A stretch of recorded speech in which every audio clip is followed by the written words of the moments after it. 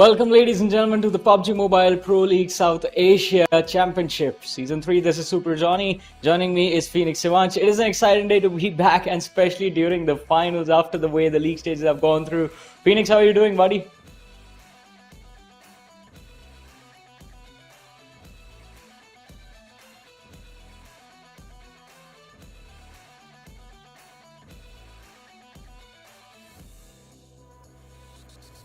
Yes. I mean, it is going to be super fun to witness what these teams will be bringing to the table, but let's not forget there's a lot on the line for everyone. And yes, I mean, we have been witnessing the teams from Mongolia dominate yet again, but let's see. We have seen strong performances from the contenders from Nepal as well, and it is going to be an exciting journey throughout the next few days as we see and move forward with the matches to find out in the end who will be the one true, in fact, champion of South Asia. And it is, as I said, going to be an intense, a pretty interesting journey, but I mean, we don't know what to expect yet. I mean, we have Stalwart Esports as the obvious contenders, but there can always be surprise runners coming throughout these tournaments, and especially with the way how the matches have gone during the league stages. It is kind of difficult to expect what is up next, but you know what is not difficult? Our roadmap. It's quite easy. We are at the PMPL South Asia, after which, in fact, we are at the championship right now, after which we do have the World Invitational coming up, which is going to be the next event in line, and of course, the World Invitational All-Star stage as well, for which we do have some exciting news for you guys as well. So basically we have one like in-game voting thing, which I liked it. Let me explain it to the audience. First of all, we all know that we have one like favorite team, and we want them to be in the PUBG Mobile World Invitational. So you have a chance to support your team, and you have a chance to just give your team that luxury to be the part in the PUBG Mobile World Invitational All-Star. What you have to do is you just have to log into the game, and you have to vote for your favorite team. Yes. The team with most votes from each region gets to play in 2023 PUBG Mobile World Invitational All-Star stage. Yeah, so just quite simple, as Sivanch says, go ahead, vote for your favorite teams. And following that, we do have the prize pool to talk about of the South Asia Championship. I mean, $150,000 with the winner walking away with $26,000. I mean, it's going to be quite exciting to witness how these teams are going to compete. And of course, I mean, with a lot of money on the line, there's always a lot of pressure of losing it all. So that is always something, a little bit of an exciting mental aspect of these tournaments that I look forward to. And now we do have, of course, the point structure on our screens. I mean, as old as time itself. Now, in fact, have gotten used to it. First position walking away with 10 points, second walking away with 6, third walking away with 5 points. So 1 point per eliminations. There's a lot more incentive to go for those early game fights and to try and get those elimination numbers up as quickly as possible. And it's always fun to witness action. That's all I'm going to say. I agree with that. I always love the teams when they are engage in those early fights and tend to eliminate those Goliaths who can just destroy their hopes when it comes down to the final circle and get the chicken dinner. But we have the contenders. So these are the top 16 teams playing in the South Asian Championship. They've been very consistent throughout the league stage, but now they are here to be the champion. I mean, it's going to be fun to witness what these teams are going to bring to the table, especially with the way the league stages went by for everyone.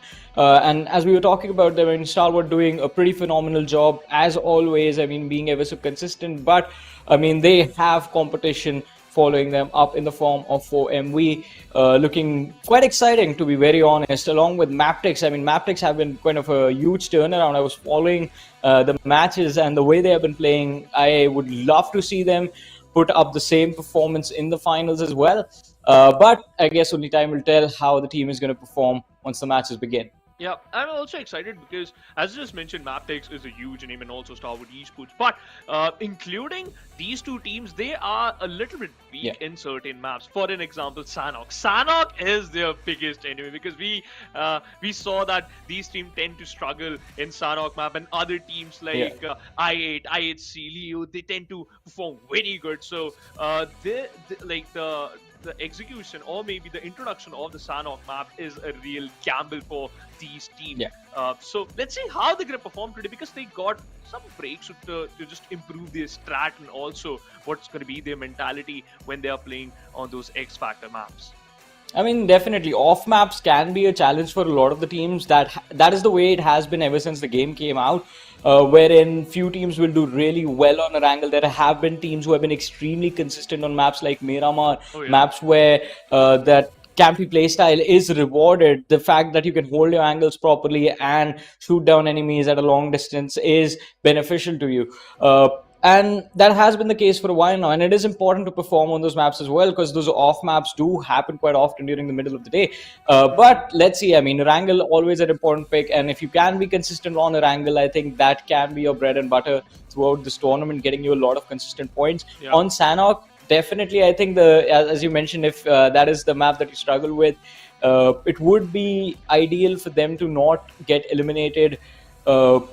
I guess not let the average drop too much. I think that is what they're going to be hoping for. But yet again, I mean, there is a lot of RNG factor involved in the mid-game transition, so no one can account for that. And that it's going to be quite interesting to see if the teams figure out a way to deal with those elements right now, especially with the way this point structure is and with how the fights are going to be forced. So, I mean, I can't wait for the matches to begin. I guess before we actually jump into the games, it's time to have a look at the schedule of the day.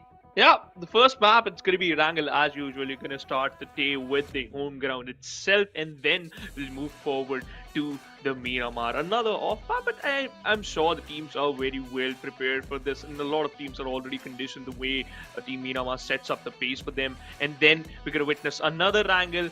But these three maps will set up the pace for the first half of the day. But the other three maps are crazy: Sanhok, Miramar, and we'll end the day with another Erangel. So in total, we're going to play 3 Erangels, 2 Miramar, and 1 Sanhok. I'm looking forward for the third and the fourth match, because there's a pattern which some of the Mongolian teams follow, and that is they tend to start very slow. Very slow, yeah. So if that's going to be the case today, like, I'll not be that surprised, but how other teams going to react to those things, that's going to be the X factor. I mean, especially in the case of teams like Stalwart and I'm going to say it, IHC, they are in the middle of the pack right now, but you never know when they're going to pop up. It is IHC. It is the legendary lineup that basically put Mongolia as the top contenders on the world stage, and I think you can never count them out. So I think these two teams have that factor wherein either they're going to start off extremely strong and just continue that throughout the very end, or it's going to be a slow start. As you mentioned, the first 2 games are not going to be that great. You're going to see them finish off with a few eliminations, but the position points aren't really going to be there. And from game 3 onwards is where they pick up the pace. The consistent high place finishes start to come in. You see them break into the top 5, top 4 more consistently with a lot more eliminations. And that can be quite beneficial to these lineups, because they, along with the consistent high place finishes, do make sure to bring in those high elimination numbers in every game as well. But I mean, it is words. I'm running out of words trying to describe that. The fact that on the stage of the finals, you always expect the wildest of things out of nowhere. You can expect a team that was middle of the pack or somewhere in the bottom during the league stages walking away with the chicken dinner back-to-back in the first 2 games and do really well on day 1, and then continue to the lead to day 2. And if the momentum can be carried forward, not necessarily focused on just winning every single game, but finishing in top 5s one way or the other with, let's assume, minimum of 6 to 7 eliminations, I think that point average should be enough to keep the team in the top position. And stuff like this definitely does happen in the finals, especially on a stage like the South Asia Championship, and with the caliber of players that we have in this championship. So a lot of X factors to encounter for, but definitely one of the biggest roles is going to be played by the momentum of the first few games. And I think everyone is going to look to start on a stronger foot. So map number 1, as you mentioned, for you, game number 3 is going to be important. For me, it's going to be game number 1. Oh, okay. Yeah. Like very future matches too, because we all know the championship is not like a league day stage. You have a lot of matches, you can prepare a lot, you can just give up some maps, but that's not going to be the case here in the championship. You have few maps, you have few chances, and you have to grab every single one of them.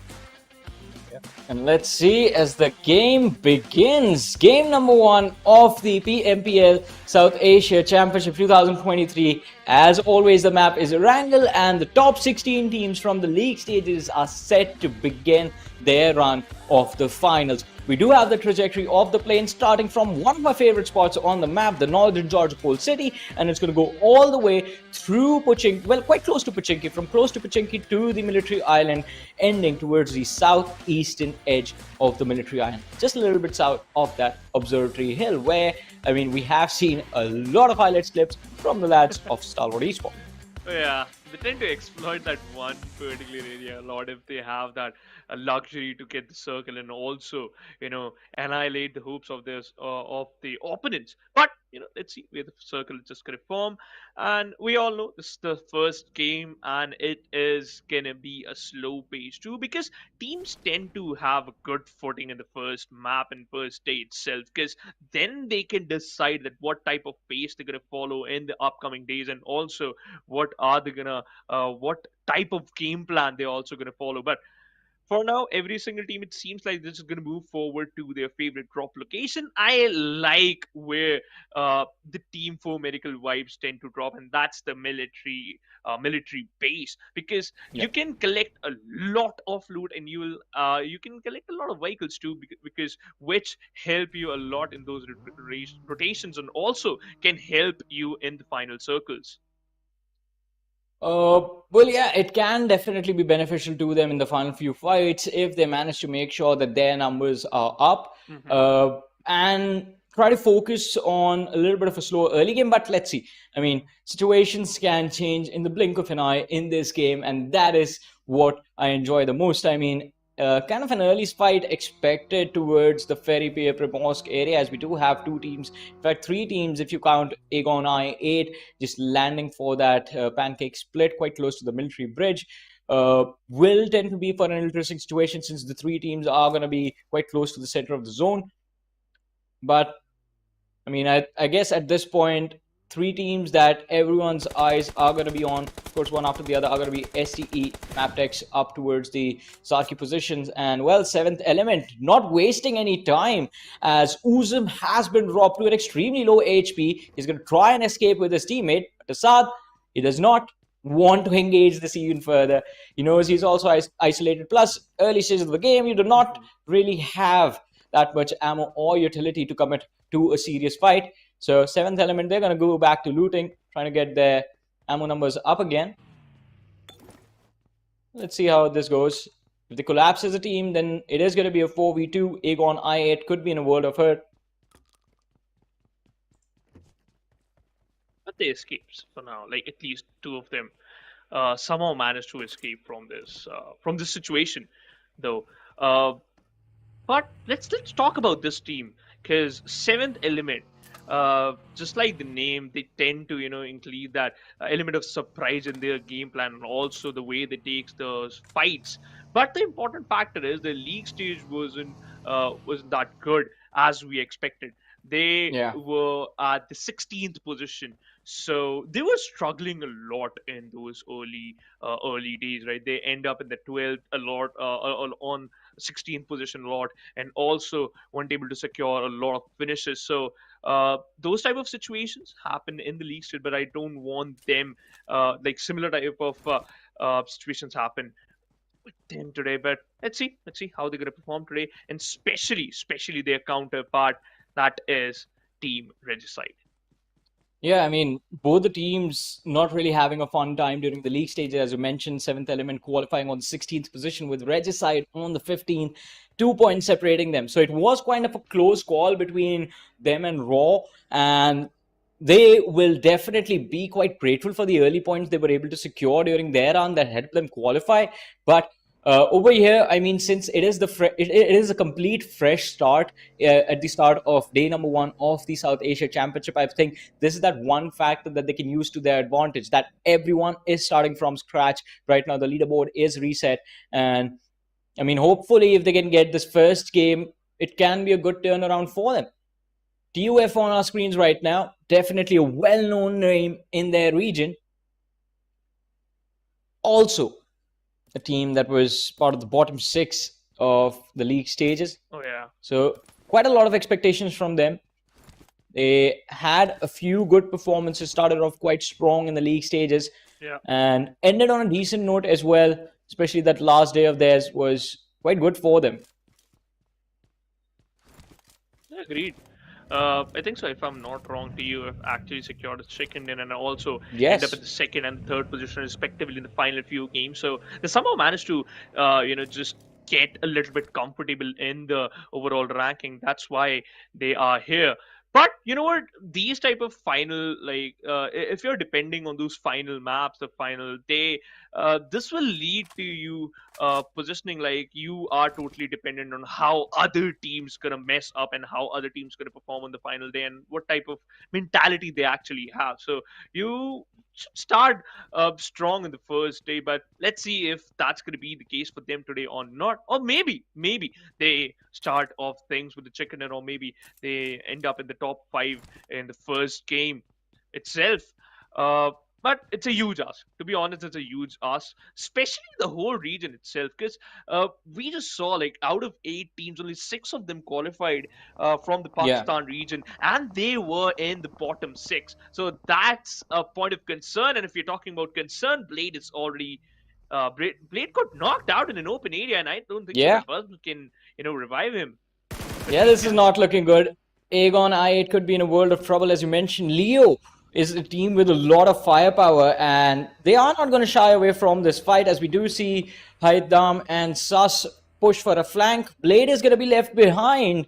I8 giving up on this aggression in their direction before the fight even began. Okay, they gave up. It was better option, right? Losing out only 1 player, it's even good than losing out 2 in a very awkward positioning. So yeah, that's a decent thing to just think of. But Slipknot, he's the first one who got the first blood in this game today. What a wonderful start. And I think it was something that Leo were also hoping for. Let's see. Things are going to go. I mean, Aegon I8 now will have a little bit of information as to where they would have left. Players of Leo Esports, they're going to be cautious and constantly watching their back. 2K, we saw the mid-rotation. I8 right on top of Everest. It's always going for the high ground super early. If they have the right scopes, they can definitely get a little bit of information on the teams moving down below.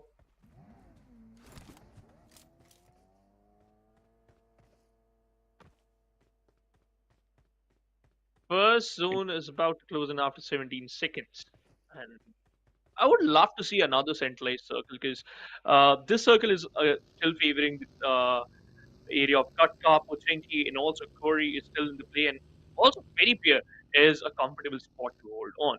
But I would love to see how Team Regicide will make their way if the circle moves towards a little bit southern side of the map, and it actually is a southern circle, by the way. The military bridge is still in place, so players of seems like it's empty. I mean, yeah, they rotated quite early. It was a little bit of the shots being fired on Aegon I8 by the players of 7th Element made sure that Aegon I8 wasn't going to be there. And I think 7th Element also did not want to engage or even risk an early engagement. So they also abandoned their positions on the map super early, rotating out, trying to see if they can find an isolated spot. But talking about being isolated, Illuminate crew, they are definitely not alone.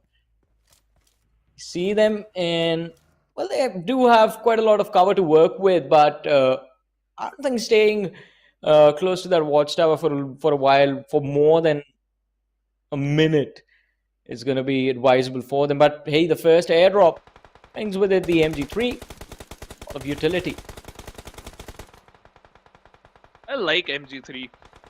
In certain situations, it's the best weapon. But if you are comfortable with an M416 or maybe an AKM, you're good. Yeah, you're happy, right? You're a happy person. If you have the best loadout, which is best for you, then you're gonna be the happiest person on earth. And if you're talking about happiest person on earth, it might be Zibian from Magnus, because he spots out Sek. He pinned him down behind a haystack, and it seems like he might lose his life too. Magnus Esports already got an opening, and they should utilize it to its perfection, but I don't think so. They won't be able to do that. No way. That's the great escape today. Yeah, shots fired, but none connect. Kind of a missed opportunity by Magnus Esports. Although kudos to them for trying to at least secure or find an opening on the opposition, the distance being a little too much for them to deal with. But now their position has been revealed, and this spot on top of the hill is quite exposed. So Zidbian is going to have to be extremely careful. But look at this. We do have another fight breaking out on the map. Or maybe it will NB. These houses out in the open fields, 33 seconds before they have anything to worry about. But I think the presence of T2K in the distance has been felt. They are all looking in the same direction, I mean. And shots have been fired, so that pretty much confirms it. I would have to say, where are the vehicles? Because I know you have a good position, and you are in a good area right now in the circle. But what if the circle moves towards or takes a very, very weird shift? This might, force you to move from this particular area. But what just I witnessed, Regicide Buddy just lost his life because he just got knocked out. And also they secured a player, and also they secured a pick off the player of IHC. It seems like a lot of fights are panning out here. Yeah. But we are witnessing a fight between NB Esports, or maybe another escape for NB Esports. They're still struggling to find an opening right now. So this isn't the best start for them. I mean, a lot of shots are being fired by this team, but none of them are making contact with the enemy. And that can lead to a little bit of a troublesome situation for them in the future, but let's see. IHC, they have the players of TUF in their crosshairs, and they're waiting for them to get into position on the other side of the map. DRS, it looks like, are in a world of hurt. IHC, they have lost Godless as well. Alex, trying to get cheeky, repeats the window, takes a few shots. Luthor was quite wary of this move and did not peek. Position Leo Esports. Oh my goodness. We have completely missed this action. Sus is knocked out. It's down to the last two players of Leo, and the team of 7th Element, they're going for the push. Haidami with the shotgun is going to find an opening, reducing the numbers to 2v3, but this is still looking like a lot of trouble for the players of Leo. They have to heal, they have to go for the revives, and at the same time stop the push coming in from the players of 7th Element. And 7E, they're not looking to stop. Divine, he's cooking up the nade. His teammate is going for a push. Sus is still on his knees. Nowhere left to go. Leo in a world of trouble. Look at this. T24 OP, he's going for the flank, and Slipknot, he has nothing left to do. He's hiding behind the wall with utility in his hands. Utility is the only thing that can save the players of Leo at this point, but nade in the hands of Tokusaurus is definitely going to be enough to dish out the damage. But T2K with the third party find the knock on Slipknot, and Hyde is going to run into the line of fire. He needs to be careful. 7th Element now, they should also realize that since the player of Leo was knocked out by the lads of T2K, that as soon as they step out of this warehouse, they are going to be next. Yeah, and they have to be careful, because look at the players of NB Esports. They're just right behind them. So if they just trying to be a little bit cheeky, they might get punished. But against Haidam, he got a revival, and now he is back on his feet. They are using those smoke grenades to make some extra cover, at least to just survive for a little bit long. Otherwise, they won't be able to make it through. They secured 2 picks. They lost 2 of their players, I think. So this is the best trade you can get from here. Just escape. Just run away from here. Meanwhile, we can see IHC is also struggling. It just all comes down to only one player. This is not the way they should get a start. But Tokusaurus goes down. This is a game. Oh no! T24 is the only one. Slipknot slipping out the HP of the players of 7th Element, and now it's 1v2 duel. This has to be the biggest blunder of this game. It was basically a 3v1. Slipknot, the last man standing on the other side of the wall, and had all of them pushed together, they would have gotten him. But no, they gave him isolated individual fights and he made them pay. But now looks like it's time for Regicide's Roshan, as he does find an important pick with the DBS in his hands and does make sure that his team is going to be there for the next few seconds of the game. But he's stuck in a 1v2. He's getting pushed upon. He has MABETEX, one of the players from the side of MABETEX right behind him. Will Roshan make it out for his team? And the answer is no. T2K, they finish off his team, and now the next team in their crosshair, it's going to be I believe, one of the last players surviving from MABETEX. And they also have just three players remaining, so they can definitely go for the risky play and try and push. Yeah, I think they should, because they already have good amount of kills and you can collect some more. It seems like they're just going to do the same thing. TUF looking strong, already collected a lot of kills, 5 in total. But this is a ballsy move, but what was that demotivate, sir? You just, he is on very low of his HP. Thor comes down for the save and he actually will secure another pep. MABETEX faced an elimination on the 13th position and they secure total 4 finish points. I think so. This is a good thing.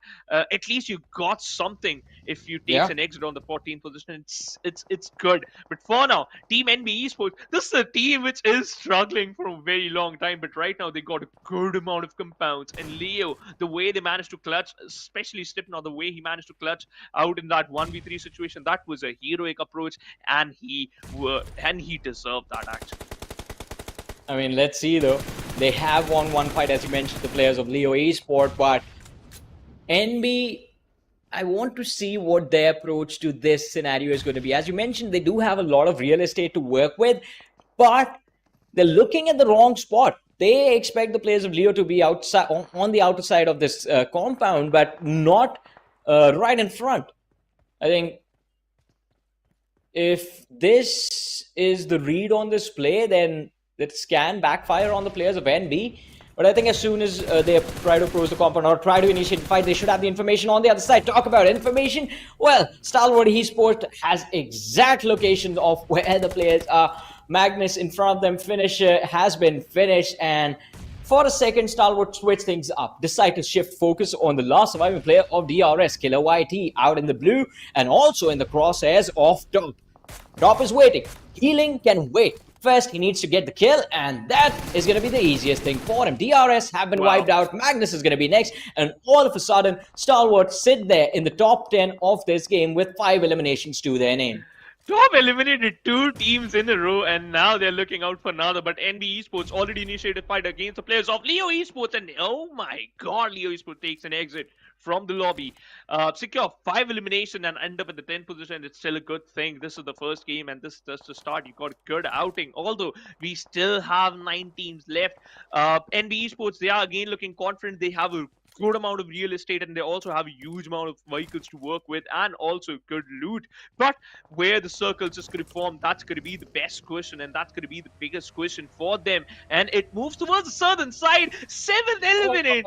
You left Ferrypier, and circle is favoring Ferrypier. No way. I think so. They were just a bit unlucky. Yeah, they were unlucky. And look at Aegon I8. I think they're going to be quite happy with this. They did not go a little bit too far away from Ferrypier. They decided to stick it out, and this is going to be quite beneficial to them. On the other side, as we're looking at NB Esports, I think they have quite a bit of challenge ahead of them. They have to make sure that they stay clear of I8 as they rotate into the circle. And it's not just, Stalwart Esports. And it's not just Stalwart Esports they have to worry about. Towards their right are the players of T2K, who at least for this very moment are focused on Goku, the last surviving player from QR. But it's not going to take them a long time to realize, like, that is the easiest elimination for us to secure. We can refocus on this guy. He's going to be stuck in the blue, and we should start focusing on the team ahead, clear up the edge, get our spot inside the zone, and then look back to get those extra points of the teams that have delayed their rotations. Oh, you have to be careful. You have to be careful because this Yes. circle, it's going to be the scary one, especially for the teams who are very far away from this zone. And also, teams like Stalwart Esports, look at that. Secure 5 elimination. Highvoltage DC looking very good. NV Esports, they also secure 3, but they got pinned down by the players of Stalwart Esports, and this is not a good sign. Meanwhile, Content Race takes an exit on 9th position without even securing a single point. That's the worst nightmare for them. NV Esports started off their journey a bit strong, but now it seems like they might end up towards their coffin. Oh no, they escaped. They escape in front of the players of Stalwart Esports, and now they're moving towards the safe zone, and Stalwart Esports is going to do the same thing. Although, they dished out a huge amount of damage, and this might affect them when they reach their hot location, and that's what's just happening. Highvoltage DC just utilizing that damage to their perfection, and also to just help them to collect some kills, and this might be the best grenade. Oh, He might secure a pick, but no, Cloud. Missing out I by mean, an inch. all right, as you mentioned, I mean, just STE dishing out all that damage, I think did help out Cloud quite a lot. But then for MV also blew up the vehicles. NV again in a very difficult situation, and also they have Aegon I8 watching their back. This team has just walked into basically the pits Chaos. of Tartarus. This is hell for them. They can't get out of this. It is not going to be easy. They have literally 4 teams surrounded. I mean, goodness gracious for them, Stalwart Esports decide to start fighting it out with T2K for all of a sudden, and Highvoltage also at the same time. So the distractions have arrived, but it's not going to be enough opportunity. But Siog, what was that? Just takes the face first dive into 2 players of Highvoltage, Assassin and Praveen, and they just destroy him in a matter of seconds. Sandesh was dropped low as well, and Stalwart taking advantage of the situation to make sure he's not going to be standing for long. Rig is going to be the last player surviving for the side of T2K. How long he's going to take this? He No is way. up against an army of Stalwart players, and they make sure that he is going to be eliminated. T2K taking an early exit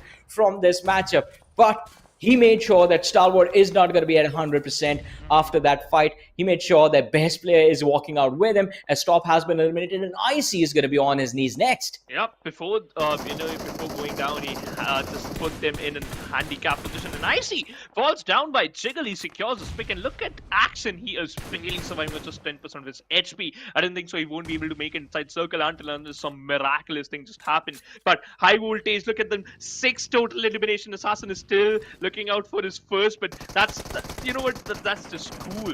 And yes, that's not the way you should enter inside the circle. NV Esports, we were talking about them. They got stuck inside the hell, but they somehow managed to survive. Or did I spoke too soon? I think so. Yes, Vipers from the distance, putting out the players of NV Esports to the end. And Action might not survive the barrage of these bullets, and he will not.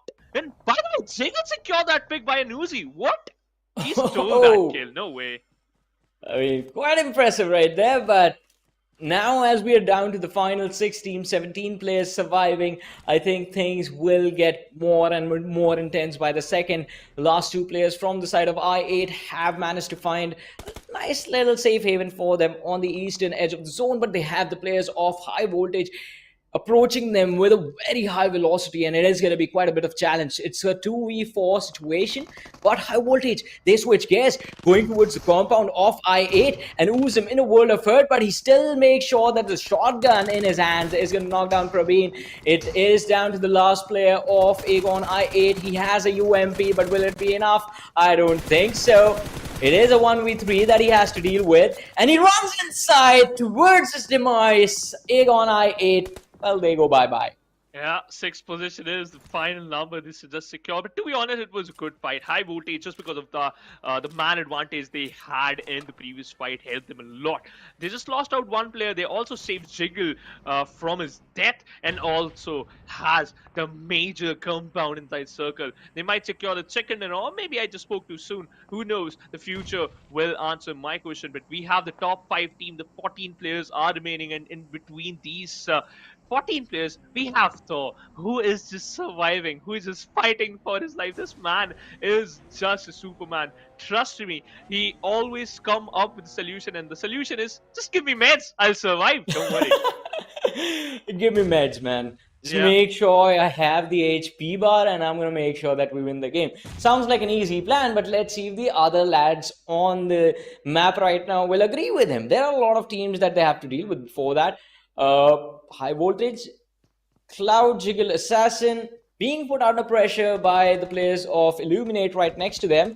But they're not worried about that much. I think they want to make sure that the backs are cleared, the center of the zone is cleared, and the house next door is abandoned, as well as they try to finish off the players of NB. Shots do connect. Assassin managing to hit a few bullets through the smoke, but that does not really amount to much. They have given away information that, hey, presence is still there in that house. They haven't secured an opening yet. And I think that is how it's going to be for a little while now as well, since all three teams do not really have any incentive to fight it out. They are in the zone. They have ample cover. They can just wait and watch what happens. The sixth circle will start closing in after the 30 seconds, and this will allow the teams to just move forward and just take the safe haven, or if they will be get allowed or not. Team TUF lost one of their players, and that is H2SO4. And they still have Riddler, Thor, and Demotivate Sir. And you know what? Demotivate Sir is always the guy who always initiates the fight, but it was always Riddler or Thor who secures the final finish. So he's like the important guy, and also the point of contact, and also works like as a catalyst. But that's going to be the case for them or not, because to be honest, it's now a slow. It seems like we are just moving towards the end, but slowly and steady. Yeah, it's quite a slow final few stages of the game, as you mentioned, but I think that is about to end in just a few more seconds. And we do have towards the southwestern and the southern edge, two teams approaching the edge of the zone, the edge of the circle, and that is going to force them to, well, juke it out between them, see who survives, see who makes it through. And high possibility it is going to be the lads from 4MV. They do have the numbers, also have the superior position, as they have the high ground covering up their front, and they can utilize that to close the fight with the players of Illuminate. Highvoltage, not a lot left to do. They just want to hold on to their cover, not let it go. Illuminate as well. Their objective is quite clear, not step into the line of fire of either 4MV or the players of NB. They pretty much have an entire building blocking them and Highvoltage from each other. 20 seconds left. 20 seconds, right, 15 seconds. Final few moves are going to be thought by these teams, and as soon as the zone closes and we have the next circle in front of us, they're going to be forced to move. I hope it goes west. Oh, okay. Just need some more spiciness in the game. I don't know how much scary this game will go, but for now... it's right in the center. Perfect. Yeah, it's right in the center. Helping almost every single team which were holding the center of the circle, except NB Esports. They are in a whole world of trouble. I would love to see how they will enter inside the circle, or if they will make it into the circle or not. I think it's going to be... I don't think they're going to be making it. All right, now for sure, since they have made sure that they're going to be starting the fight against the players of 4MV, and do have a Kaz who has managed to secure a knock on one of the players of TUF at the same time as well. So now, instead of just 4 players focused in on them, they have a minimum 7 players looking in their direction, which, especially considering they have an open slope to run down, it is not going to be an advisable. And look at that. First knock, as soon as Sek is done healing up, he steps out of that small little shack that he was hiding in. He gets knocked down to his knees. Same is going to happen to Kaz as soon as he steps out from behind the cover as well. The last 40 seconds for these lads, the last 40 seconds of safety, at least in game number 1. But I think they have done quite a decent job. They've made it into the top 5. They have a good number of eliminations as well. And, well, Sek is going to go bye-bye. His teammate is going to go bye-bye as well. They have been eliminated. We're down to the top 4 teams. Just final 12 players remaining. And Illuminate, look at them going for a push on the players of Highvoltage. Utility is going to be lobbed indoors. The Molotov does nothing. Cloud is going to secure the knock. And, in fact, the Molly does knock out Sky. His teammates Molly knocked him out. Quite unfortunate. Viper is going to get a earful for that. But that does result in us having, ladies and gentlemen, the top 3 of game number 1 of the PMPL South Asia Championship. Michael and also TUF bid the players of Highvoltage, 4 Miracle Vibe just trying to initiate a fight against the players of TUF because they just want to hold the edge. And also I like how Highvoltage is taking those fights because they're staying as a pack but refuse. What a grenade! Knocks out 2 players in a row and might secure the final one too. TUF, they are in a whole lot of trouble. This is not the way they wanted this to end, and they might face the elimination too. Yes, TUF end up at third position in the first game of this championship. And now we are down to the final two teams. It's a 4v3 Highvoltage versus 4 Miracle Wives. And can these Miracles definitely go ahead and secure the win for their team? We are about to find that out. Highvoltage, they're going to run out in the open. It's final zone, final few seconds for these teams to fight it out. And look at the beautiful amount of smokes that have been lobbed on this battleground right now. But Doc, he knows what he has to do. Gets in the buggy, goes for a little drive, is going to get knocked out, but not for free. Highvoltage, they lose one of their own as the players take those shots. They do expose themselves as well. And for MV, they're going to be grateful for this, securing the win in game number 1. The chicken dinner is going to be theirs with a decent number of eliminations as well. I believe they're going to walk away with 8 eliminations from this game, along with the 10 points for the win, 18 points start. That's quite good. That's certainly is the best start you can get from the first game itself. 4 Miracle Wives again, just playing like a normal day, to be honest. But we'll talk a lot about this team and also about the other teams too, but after a very short break.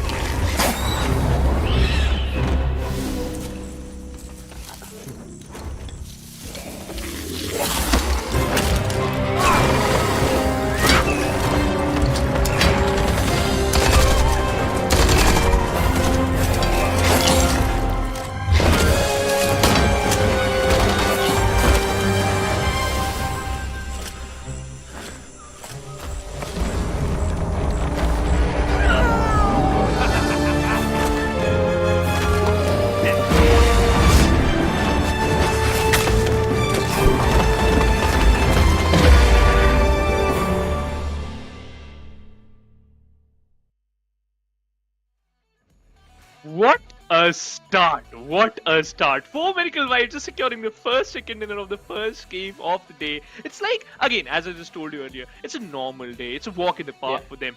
They were the team who secured the second position in the league stage, and they started off like this. Okay, it seems like they're just looking forward for the championship title. I mean, yes, this game was played out perfectly by them. They made sure that the early stages, they were not being too over, not engaging too many fights, because that can cause a lot of trouble for the team when they're rotating from edge to edge in the middle game stages. Because they had 5 eliminations right before they went charging towards the players of Highvoltage, and that included the last 2 teams that they eliminated. So early stages, not a lot of fighting, just completely focused on making sure all 4 players survived in the end game stages. And I think if they can continuously do this game after game, if they can replicate this, just making sure players are surviving till the late game stages, I think their point average at the end of the day is going to look extremely, extremely good. The only way someone can take them down is going to be by having a playstyle like Highvoltage, because Highvoltage ended the game with 9 eliminations.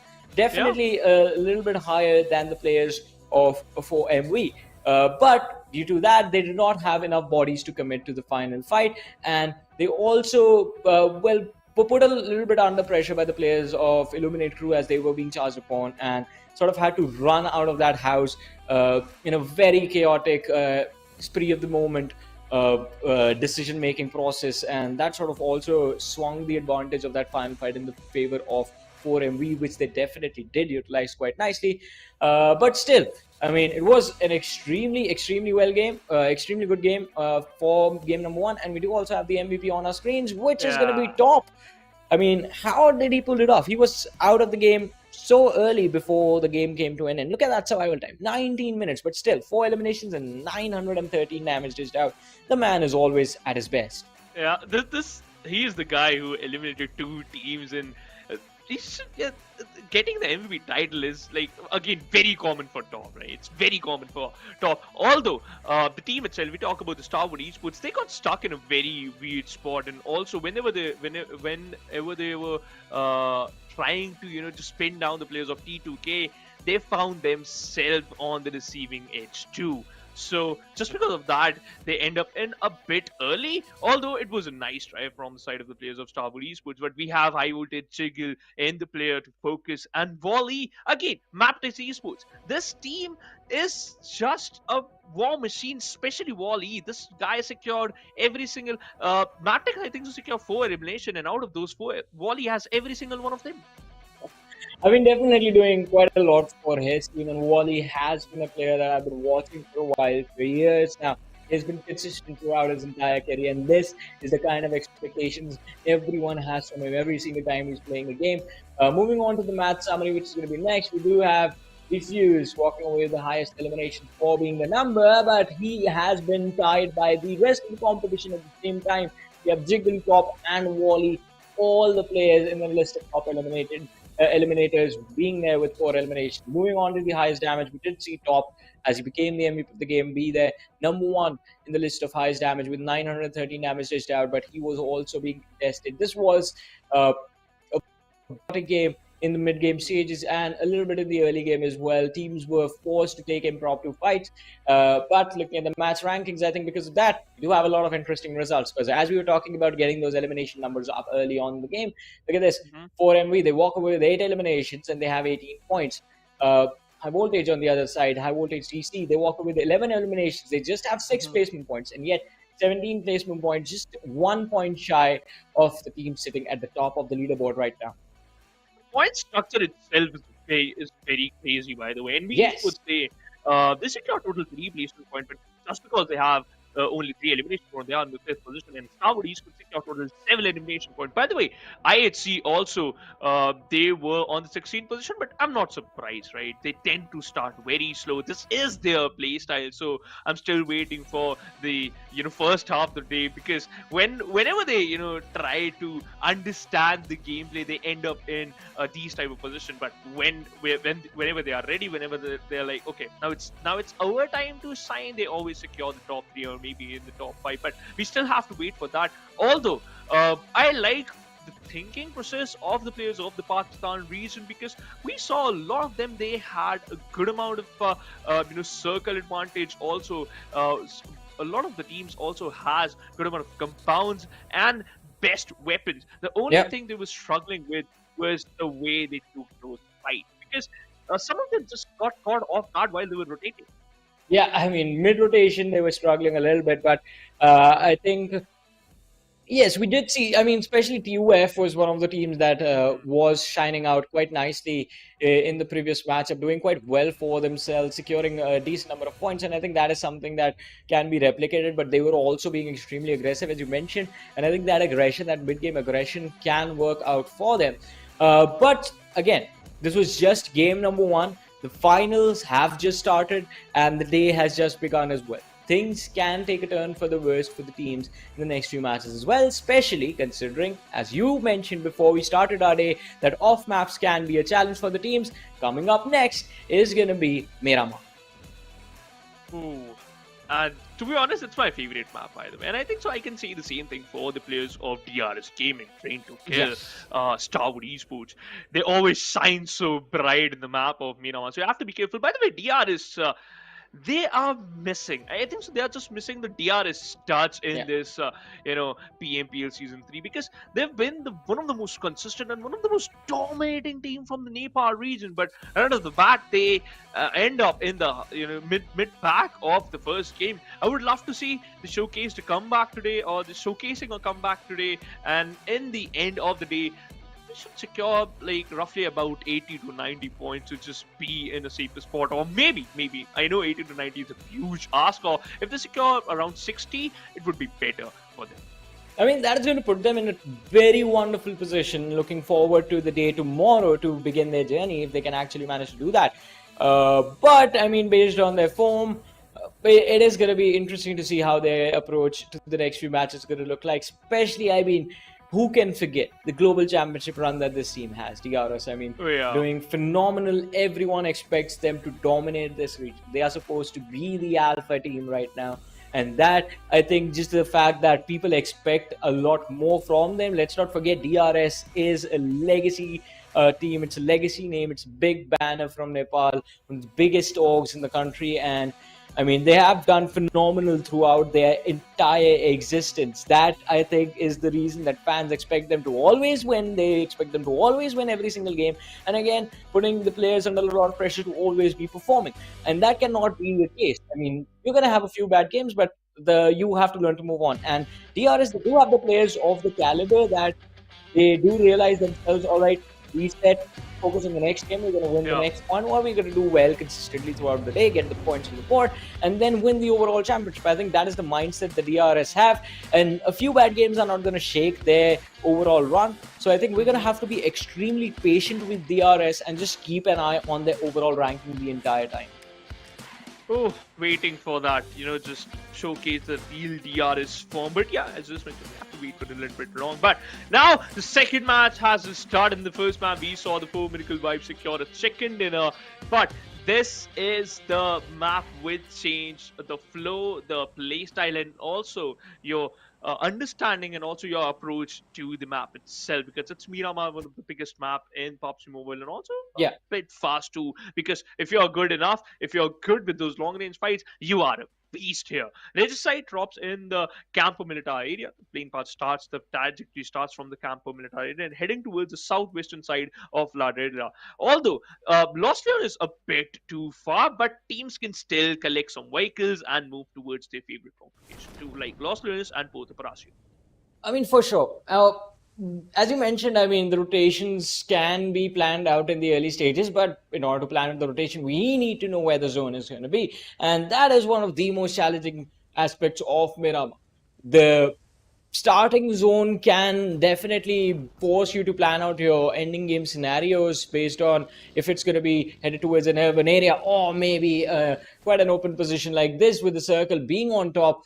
Right, centered quite close to the position of Hacienda del Patron, but I mean, this is going to force these teams to play slowly. There's a massive cluster of teams inside the circle right now. MABETEX, they know Regicide have dropped towards that Campo Militar position, and they're going to try and block them from moving inside the zone. Magnus, they're going to try and do the same thing for MV, and the team of TUF, I think, are now going to be thinking as to how do they find a way to get inside the zone towards the edge. And especially since on Miramar, we see a lot of late rotations from the team starting to take control of the edge from zone number 3, zone number 4 onwards. I think at that point, it is going to be a challenge for everyone to try and find their position inside the circle that late in the game. As we are talking about MABETEX is really notorious on Miramar, especially punishing those late teams who were tend to go for the late rotations. You have to be careful. I don't know how Regicide and Magnus gonna, just if they faced team. Takes in those late rotation fights, they might end up on the receiving end. So they have to be careful, because MABETEX, again, they are also very good on the map of Miramar too. And I already discussed about their game plan. That's the part of their game plan which they follow a lot, because it helped them a lot to just get a lot of kills, a lot of those early eliminations. We're talking about early elimination. It seems like Agon I8 might initiate a fight against the players of seventh element. Again, these two teams are up against each other, but on a different map. And still, it's a 4v2 situation. I don't know why Agon I8 is doing these kind of shenanigans again and again. Yeah, I have no idea as well. I don't think it's Agon I8's plans. I think it's more of seventh element doing. Neighbors on Erangel, neighbors on Miramar, and definitely not the welcome neighbors, I guess, for each other. Agon I8, they are being extremely careful. We do have QQ. He's just waiting, goes for the jump shots. Has managed to connect a few, but he needs to be extremely patient about this. As you mentioned, it is a 2v4 situation. The rest of the lads from the side of Agon I8 have arrived, but it will take them a few seconds to get into position, and all QQ has to do is just not get dogged out. And look at this. He stays behind the cover, 7th element. They lose out on 2 players. Now, this plan of theirs has backfired very badly. Sivansh. Oh my god, that's a katana Oh, finish. yeah. Removed there. And yes, QQ be like, you know what? You guys just trying to act a little bit cheeky or smart. Yeah, we are the smartest one. Okay, okay, don't do that again. Don't do that again. Oh my god, this team is just punishing the opponents a bit too harshly, by the way. And that's what happened if you just try to act smart or just try to initiate those early fights, though. Yep. So Aegon, I think so. Uh, it's a statement from their side that don't try that again. You had done it in Erangel, and you're just trying to replicate the same thing on Miramar. This is what's gonna happen against you. This is what's gonna happen to you. I mean, for sure. That has to be the statement. And if Seventh Element do not get the message now, well, that means there's going to be a little bit more entertainment for us waiting in the future Uh matches. And we should not complain about this at all. Exactly. But let's see. Let's see. For now, at least, Seventh Element are in the worst possible situation at the start of Miramar. They have Mm-hmm. lost 3 players due to an unforeseen early engagement against the players of Aegon I8, and the last player that is left is just left to survive in one of the most worst possible imaginable conditions in this game. On Mm-hmm. Miramar, completely isolated and also not really in a good spot on the map. So a lot of challenges for him to deal with all alone, but he well can just stay in creative fields for a little while, hope the players of Aegon I do not find him or no one runs in his direction. Rotations being made by the players who are still playing on the edge. Uh, I just want to update the positioning of teams like NB Esports. They are still in El Pozo. Mountain were being acquired by the players of IHC. Highvoltage DC. They are still in Picado, and it seems like IHC they are just still in a split formation. And you know what? They are looking out for a better loot, but this is where things will get very interesting. The San Martin area. Leo Liquid. Leo is a team who never backs down, who never backs off if there's a fight, if there's a possibility of a fight, they always tend to go for those. Yeah. So the approach they always have doesn't matter what the map is, the type of approach they have, it just leads them to collect a lot of those elimination points, though it's a challenging part in Miramar because the amount of distance you have with your opponents is huge, and the comfortable your opponents are is more difficult for you to get those elimination. Liquid won't be able to convert that one player into a coffin and also reveal his position. Now Stalwart Esports, they're going to be a little bit more cautious because now they are aware that there are enemies alongside them. I would love to see this 4v4. Oh, Stalwart up this against. early? Yeah. Yeah. I mean, these are two of the strongest teams in terms of firepower. Would not want to see them fight with all of their players present and see what happens. I mean, it is Okay. going to be super fun, but the problem with late game fights is we know one of them is going to be lacking numbers for sure because of how aggressive their approach is towards the game, and we will only a few times, hardly ever going to get to witness Stalwart and Leo up against each other playing at 100%. So I think the teams definitely do not agree with me since Stalwart have backed off. Leo on the other Yeah. side also just walking away from the hill enough to not completely abandon vision of these compounds and just make sure they keep an eye on the players of Stalwart Esports, see Mm-hmm. which ridges they're going to hide behind or where they're going to move out towards. Liquid has to relay all this information alone to his entire team. On the other side, I think Stalwart Esports are expecting DRS from the rear as well. Just being extremely cautious, Oh yeah.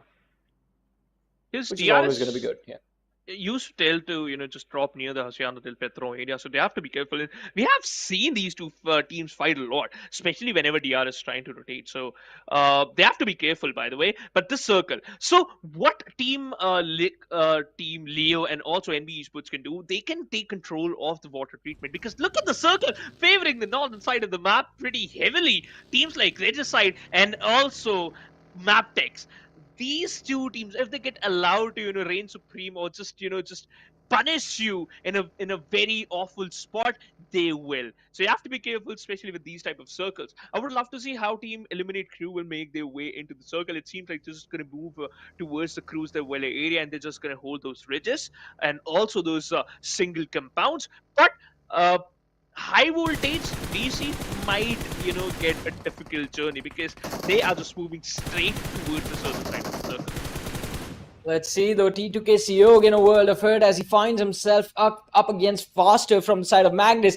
The damage has been dished out with the weapon, but the nade can secure the knock, but no, Siog is going to get out of position and avoid any sort of damage inflicted upon him, and his teammates have arrived as well. Magnus, this fight not really going the way they had hoped. They have lost Drawlin in the back line. Sandesh is going to try and secure that finisher, and Faster are now stuck. This nade is going to hurt like hell to Faster, and he's going to be knocked out as well. T2K, as the name says, trained to kill. They are doing a brilliant job over here, having brought MABETEX down to the last two players. Rig knows the position of the player in the warehouse as well, goes for a jiggle peek with the UMP. His teammate from the backlines does provide ample amount of support, cover fire to make sure that Rig is just going to be knocked and not finished. T2K, they managed to preserve their numbers throughout this entire fight quite beautifully as well. And in the meanwhile, Magnus, they're down to the last player. Yeah. Magnus, they had a similar amount of exit in the previous map. They were in the 11th position and they secured total 2 eliminations. But right now, only one player left. So again, that's not the ideal start for the team like Magnus. But you know what? I think that they're just trying to settle in. They're just trying to understand that how other teams are playing. Although they are aware of the fact that what type of approach T2K is going to follow. But this was an unorthodox play being made by Sandesh, because the grenade he lobbed, which just dropped perfectly, where the players of Magnus is trying to go for the Russian and also the slam in, and that grenade just landed perfectly. But now we saw two of the teams in the lobby just left with only one player, and that's going to be Magnus and Seven. What Cena is doing? He's just being silent. He needs to be careful. Quantum range again. This is a team who needs a lot of points. Yeah. Because they are also struggling in action. No way. He might miss the action in the lobby because he's the first one who just got knocked down. He might face the elimination too. Cena needs to be careful. Where's the backup? Where's the backup? Quantum range. Well, Senior, he's done a brilliant job till now. Top has been... Well, his HP bar has been chipped away as well. Senior is going to try and see if he can secure a little bit of extra damage onto the players of Stalwart Esports with the utility in his hands as well. But his team needs to rotate, and they need to rotate now. Oh, look at them. They are getting extremely lucky as Stalwart is going to fall to the hands of a third party as well. And in a matter of seconds, what just happened? Stalwart Esports, after the run they had in the last game, well... They are eliminated in this game, and it's not just them. Aegon I8 have also been eliminated. Two teams at the same time. No way. Wow. I'm surprised. No way. Cena is the one who initiated that fight, and Quantum Rage instantly annihilated the whole team. Oh my god, not giving them a single room to breathe. And also, I've been talking about this from a very long time, and that is MABETEX is very notorious on the map of Miramar and showcasing those notorious plays once again. Another fight just being panned out, and that's going to be T2K versus DRS. One of the players of DRS got knocked down, and now he's just facing the brunt. He needs to be careful. I think so. He is with the back, so the revival process is going to be quick and fast too. Sparky also out in an open area, just playing around those rigid spots, out the players of team DRS, and also one of the important team, and that is the NB Esports. But he is right between those two teams, so he needs to be careful. If he makes any type of crazy play or any type of beautiful shenanigan, he might get punished there. So I see on the other side. Secure one pick, and that goes to Zeol. But no way, MABETEX. The vehicle explosion is enough. Wally just moving forward to finish off the two players who got knocked out by the vehicle explosion. Demotivated Sir might get crushed. And yes, he lost his life against a buggy. MABETEX 6 total elimination in this map. And yes, the game plan is similar. The game plan is same. The result is still same. And the amount of aggression is still perfect. Team TUF finding out that they are in a whole world of trouble.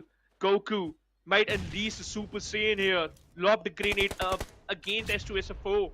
The chemical compound might break. And also the hopes of TUF. Anything can happen. Another fight might pan out near the water treatment plant. 7 element again takes an exit on the 14th position. Haven't secured a single pick and they face an elimination here. This is bad. This shouldn't happen. That's not a good sign. I am scared, and I am also wondering that how the teams who are playing on the edge, how they're going to enter inside the circle. This is not a good sign at all, Johnny. Although some of the teams, they are enjoying the elimination feed. They are enjoying the amount of eliminations they got, but they need to be careful because you still have 12 teams to beat. Although, like, in total 11, because I'm just going to count you two. So, if you want to get that chicken dinner, NB Esports being the smartest one here, hiding inside the compounds, IHC just right in front of them, playing just behind those huge, small mountains, by the way, small bridges. Still waiting for the fight to pan out, but I think so I have to wait for a bit long because every single one of them just waiting for the stage 4 to close in, the 4th zone to close in. Then they will decide that where they have to go and what's going to be their halt location. Kaz trying to spot out the player of IHC, but I like the player of IHC, how they're maintaining the distance and also collecting the information, the play, and the optimal approach. It's just perfect for IHC. Yeah. Does have the mini sec. And you also have the 8x just pointed towards the players of Leo. Shots being fired, none connect. The players of Leo refusing to peek. Why should they? They have quite a wonderful position for themselves. All theirs. No one challenging them. While the players of NB, if they get distracted, they're going to feel the wrath of IHC. So they have to be cautious about the team approaching them. Zeol, he's not alone anymore. He has Godless next to him. Demo, in the meanwhile, is going to make sure he's going to keep his eyes peeled on the flank. But as Zeol tries to go for a nade, MABETEX from the distance do find an opening. And IHC, it seems, have made a mistake. Yeah. This is not good for them. Zeol already got knocked out, but he got a quick revive. So I think so they're just comfortable with this. But they have to be careful of two teams now, NB and Leo. So if sandwich situation being made, they might lose out a lot of players. They might take an exit. But on the other side, we can see the players of MABETEX. No way! Every single one of them. These the fights just gonna pan out. It's just gonna be crazy as hell. Because Johnny, MABETEX, they are looking very strong, already securing a huge amount of elimination point right off the bat, and also trying to eliminate another team. Kesa needs to be careful because he just tanked a bit amount of damage, and also it seems like he received a headshot, so his loadout also just going down. He needs to be a bit careful though. But yeah, MABETEX, they know that how they're gonna maintain the distance and how they're gonna perform and how they're gonna just play around that. We'll be seeing how their approach is going to look like as well. 4 teams eliminated from the game. Transitioning to the 5th stage of the zone. NB have sort of given away their control to the hill right in front of them to the lads of IHC as well, allowing them the warehouse. The exit routes, that is where these two teams will have to fight it out forcefully if the zone moves away from them, which there's a high probability it will. Regicide on the other side, now in a world of trouble as the zone, they find themselves on the edge. But look at this, IHC, it seems like we have forgotten about MABETEX, as MABETEX again put one of the lads on their knees. Roshan, I think not a lot for Regicide to do. They will eventually have to fight and contest the top of this hill against the players of Quantum Rage, who for now are looking extremely scary with how they dealt with the players of Stalwart. But this can backfire. The approach from the players of Quantum Rage can backfire because they are in 2+2 split. I know it's a tried and tested thing, but when you are up against this lobby, anything can backfire. You have to be careful of every single angle, though.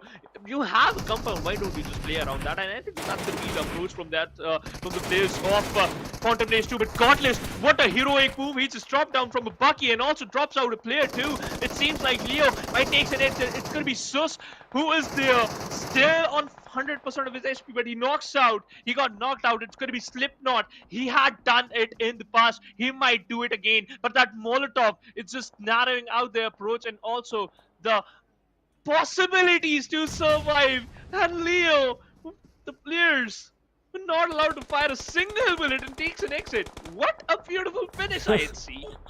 Yeah, quite a wonderful finish, but they have to reset ASAP as the players of Highvoltage are headed in their direction, and this is going to be a troublesome situation for them. They have been sandwiched, of course, as you do see on the radar, a team towards their way, Highvoltage quite close, and of course, we also can't forget about MABETEX in the distance. They are going to be waiting to see who survives this triple threat match between these three teams, and I think there's going to be a high possibility that IHC are going to lose one more player, and if they do, the entire team is going to be eliminated in the next few moments, as they do not have a lot to work with. They're going to run out of utility soon. They have basically been spotted out by everyone around them. Magnus, in the meanwhile, team that was already few in numbers, are going to be wiped out completely, and we are now down to the top 10 teams of game number 2.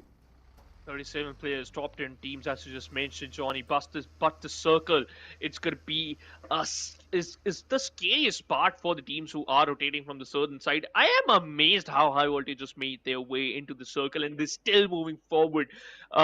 Teams are just allowing them to move towards a safer area, and don't do that, because Highvoltage is one of the most scariest team. And also DRS, they also have a good footing inside the circle. They are almost controlling the center of the circle, but they don't have good amount of compounds, so they are just using those ridges and also those vehicles too. But 18 more seconds and the 5th zone will close, and then the 6th zone will form. Eliminate crew also playing on the edge, just being cautious. They have good amount of vehicles. They have the best loadout. Look at that M416 with a Mini 14 and level 2 loadout. This is the perfect and a dream loadout you want in a Miramar map. But one more second and the circle move towards the center, and look at the players of MABETEX. Oh my god, a heavenly position. Yeah, I mean, definitely a heavenly position, but will they be the devil for everyone else? That is what we have to find out. I mean, everyone is going to be in their vision. They're going to have all the information that they want to work with, but if you know where everyone is and you get too eager, then you can dig yourself in a very tough spot as well. Kind of like the players of Highvoltage at this point, who definitely do want to trade places with the players of DRS, but it is going to be a bit of challenge for them, as they will have to wait for their teammates to join them. It's a 2-2 split by the lads of Highvoltage DC that is causing them a little bit of pain for now. DRS, they were the one who got punished in the early stage of this Miramar map, but look at the way they are they are very comfortable, by the way. Secure 4 elimination, and still every single one of them is still alive. By the way, Kyante were trying to just move towards the players of Highvoltage, and he received a hefty amount of damage. He has to fall back, and he is on the safest side. He is in a safe spot, but for how long, that's going to be the question. DRS in a 2+2 spot, and I think so the players from 4MV might utilize this in their favor, because look at that Dock East. Both of them are just moving forward, and IHC takes an exit. What's going on? NV Esports, I thought they are in the safest spot, and now DRS is punishing them. No way, it's a triple threat. Let's see though, as you mentioned, no way.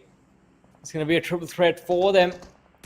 Doc, he's already down on his knees. East needs to try his level best to survive, but is going to take a lot of damage from the utility.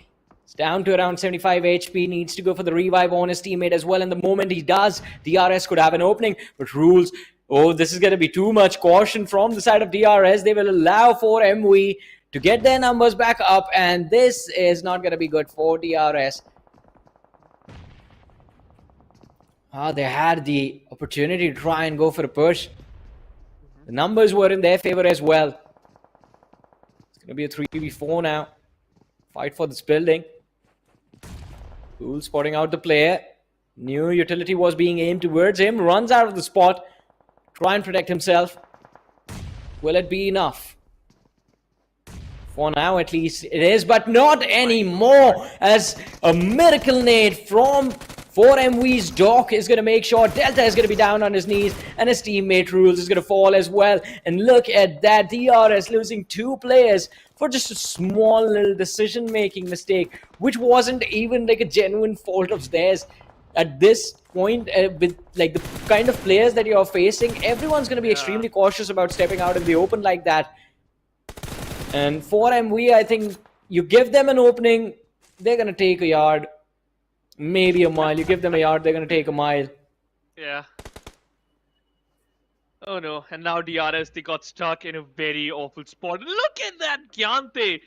1 pixel away from that Molotov. He's so lucky, but I don't know about his team because he is also alone. Oh no way, the one more player from DRS falls down to the players of Assassin. Highvoltage, it's gonna be Gyante himself. He's surviving till his last breath. 30 more seconds in circle is just a bit far away from him. I don't know how Gyante will manage to survive this barrage of grenades, but he have to, otherwise he might face the brunt, or his team might face the brunt. But 4ME from the back punishing the players of Highvoltage, and this is the switch. This is what the players of Team 4MB needed, and the divide and rule formula is working out pretty well for the players of 4MB.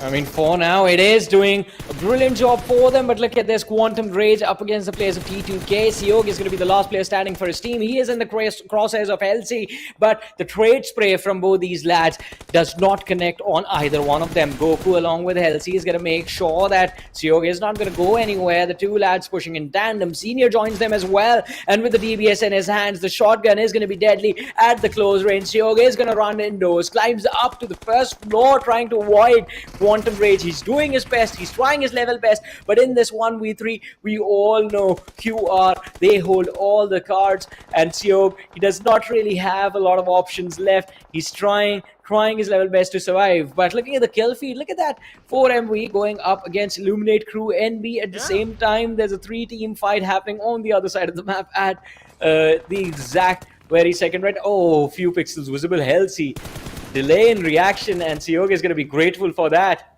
A few seconds more he has. Oh no, and look at that. That Molotov just blocked the way, but Halsey, nobody can stop him. In fact, and the whole team just pushing forward, and also punishing the final player of Team T2K. It takes an exit in the 6.75 elimination. I think so, a decent ending for them. But MABETEX, they are still surviving. The Goliaths on the Miramar map, they are still standing and up against the players of 4 Medical Wife. This team secured the chicken in the previous map, and it seems like they're looking out for another. Quantum Rage facing the bullets. They got pinned just behind those rocks, and 4 Medical Wife refused. That's a huge move. If this works, Johnny, he might secure 2 or 3 picks in a row. Let's see how many more can they get for themselves. MABETEX up to 11 now. All 4 players still left. I think Fist Boy is also going to fall. He's all alone. 2 players of MABETEX right in front of him. He's crawling like a desert snake, keeping his head low, close to the ground. It's not going to be enough. 12 eliminations for MABETEX. Just 3 more teams remaining, other than MABETEX, of course.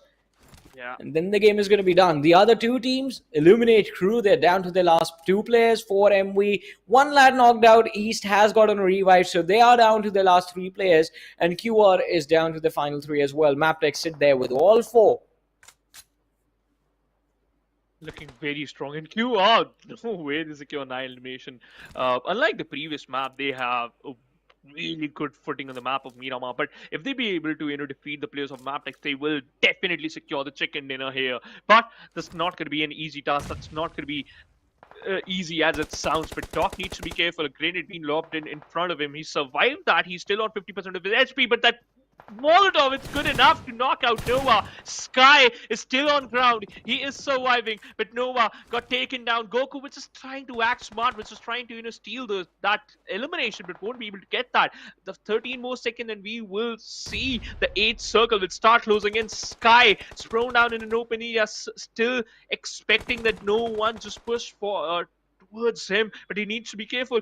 He has none. He has no utilities left in the backpack. I don't know how he's just going to survive. He just needs raw aim to survive in this battle. Well, at this point in the game, you actually just need a miracle to win this game.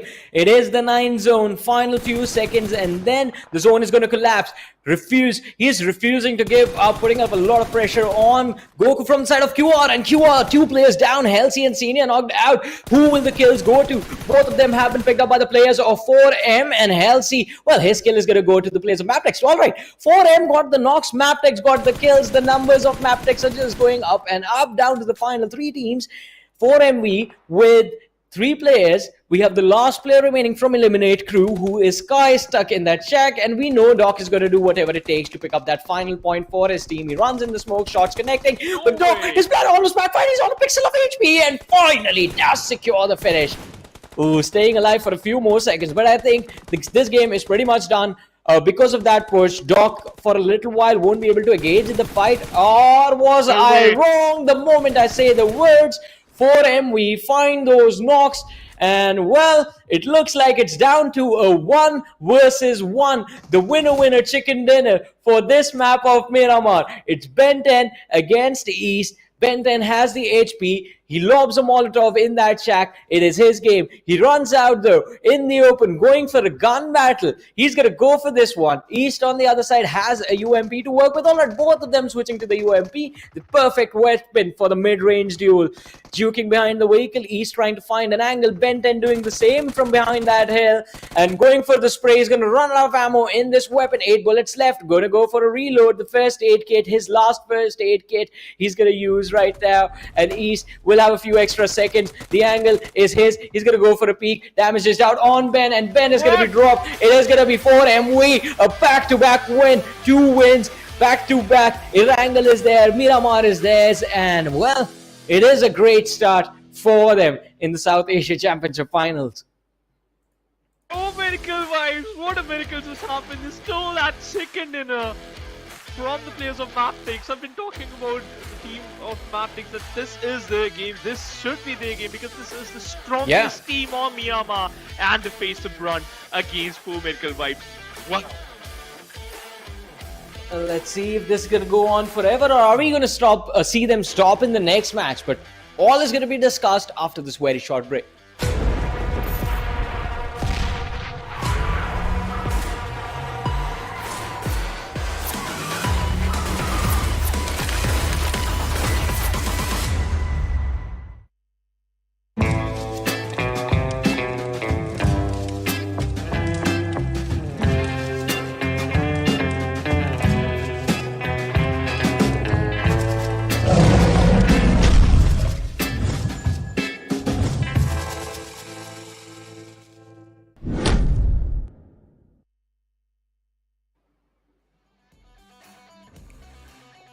Welcome back after the break, ladies and gentlemen, to the PUBG Mobile Pro League South Asia Championship 2023. This is Super Johnny, joined by Phoenix Sivansh right next to me. 2 games done, and both won by the same team. 4 Miracle Vibes doing a phenomenal job, stopping big names like MABETEX, who were on a roll in terms of getting those elimination numbers right in their tracks. And, well, of course, the back-to-back win is going to put them in a wonderful position now. They were in the first spot after securing the Erangel chicken dinner, and now they're just solidifying that first position. And after getting the chicken dinner in the second map, to be honest, MABETEX, I've been talking about the play of MABETEX and also the thinking process. Their playstyle is very simple. They always punish those teams who just go for the late rotation, and also punish those teams who tend to play on the edges. But this time they go on the edge, and 4 Miracle were like, you know what? You just get a taste of have a taste of your own medicine. How is it? It's bitter? Yes, it certainly was. Yeah, it was quite bitter for them. I mean, it was their fight to win. They had those knocks, but still just getting a little too over-eager to go for those revives and just committing to that shack a little bit too much. I think they should have just gone for the aim duels. 4MV would have definitely overcommitted and been reduced in numbers. But hey, whatever has happened in the previous game, it's done and dusted. Now all we can do is just look at the stats, count the points, and move on to the next game. To To be honest, it's gonna be very scary for the teams who just had a rough start of like today. Because the way Four Miracle Vibes is playing, they were like, you know what? We're just looking out for the champions slot. Yeah. We just want that world invitational slot, and that's it. And teams like Quantum Rage, they stepped up big time. By the way, they played very well. Although Four Miracle Vibes got the chicken dinner, but which player got the MVP? Let's find out. And it's gonna be MABETEX Esports Leo OP. 6 eliminations, 12,029 damage, and 2 assists, 6 knocks. That's a good number and good conversion rate, by the way. Yeah, that is definitely a good number. And it is going to be quite interesting to see how, in fact, what the total tally for MABETEX is going to be like. Because last we saw them, they were there with 12 eliminations. And I think they got a few more before they were taken out. And if it was 12, then, well, 50% kill contribution coming in from Leo. If it wasn't, we're going to see what the total tally is going to be and what the contribution percentage is going to be. Nonetheless, the man did a brilliant job. 1,229 damage dished out by one player. That is always impressive.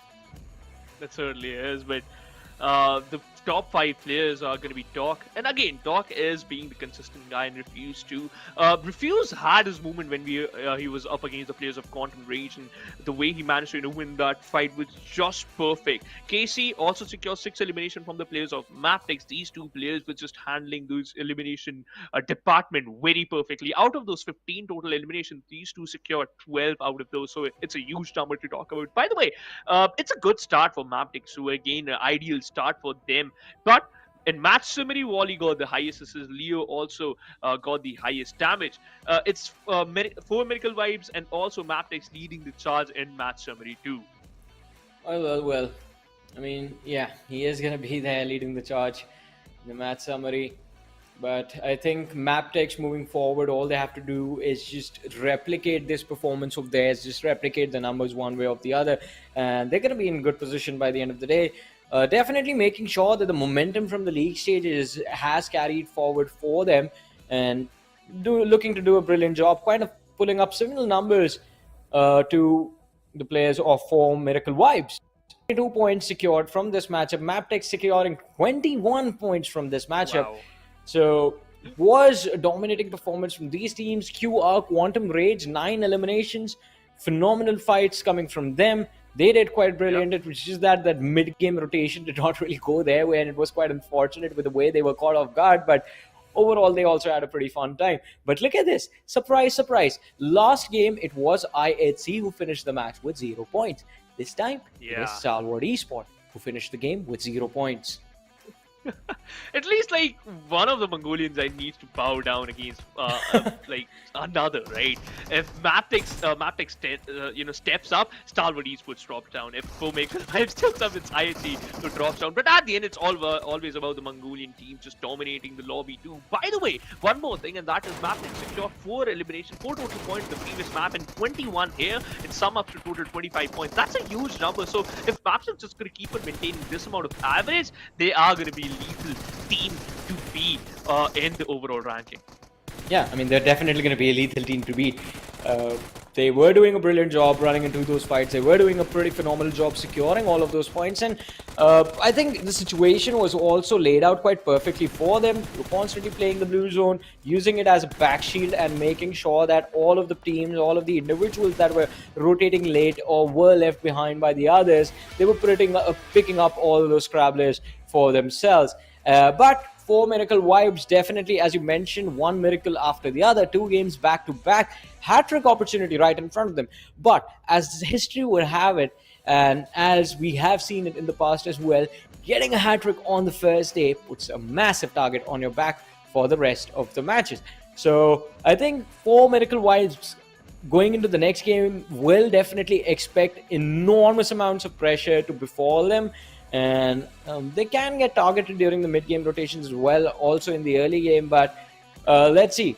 The exact opposite can also happen. Maybe the teams are going to be scared and they're going to try to avoid them at least for today and come back tomorrow, just reset, having broken down the strategies of those team fights.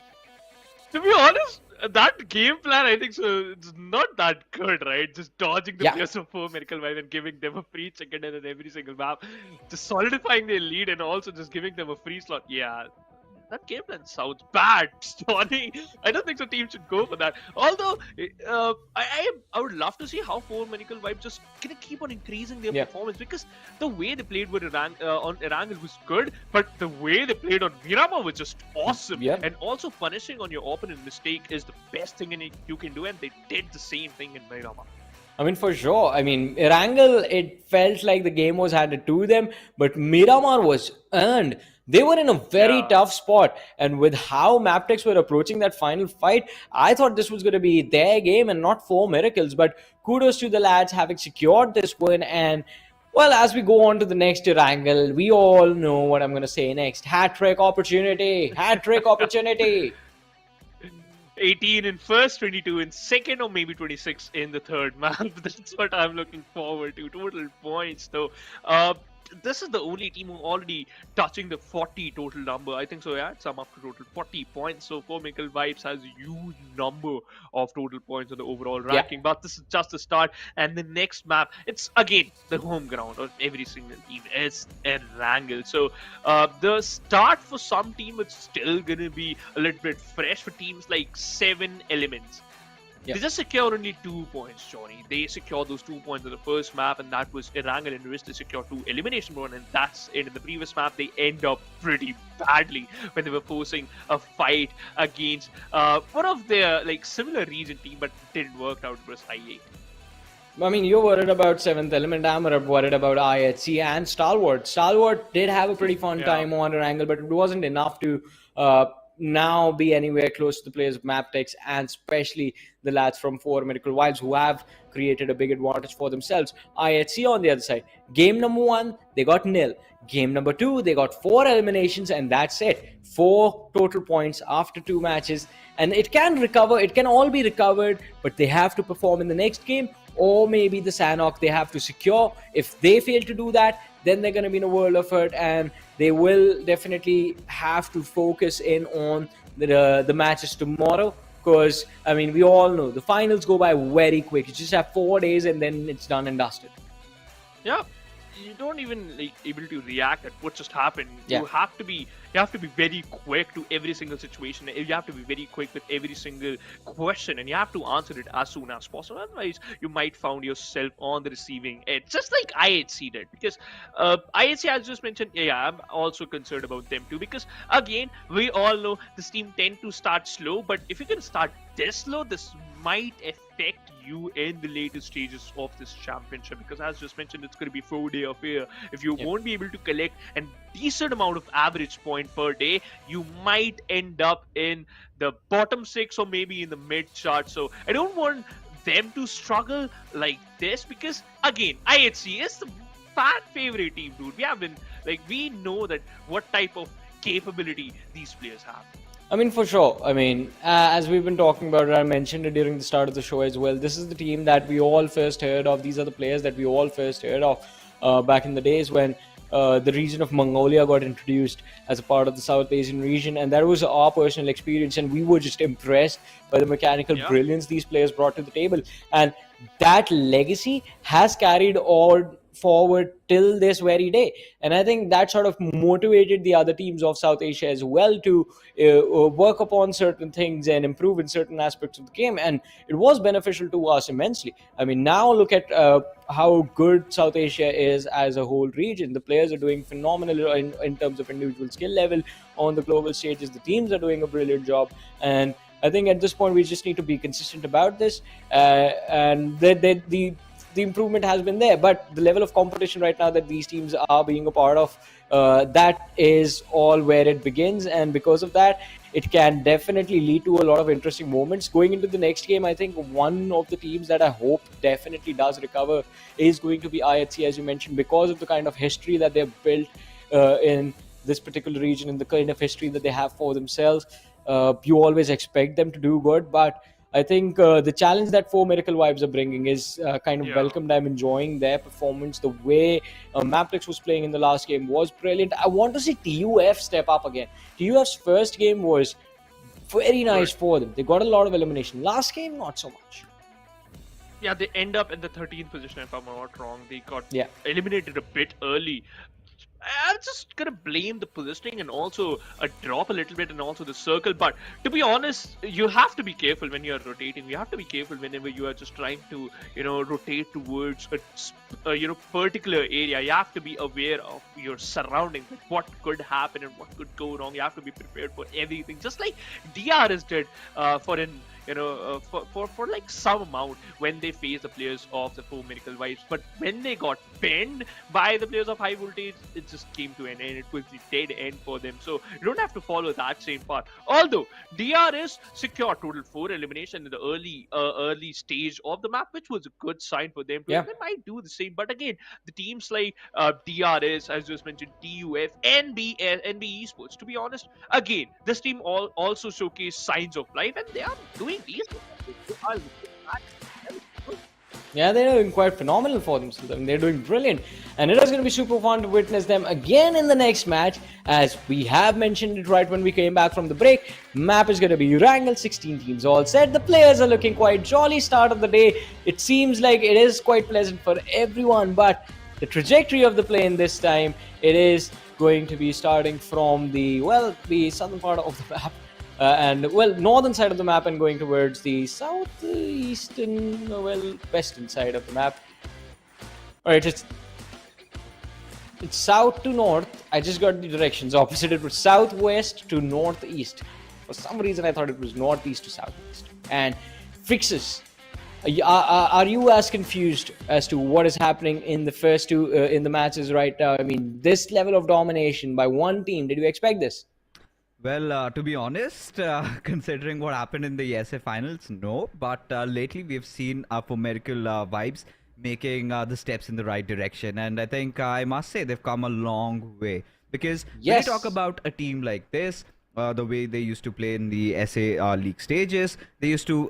This was one of those teams that was all about going for bodies, right? They just went into every single fight, sometimes with blindfolds on their eyes, right? But this time, from the past couple of weeks, what I've been witnessing is they've been changing their style of play. You could see that maturity really kick in, right? Something that I think even Zeus currently IHC at one time took for granted. Something like what Stalwarts used to do pretty much when they were new to the scene. I think now we're seeing that happen, that transition happen to for Miracle Vibes, where you can see them. They're not being extra too aggressive, rather they're just playing for positions. And once they find that sweet spot, that is where they're going for those necessity fights. So, and as a result of which, you can see what's happening. Yeah. Also fixes, by the way. Welcome back, man. It's been a while. We've been away from this South Asian PUBG Mobile scene for a bit now. You have been away, Johnny. I've still pretty much been there. I think one you and I haven't worked together in a while. Yeah, you and I as a duo have been out for a while. But now that we're back, I think it's time that we get our third boy in. I think it's better that the three musketeers get back into action. Yes. But talking about this current circle for what we're witnessing so far, the previous Erangel was quite open. It was a flatland circle. A lot of teams had trouble. We did see that curveball going down towards the ferry pair when we actually expected something to happen around the eastern sides of Quarry, right? A lot of teams were taken for a spin. I think one of them had to be Stalwarts, and quite unfortunate ending in the previous game as well. But this one, I think, Johnny, is pretty standard. Something that we are acquainted to, and I think teams are gonna find a little bit of room in this one, and this is going to be quite grippy. Well, yeah, it is definitely going to be gripping, especially, I mean, my eyes are going to be towards that western edge where MABETEX are. Based on how they were playing the previous game, I think their eyes are set, and they are also dead set on getting those elimination numbers up earlier on in the game. And they are in the perfect position to do so, as well as they try to go east to west. It is going to be NB who fall in their way. Quantum Rage is going to be in their way as well if they refuse to rotate early. But we do have DRS on our screens right now. Not really the start that they wanted, but I think they do have a lot of room to improve, especially it's just 2 games that have happened. They still have a lot more matches remaining. Yeah, I think DRS, ever since that amazing feat that they achieved during the GC, they've sort of seen that little bit of a dip in the consistency.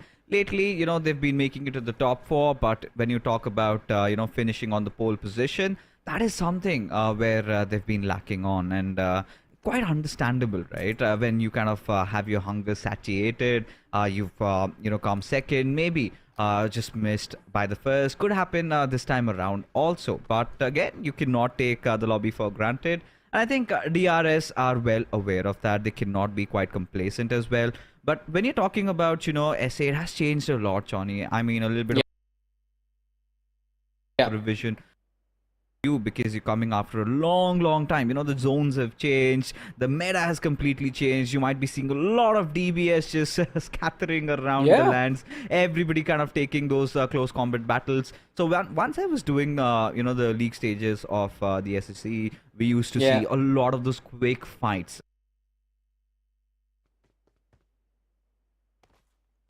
But this time, suddenly coming into the finals, I kind of see that teams are playing, exercising a lot of caution. And that sort of, forces me into thinking, yeah, they're all serious about the finals. They realize that this is where they have to secure as many points as possible.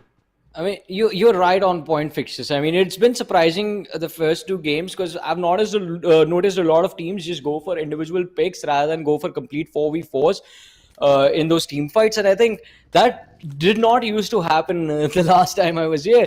And the DBS situation takes me back all the way to the PMPL South Asia Season 2 and 3, when the weapon was just introduced in the game, and it was quite heavily being used, especially on the maps of Sanhok. And I think this new way of going for those or in fact forcing those duels wherein you have a shotgun, the other guy knows you're coming towards him with an automatic shotgun. He just has two options. He is either going to take the fight, try and fight it out with you, survive the duel, or be eliminated, or he can just sit there waiting for you to run towards him, shooting in the face, and then get eliminated. And I mean, forcing your opponent to step out in the open, especially when you have your teammates backing you up, I think that can definitely put these teams into advantage. But I think because of that, those overcommitments and sort of that amount of importance being given to just committing towards this fight and securing those finishes, it is going to be a little bit of a challenge for these teams to just to make sure that they survive till the end game stages. I mean, for the last two matches, we have had the same team, 4MV, step up brilliantly, and they always do that towards extremely late in the game. And this is not something that even the viewers will, it's kind of very difficult for everyone to digest at this point, because for Medical Vibes, if you're talking about a complete turnover, they've done that. Because I remember the For Medical Vibes, they used to be one of the most aggressive teams, right? Every single game, you look at them, they're going for like 14 or 15 eliminations. 9 or 10 is the bare minimum for them. That's the standard that they've set. But now you're seeing them, close those games with 8 to 10 eliminations. And the best part is that they are also getting the chicken dinner, which kind of forces you to think, because if they kind of get a chicken in this one, if that's going to be a hat trick, this kind of pushes us to wonder if they have really cracked the code. Because lately they've been scrimming a lot against the South Asian teams. And what was the change with the SA and the SSC? That was the introduction of the Pakistanis as well. And seeing a lot of Pakistanis fall already in the group stages now, coming into this one, you just have a handful of them remaining. Not a lot of them, performing to their utmost potential. That is where, you feel like, yes, this is a tournament that for Medical Vibes, they're going to be the hot favorites. They're going to be the favorites for now, but let's see, game is going to transition into the mid-game stages now. The zone number 1 is going to close in about 40 seconds. Aegon I8. Game number 1 was quite nice for them. Match number 2, not really theirs. We do have Blade on our screens right now, quite close to the players of Highvoltage. The vehicles being moved around. We'll give the information to the opposition as to where Uzum is going to go. Right. Just the general direction, though. I think Aegon I8, they're going to completely avoid any contact with anyone up until the mid-game. Up until Zone 4, Zone 5. Now, this is where I kind of did say, right? It's kind of a standard circle. Everybody is aware of it. So now you're not going to see those early fights breaking out. And considering the fact that these are the finals, then, teams are going to be a little extra too careful. and a few of them have already had quite a rough start. I think this is one of those games where the other big dogs, the likes of IHC, the likes of Stalwart, they come in because, we've sort of been missing IHC. They've been making a lot of changes in their rosters, and seems like they're kind of still missing that extra jigsaw in the puzzle, something that, completes them. Because for Miracle Vibes, now again, coming back to them, this is one of those teams where every single player can hold off on his own backs, right? You leave, let's say you leave Talk on one side, East on the other. Everybody is capable of getting those individual frags, and the positioning is also so nice. The spread is really nice. Now, along with for Miracle Vibes, now this is one of those teams that showed maximum potential during the SF finals, right? I was quite impressed with NB Esports, especially the star player Sek. For a moment I felt this guy was absolutely cracked. But then again, we've sort of been missing out on that sort of consistency that you're supposed to, expect from these young lads. Now, once they kind of figure that one out, once they get into their groove, I'm pretty sure NB Esports, Johnny, this is also one of those teams to be feared. Yeah, definitely they are one of those teams to be feared, as you said. But for now, I think fear is going to be instilled into the players of Quantum Rage, especially Helsi, as he saw the players of T2K running towards him.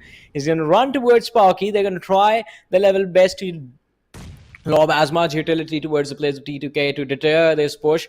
Jane, he's holding the flank, sees Goku moving towards his right, jumps inside the wall. The compound is going to be contested. This squad house is what these teams are going to fight for. And this fight for now is in the favor of T2K, as it's only Jane and Rig who are going for the push. And by the time Sandesh reaches there, his players they will have fallen. Rig does not have HP. He has an Uzi in his hands, but he does not have enough HP to actually go for the peak. The moment he sees Helsi, finds the right timing though. Helsi looking in the opposite direction makes a massive mistake, and he's going to have to pay for it with his life. Things turn around quite nicely for Train to Kill, as one after the other blunders are being made by the players of Quantum Rage, and well, they have all of a sudden lost everything in this game. It's just their last player, Goku, who's left alive. Oh my goodness, that's a disaster. To be honest, at this point, Quantum Rage, they were looking so confused. You could see that it was so haphazard for them. And for a moment, I felt like they could really come back into this. But letting Rig get away with murder, that wasn't acceptable. As Sandesh just goes in, gets the final nail in the coffin, and down go Quantum Rage, buried. But at this point, this is a very nice push coming in from T2K. They realized they need this position, and, objectively they were thinking this is right. And for now, maybe they must be second guessing upon it. It's still not inside the circle. They will have to move in, and considering the fact that they've already lost out on Jane, but that's still understandable, right? They've already secured 4 finishes to their name at the cost of just 1 player. And considering how these new point structure has been favoring these teams who are really going elimination heavy, I think this is a good news for T2K, and I must say a step in the right direction. Yeah, definitely quite promising, as you mentioned, after that, after the way they dealt with that fight. But let's see, I want to see how far they can go in this particular matchup. NBO on the other side, struggling in their own rights against the players of Highvoltage. What assassin? Brilliant nade. Takes 2 down. And finds the 3rd as well. The man is enough for the entire team. 4 eliminations. NB Esports wiped out. And he does not break a sweat. Oh my goodness. I just can't believe my eyes what's going on, because this is good stuff coming in from Highvoltage DC, especially with the recent run of form that they've been having. Now look at the squad, look at the roster. You're talking about the OGs, quite some promising talents out there, and they haven't really been delivering the way they kind of look strong, right? And getting into fights like this, taking down some big Mongolian teams, is gonna instill that kind of a missing confidence. And lately, even in the first game of Erangel, I found Highvoltage DC looking quite good, right? Especially the way they were forcing out fights, they were going in for the push. I think that was one fight against Aegon I8 where they were absolutely phenomenal. And this goes on to show that as a team, how much they've been putting in the work. But Assassin, he's a cut apart, right? In this entire fight, he just single-handedly, of course, he did have some support from his teammates, but those 4 eliminations, they go to his name. And goes Yeah. on to show that Assassin still has a lot of fuel left in his tank. Yeah, I mean, pulled off a 1v4, was sitting there just laughing in his chair and made it look like no big deal. Oh, the man is a legend for a reason, and I think that should give a good amount of confidence boost to the players of high voltage over there. Problem is that T2K now have their eyes set on those compounds. T2K also in quite a decent position in the zone 4 now, but if the shift is not going to be in their position, then they could have been in trouble. But lucky for them, the zone is still on top of them. Looking at this particular circle, I kind of really fancy Regicide's chances as well. Now, Regicide is one of those teams not a lot of people talk about, but TUF, like you said, those final few days in the qualification stages of the SSC were quite good for TUF, especially the final one. Now, with IHC just kind of hovering around them, you can feel that the urge of getting inside the circle. Not a lot of spaces are open. There's just that one compound that's still up for grabs. Now the big question is, do IHC have enough information? But look at Stalwart. They decide to breach in through Highvoltage DC as Igon I8, they come barging in at the same time. 3 squads just located around the apartments area. Now this is going to be an absolute bloodbath.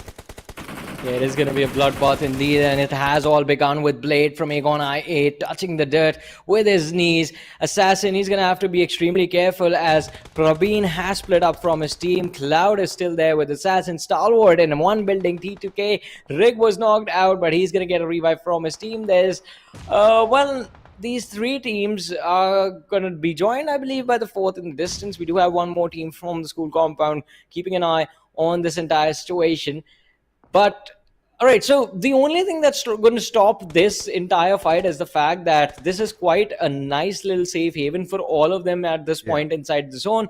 And until the next shift actually abandons this school and school apartment position, all of them can be safe. But Stalwart, vision changes focus, and now their crosses are positioned towards the players of IHC. One knock has been secured. Alex is behind the building. He is hiding. Demo is there, but Stalwart, I think all they can do is just make sure IHC don't move anywhere anymore. They have good cover. There's a lot of distance between the two. IHC should be comfortable. Yeah, I think for Stalwart this time around, I think they have to be, pretty cautious about every single movement of theirs, because now they just can't be tunnel vision, right? They just can't keep on pressing IHC, because that sort of opens them up to shots maybe from T2K or maybe from Highvoltage DC. Might as well Aegon I8 also chime in, but seems like Stalwart are all over the place, and this is one of those players. Nirzed, you really need to watch out for this. If Stalwart are your current SA champions, right? Nirzed has a very pivotal role to play in that. Now, 7th Element, one of those teams coming in from Pakistan. It's their first PMPL. They are having a dream run over here, and they've been playing really well, made it to the finals. But now, this is where we're seeing them finally getting tested. And this is where we're seeing, those doubts creeping up in their mind. Till the point, look at them just restricted to that one little shack. And, just being hammered down, not just by Highvoltage DC. You see Stalwart also taking shots at them. You also see that, IHC, they're also capitalizing on that situation. I do not see a world where they walk out of there alive. Well, yeah. This is going to be quite difficult for them to pull this miracle off. Talking about miracles, look at Miracle Vibes controlling that southwestern edge of theirs quite beautifully and playing along the edge of the zones. Could potentially go for a few picks on the place of Illuminate Crew right next to them, but I think priority number 1 is going to be given to just getting access to the circle, finding another edge to hold on to. Fight between the 4 teams in school apartment coming at a standstill, as all 4 of them are trying to deal with the outsiders approaching their spot. Seems like Stalwart, they're getting a little bit restless. Wanting to find those points. bit earlier on in the game.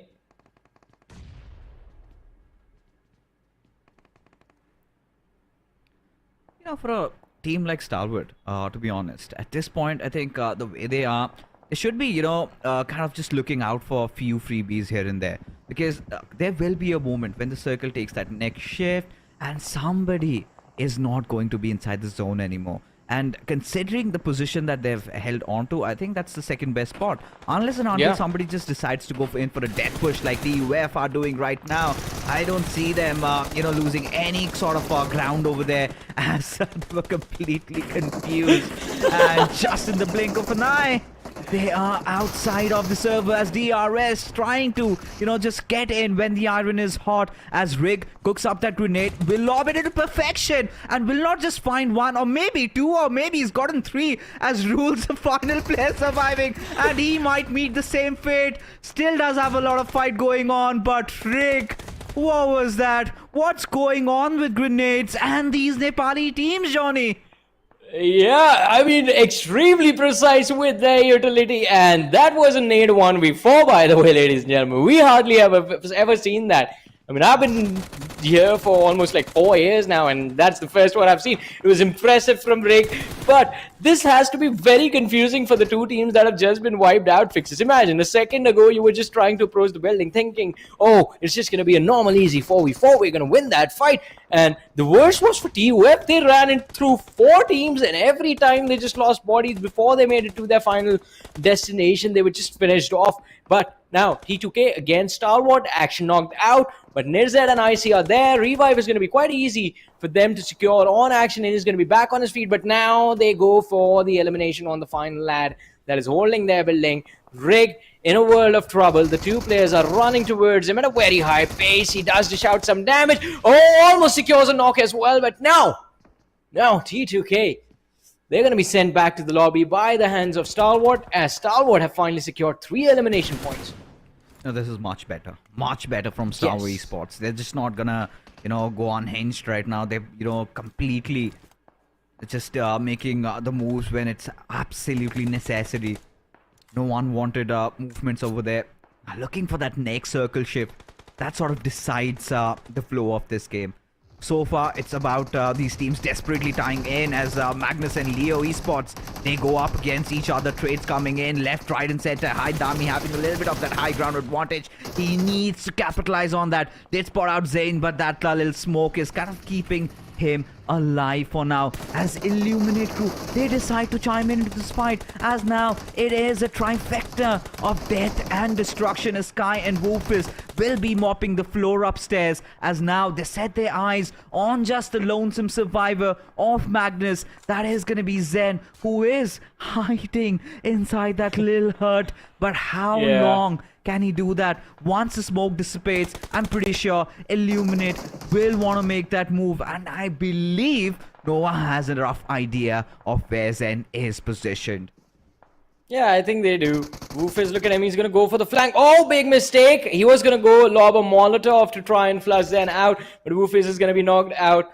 And that is the little bit of a breathing space for Zen. It's again a 1v2 Viper. He needs to be patient. Don't go for the push. Wait for your teammates, lad. But no, Zen gets a little too over-eager. Tries to run in the smoke. Go for the fight. Secures the second knock. Has lost a lot of HP. Viper is dropped down to around 50 HP. Zen is around 30. But the last shot from Viper as he went around the corner does connect on Zen. And now Zen is not going to be in this game anymore. He's going to be in a state of Zen, as Magnus, they have been eliminated from the game. Illuminate crew just managing to hold their bearings in that clutch moment, especially Viper pulling this off. Is just going to make sure that the team is going to be in this matchup till the late stages. 6 eliminations secured by the lineup, so off to a pretty decent start.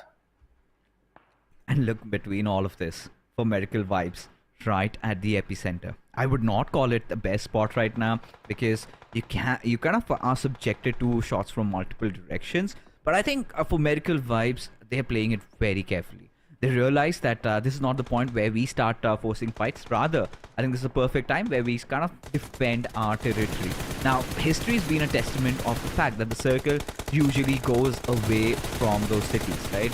Now, we're going to expect the zone go out of apartments, maybe somewhere where maybe MABETEX are situated, because MABETEX have a huge control of that northeastern territory. And I think Stalwart, they're aware of the same. Now, the moment I think it goes towards maybe MABETEX or IHC could also potentially go towards 7th Element, who, by the way, Johnny, are still alive and breathing. See, you almost were done with your sentence, and I think our Illuminate crew had some other plans, but no, 7th Element, in a 7th Element of their own, do manage to secure the finish on the remaining players of Illuminate crew, as Illuminate crew have been eliminated from the game. Now down to 8 teams, 27 players still alive, 7E down to their last player, and MABETEX have the exact location. But Baron needs to be extremely careful, since their team is also going to be quite exposed the moment their location is revealed. And, well, they don't really have a lot of options out of there as well. Since this is a school position, apartments area, it's going to be extremely difficult to contest. It is an open run that they have to make in order to survive and in order to gain some cover for themselves. But let's see. All right, quite unfortunate for them. I guess Aegon I8, 4MV, Stalwart, and Highvoltage DC, along with Regicide, are extremely lucky. They have cover and they have the zone as well. You know, at this point, MABETEX and IHC, both of them have to thrive on chaos. They will have to hope that, you know, Stalwart or Highvoltage DC, they get into a fight with maybe somebody like for Miracle Vibes, because otherwise getting inside the circle, that is literally impossible unless and until they pull out a, you know, rabbit out of their magic hat. Because at this point, being outside the circle, they will have to find a few knocks here and there. And maybe that one loose area could be barging upon Regicide store. I think for MABETEX, that is going to be the key. But seems like one of their players who was on that flank position has been spotted out. And likewise, we predicted IHC, the moment they get out of their compounds, Stalwart are there to greet them with a lot of bullets.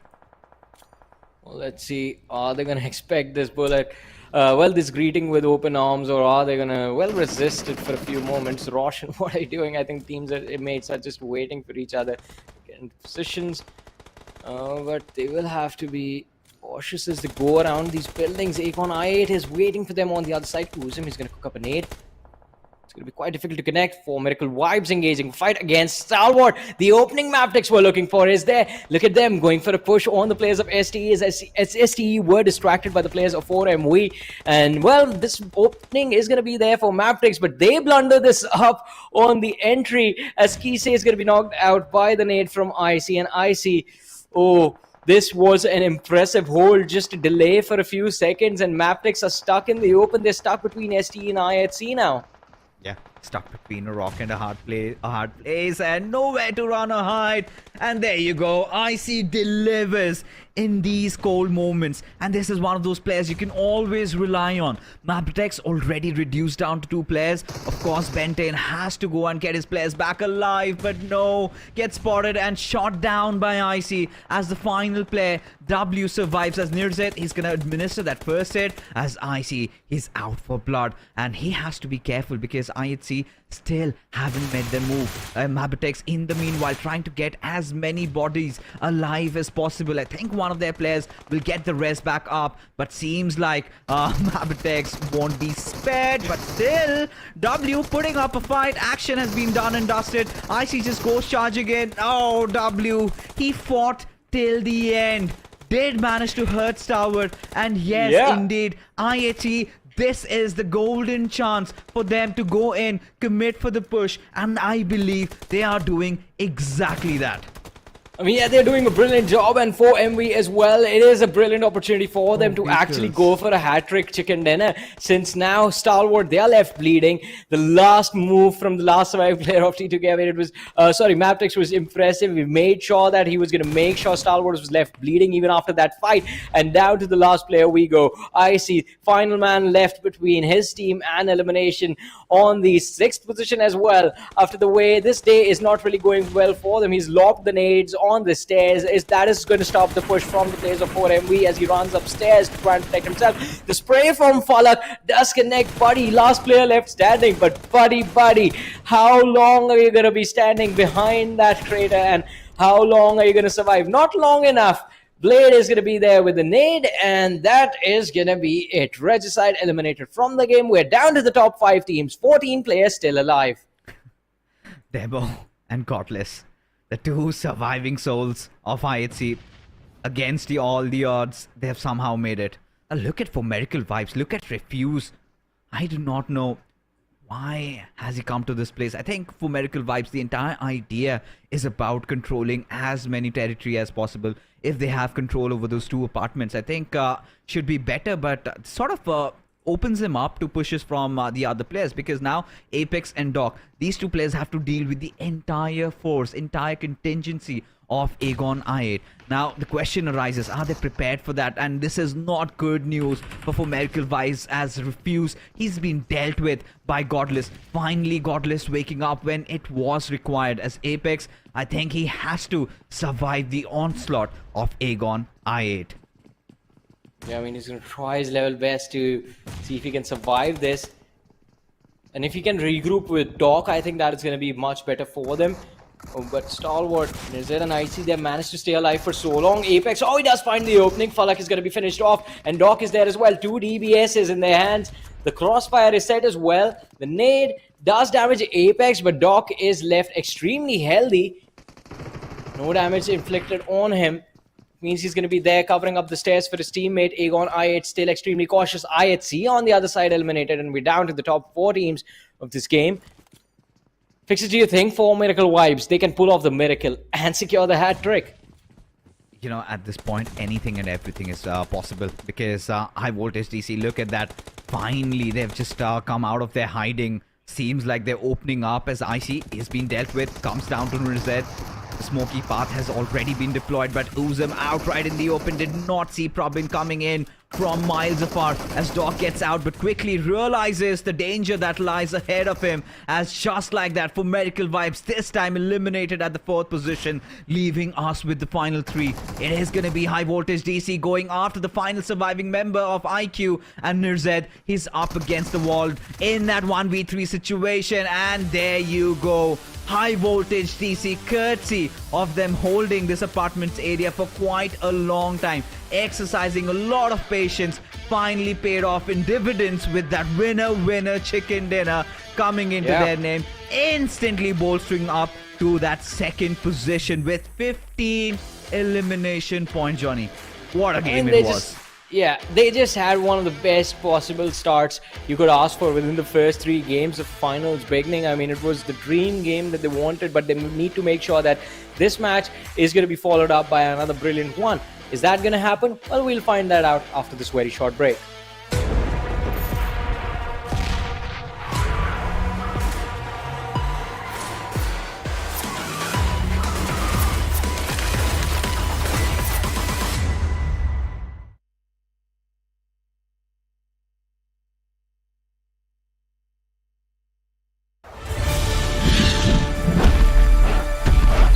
Welcome to Dynaground! Hello, my name is Owen and I'm your professional Dyna rider. Today I'll be teaching you how to ride a dinosaur and win that chicken dinner. Now, let's begin!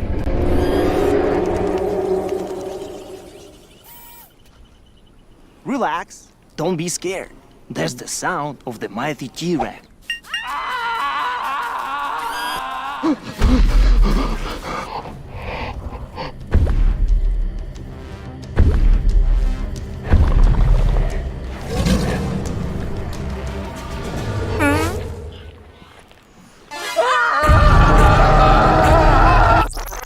Now, here's the first dinosaur encounter. I want you to meet my girl Vicky, my sweet little raptor. Look how cute she is. Isn't she lovely? Vicky or raptors, they're the most vicious and fastest beasts in the world.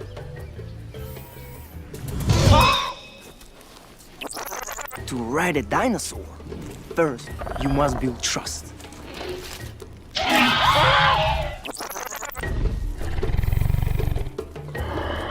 They are carnivores. They eat meat. You have to feed them off. They will think that you are their friend, not food. Once they trust you, they will be a great companion.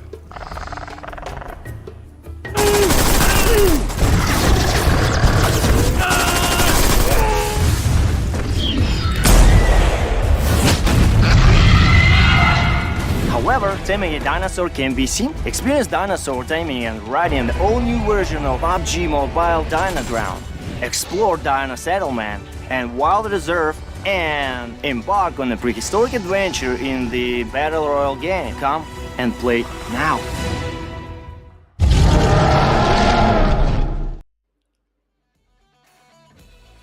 Welcome back after the break, ladies and gentlemen, to the PUBG Mobile Pro League South Asia Championship 2023. This is Super Johnny, joined by my man Fixes right next to me, and we just witnessed an amazing performance from the players of Highvoltage on Miramar. And Fixes, as you broke it down right after the match, this is the fact that they were in the right position, and also the fact that their decision to just be patient while everyone else was busy fighting amongst themselves worked out quite nicely for them in the previous game. It certainly did. I mean, I was quite surprised watching the players already taking over those rooftops. I think that was one of those compounds that the players of Stalwart were holding, and suddenly you see towards the end, and we did not see a lot of commotion from their side, but they were constantly just pressuring, hammering down teams. I think a lot of those teams coming in from the likes of 7th Element, even most of the IHC players. I think, Highvoltage DC, they were dealing with them. And towards the end, I think they control the situation really well. And it takes a lot of cojones in doing that. But again, if you kind of break down this particular game, it was quite surprising to see one of those circles kind of finally ending around apartments. Just when we kind of thought that the circle is going to go out. But also we witnessed some individual brilliance from a lot of players in this matchup as well. I mean, for sure. Especially one of those lads has to be Assassin. We saw an incredible fight from him right at the start, well, in the middle of the game, and I think from there the squad of Highvoltage looked quite solid.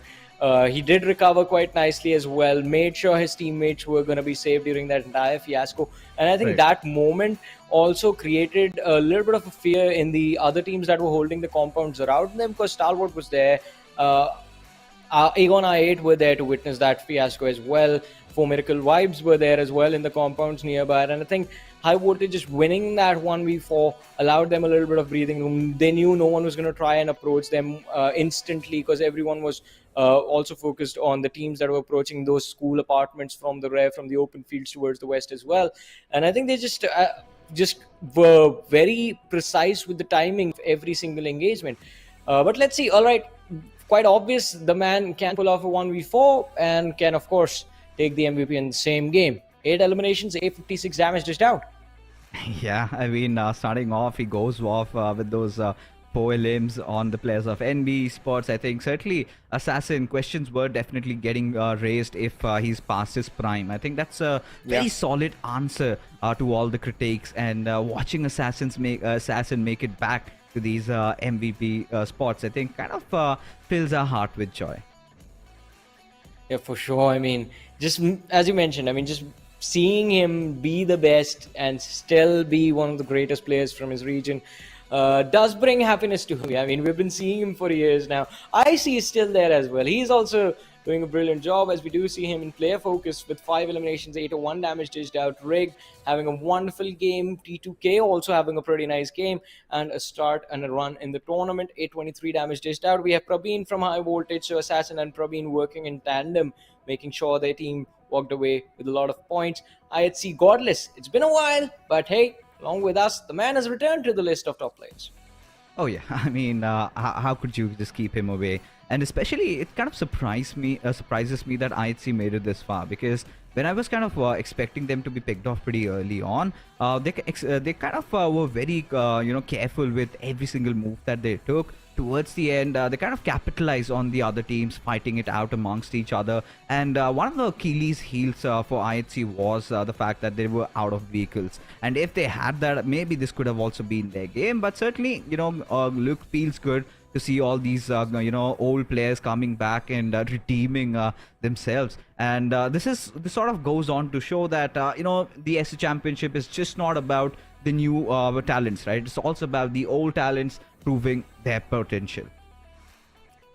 Well, I mean, talking about potential, I want to see where will the teams end up potentially after this game, because we know Highvoltage DC is on the second, and I think even after not such a great performance, 4 Miracle Vibes still do in fact walk away with those 7 points from this match, so I think they're still going to be on the first position. But I wonder what the fall off for the other teams is going to look like after this game. Stalwart Esports have recovered something, walked away with 15 points in match number 3. IHC walking away with 9 eliminations, so they are getting better and better match by match, and I think that is exactly kind of what Sivansh meant in the early stages. But look at this. The overall rankings for MV number 1, Highvoltage number 2, MABETEX falling 9 points behind instantly. Wow. Okay. But still, one good thing about MABETEX is they're kind of vying on consistency. I kind of been liking how they've been playing today. They've been very careful. They've been trying to get as much area as possible. But yes, when the zone's kind of against you, what can you possibly do? But we want to see more of Highvoltage DC. I think the best part about them so far has been how much eliminations they've been getting. Look at that, 29. It feels like, they're one of those Mongolian forces that have come out to annihilate everybody in the lobby. But as we go further down, a few surprises, the big names, DRS Gaming at the 12th position. Now, the placement points are where they thrive at, but I'm pretty sure they're going to have nightmares of how Rig just destroyed them solo. I mean, for sure. And anytime they see his name they're approaching a team, they see one of the players going down, and if that one player securing a knock was Rig, I think they're going to be instilled with all that fear again. But I think that is the point. Next, in jumping into the next game, you have to make sure that you reset yourself mentally if you haven't had a great game, and try and focus on getting a few points at least on the next game. I think that is what IHC are doing. The first match, they were there with 0 points total accumulated. They got eliminated super early, no elimination, so they walked away with 0 points.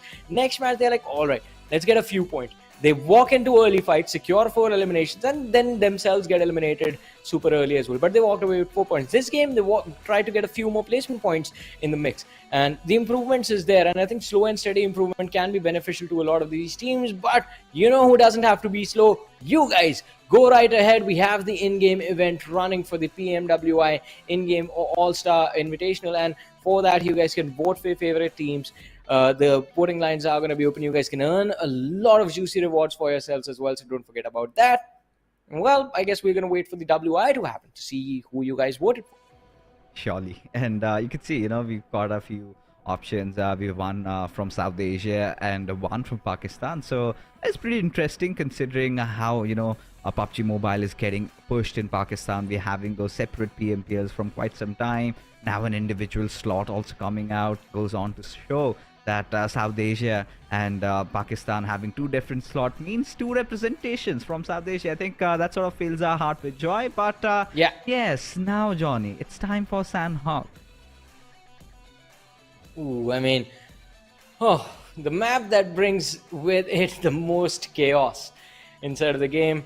Map control becomes a priority, but just the fact that the map is extremely small, you have to contest it one way or the other. You can't take a passive seat in this particular map, unlike you have the option of doing so on Miramar, wherein you can just, if you're lucky enough and you're anywhere inside the zone, you can just hold on to your position for a while. On Sanhok, either someone's going to be pushing you or you're going to be pushing someone. There is a very little downtime in this particular map, and that is one of the reasons why we used to enjoy it the most. Also, snakes. Enjoyed the snakes as well. Yeah, I mean, the players don't have the best time around that, but Sanhok lately has been witnessing some really ridiculous circles, especially when you have those western zones. It gets so difficult, it gets so tight, for the other teams to kind of enter in, breach in. And, if we are kind of having a default circle somewhere around maybe Painan or situated around Paradise Resort, we get back to the old meta, then things might be different. Now with the inclusivity of a lot of DBS, and not just DBS, Shawnee, we're getting a lot of S12Ks in action also. I think, I kind of miss the SMG meta days where you kind of saw a lot of vectors running in Sanhok. I think this is one of the C teams, BT, they used to do a lot of it. and I haven't seen a lot of the other SA teams kind of following up on that. I want to say one thing though. I disagree with the circle thing that you mentioned. You want to see us the older meta circle, dude. We used to be there regularly.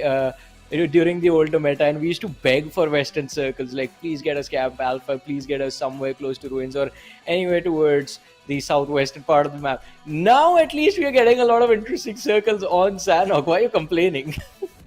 Now, because it's the daily norm, right? It's kind of become mundane that we get to see Western circles every other day. Now, imagine you just have one Sanhok and you get Western circle even today, maybe tomorrow you're gonna get one, and at a point it becomes boring. That's where you kind of start hoping for the other circles. True. Especially after lately we've seen a lot of changes being made, especially the zone shifts that has happened. I think the healing meta is completely thrown out of the window now. Now all these teams have to cook up a lot of different strategies to kind of enter in. Now we kind of opening all these teams up to fighting. Gone are those days where you had like 7 to 8 teams kind of just waiting outside the circle, just patching each other up. So those days are long gone. Now looking forward to Sanhok, it is going to be absolute carnage, bloodbath, whatever you may call it. Yeah. I mean, oh boy, have we gone a long way from Sanhok being Sure. the bloodiest map of the game, wherein you would see the most amount of fights to being the map where no one would fight at all, just bandages. Yeah. It was the map that became the healing map, and now back to the map that where most number of fights take place. So we've gone a complete circle, but let's see if that is what is going to happen with the teams as well, as we will be jumping into the game in a few short moments. And I think do you think 4 Miracle Vibes will be able to recover the lost momentum? I mean, they were doing quite well. They did quite decent in the last game as well. And they've proven themselves on Erangel and Miramar, at least for today. Do you think they're going to take this first Sanhok as well? Oh, certainly, yes. I think there's no second thoughts about it. For Miracle Vibes, what really matters for them right now is not to lose the grip, right? Still, a top 3 finish is pretty decent for me. And I think from here onwards, all the way they need to go is upwards. As ladies and gentlemen, we charter into the rainforest of Sanhok. As Johnny, he's gonna be taking a little bit of a break over here. Quite tired from these long matches of cars. As I'm gonna be joined by our sweet Shadow. And Shadow, you've been watching the matches from the sidelines. How have things been going so far? Oh, for 4MV, first of all, thank you so much, Fixers, for the lovely introduction and about the things going so far for the players of 4MV. They are having a fantastic run, and seems like 4MV, they have recovered from the league plays because now they have got 2 back-to-back chicken dinners. Even the players of Highvoltage DC, they are faring so well. They are so consistent. And in this game, if we again see a Camp Alpha circle, maybe this can be a chicken dinner for the players of Highvoltage DC. If not chicken dinner, at least a very good gameplay that is going to help them in maybe propelling up in the ladder, or maybe toppling over the plus of 4ME in the overall standings. But for now, 7th Element are also in the close vicinity, and Highvoltage, they're very well aware of it. Highvoltage DC, they have been on the receiving end of those drop collisions since the start of PMPL South Asia. On the other hand, talking about Painan, we have the players of 4MB, but the question is where the first circle is going to be, and looks like the players of DRS not having the best of the time, but it was Quantum Rage, I think. They get the first blood, and DRS Delta, so far away from his teammates, has already been dealt with, and this time again we have complete Western circle. It can either be a Ruin circle or maybe a Camp Alpha circle. I don't know why. Why are the teams adamant on picking up a fight against Stalwart right from the start of the game? We all know what our fate awaits them, but right now, Highvoltage DC got in a little bit of a pickle over here as 7th Element. They just are swarming around Malik. At this point, I'm kind of starting to wonder if they're aware of his position. One good thing 7th Element they're doing is they're kind of pushing in tandem. They're kind of sticking to each other. So let's say even if one of the players gets dealt with, the other is there to get the trade-offs, as Malik just gets readied up, coiled up, ready to strike. But seems like 7th Elements, they're showing no interest in going after him. Could have been a freebie, but they let him pass. And now, maybe they might just get punished, because now, as you can see on the minimap, Praveen was just trying to poke them, kind of draw their attention, while Malik slowly slithering his way around Ashraf. Oh, Divine, poor Divine, just a tree trunk to the cover and onto Prabeen. But Divine, he has a good position, he has a height advantage as well. And now, high voltage GC Prabeen needs to be a bit careful. One wrong peek, one glimpse, and Divine with the M416 is ready to take his head off. At the same time, that split that is coming from the side of high voltage GC, agree they do have backup to each other, set up a good crossfire. But if a knock comes in, even for the players of 7th element, if a knock comes onto Divine, I don't think there is any chance of a revival coming in anytime soon. Oh yeah, certainly. I mean, high voltage DC, I do not know what forced them into this situation, but let's just say that this is how Sanhok is, right? And considering the fact that Prabeen has finally started to make his way back to his teammates, instantly halted at his position.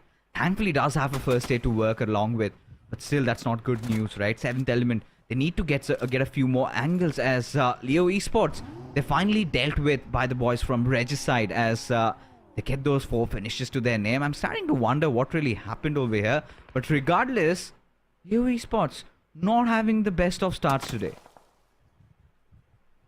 Oh, certainly. Leo Esports, well, they were suffering in the league plays as well. Leo Esports were not having the best of the time, and IHC, I'm so surprised to see this name getting an early elimination because IHC, well, in the spring season, they were looking so very consistent, so very good, but now they have been taken out pretty early in the game on the 15th spot with no points at all. On the other side, MABETEX Esports, well, now they are on the receiving end, but Cloud right in the crosshairs of T24 OP, but I don't think T24 OP is having the right weaponry in his hands to take shots onto Cloud. But high voltage Malik finds a perfect confirmation point onto Ashad over there in 7th element. Well, they have been left with only 3 players.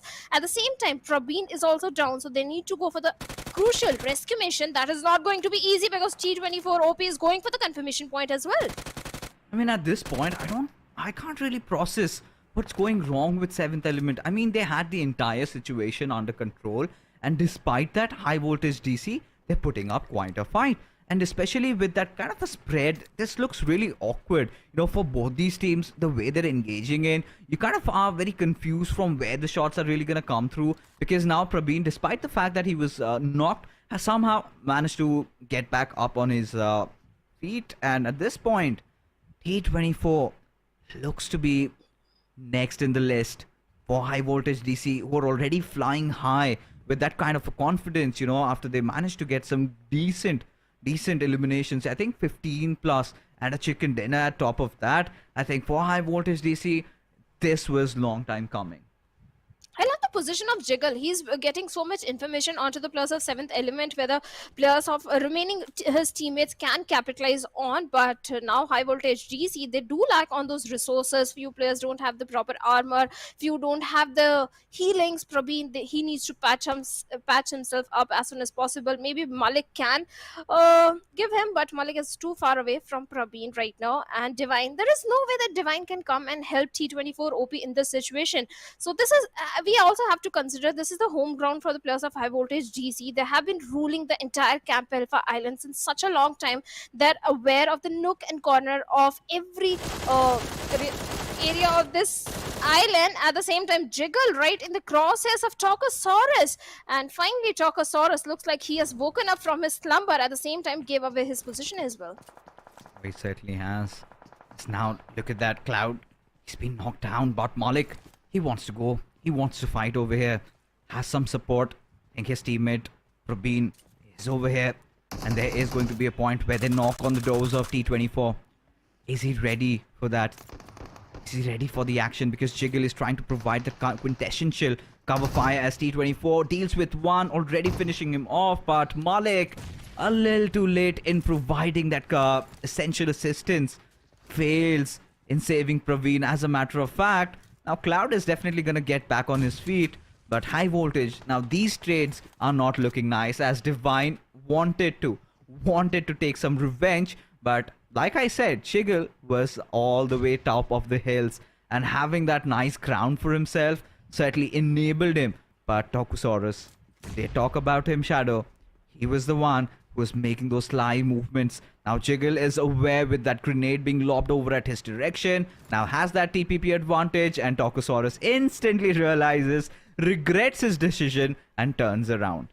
Oh, he has to fight for the position points because he was giving sound cues on the other side. Jiggle was not giving any sort of sound cue, and he was ready for Tokosaurus, but made the mistake as well, showing the back to the enemy. Jiggle is going to definitely capitalize, and with that 7th element, after getting a single elimination point, they have been wiped out from the map of Sanhok. Now 13 teams still remaining, and this time the circle is a bit confusing and can go either ways, towards the ruins area or maybe towards the Camp Alpha Island. If it goes towards north, Highvoltage DC, they are in the prime spot to get a winner chicken dinner maybe for themselves, but looks like someone else has knocked on the doors of Highvoltage, and it is none other than Magnus Esports. And Magnus, well, they are not having the best of the time today. And it's not just them, right? Even Stalwart looked to be around the corner.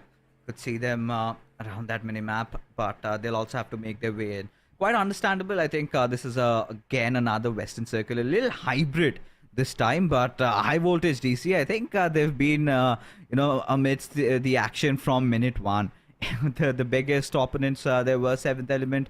I think most of their players were pretty much dealt with just one player surviving. Highvoltage DC, I kind of have questions if they have enough loot on them, because did not get to maneuver around a lot, did not get that looting time, constantly being under the heat from minute one. This is where Quantum Rage slowly creeped in on the players of Aegon I8. Now, Aegon I8, during the league stages of the SCC, we kind of saw them have go off to a really good start. But after that, the fall was pretty much, evident. And then in those final days, they kind of redeemed themselves in the final 2 days. But for now, Aegon I8 have a lot to prove, especially them being the champions of PMPL Pakistan. You would want to expect them to see them maybe around that top 4, top 5 position. Even in the South Asia, they got back-to-back 3 chicken dinners. So definitely, that was a different I8. I'm sorry, I got confused. That was Illuminate Crew. And speaking of Illuminate Crew, NB Esports, they find a perfect knock onto Woofy. Seems like I'm cursing the teams. And Viper also goes down. But this has been a rivalry since a very long time between Illuminate Crew and NB Esports. They always likes to lock horns with each other. But look at the position of IQ.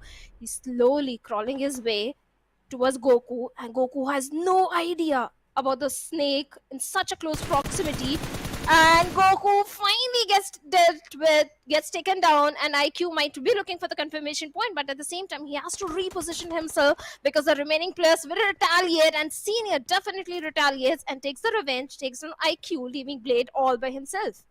I really do not understand the objective of this particular fight.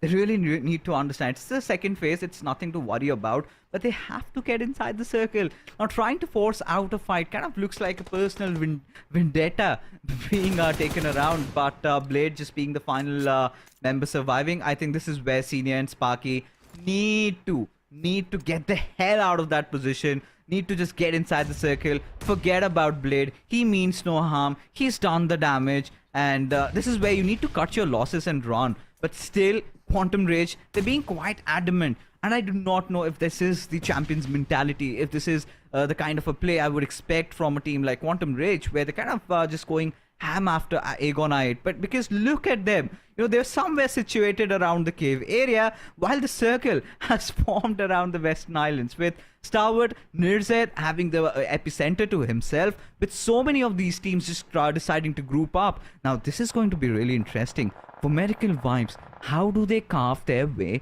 inside the circle and find a good spot to themselves? While the players of Stalwart, look at them, action this time being so precise on his grenade, has managed to find finisher, and now he's going to get some control over these compounds. Well, Stalwart Esports, they have managed to defend these compounds up until now, but they are picking too many fights, and Magnus Esports taking down the players of Illuminate Crew. Zibian was taken down, instant confirmation is also there, Nova X and Crew.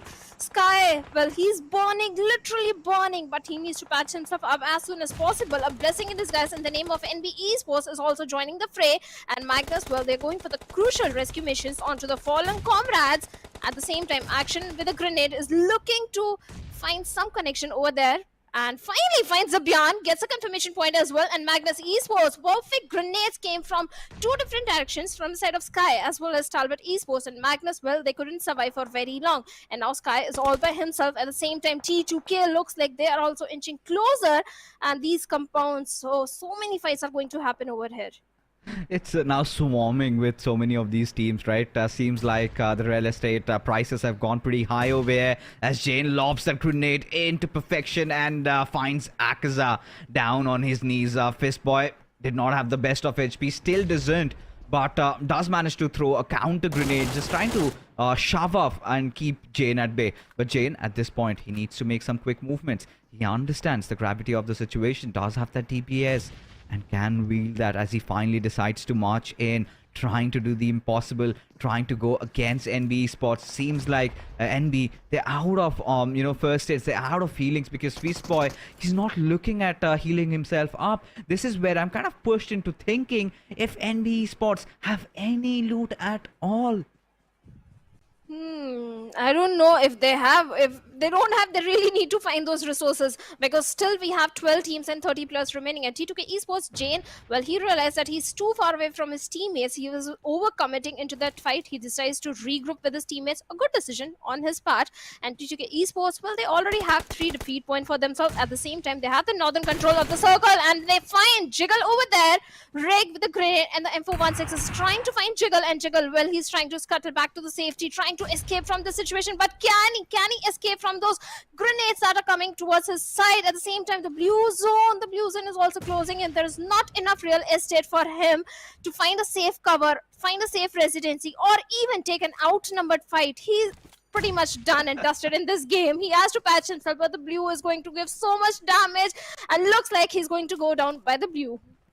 Oh my goodness. It's a cat and mice chase, and seems like he's just given his life to the blue over there, like you said. But for T2K, I think I kind of like this sense of confidence, right? Just chasing off the enemies. Now have a lot of that northern ground cleared up as one more grenade from Jane. He seems like he's getting the job done and has been making lives hell for NB Esports. Haven't really had the best of start today. Previously, we saw Assassin dealing with the entirety of squad. Now T2K proving to be such a thorn. Young Boy and Fistboy, this time around, they found some medicines to administer. But at this point, just kind of squandering out with their utils like that, just throwing it for no use, could just come to bite them back towards the end. Young Boy, few of his pixels are visible, and Jane for sure wants to go for those pre-nades out there. But now finally deciding to enter in as Young Boy gets picked off. And that sort of marks the end for NB Esports, as a little bit of assistance was also provided by Sky from Illuminate crew, who's kind of been alive there, who's still kicking and running, who's still getting so much done for his squad, but will finally bid adieu. And just with those 12 eliminations, Illuminate crew are out of this game. Oh, well, they have been eliminated, but T2K, they have managed to grab a good compound for themselves. But I love what Stalwart Esports are doing. They're trying to mitigate all the threat in the close proximity. At the same time, they're not over-committing into any fight. They're not doing too many third parties. They're just sticking to the ground, holding on to the compound. On the other side, MABETEX Esports looks like they have also been eliminated with good elimination points in their favor. But DRS, what is happening to the players of DRS? They used to rule the map of Sanhok, but this time only single elimination and only 2 players remaining. I wonder how they're going to survive or grab too many points for themselves, because in the overall standings also, I believe DRS, they are right on the bottom. This is something very shocking, and they are in the blue as well. But for now, T2K Esports, well, looks like they have spotted on the players of TUF right on the periphery of the circle. But the circle takes a shift, and now TUF, well, they have to migrate inside the circle. I wonder how they are going to do so. Oh, Blade, he wasn't moving a muscle until the point. Kind of gets a little impatient there. Just runs after Killer, but finally gets dealt with. But for DRS, completely acceptable by their standards. They're not supposed to be there where they are right now. Need to redeem themselves and do that pretty quick, as Quantum Rage finally bidding adieu to the server at the 7th spot.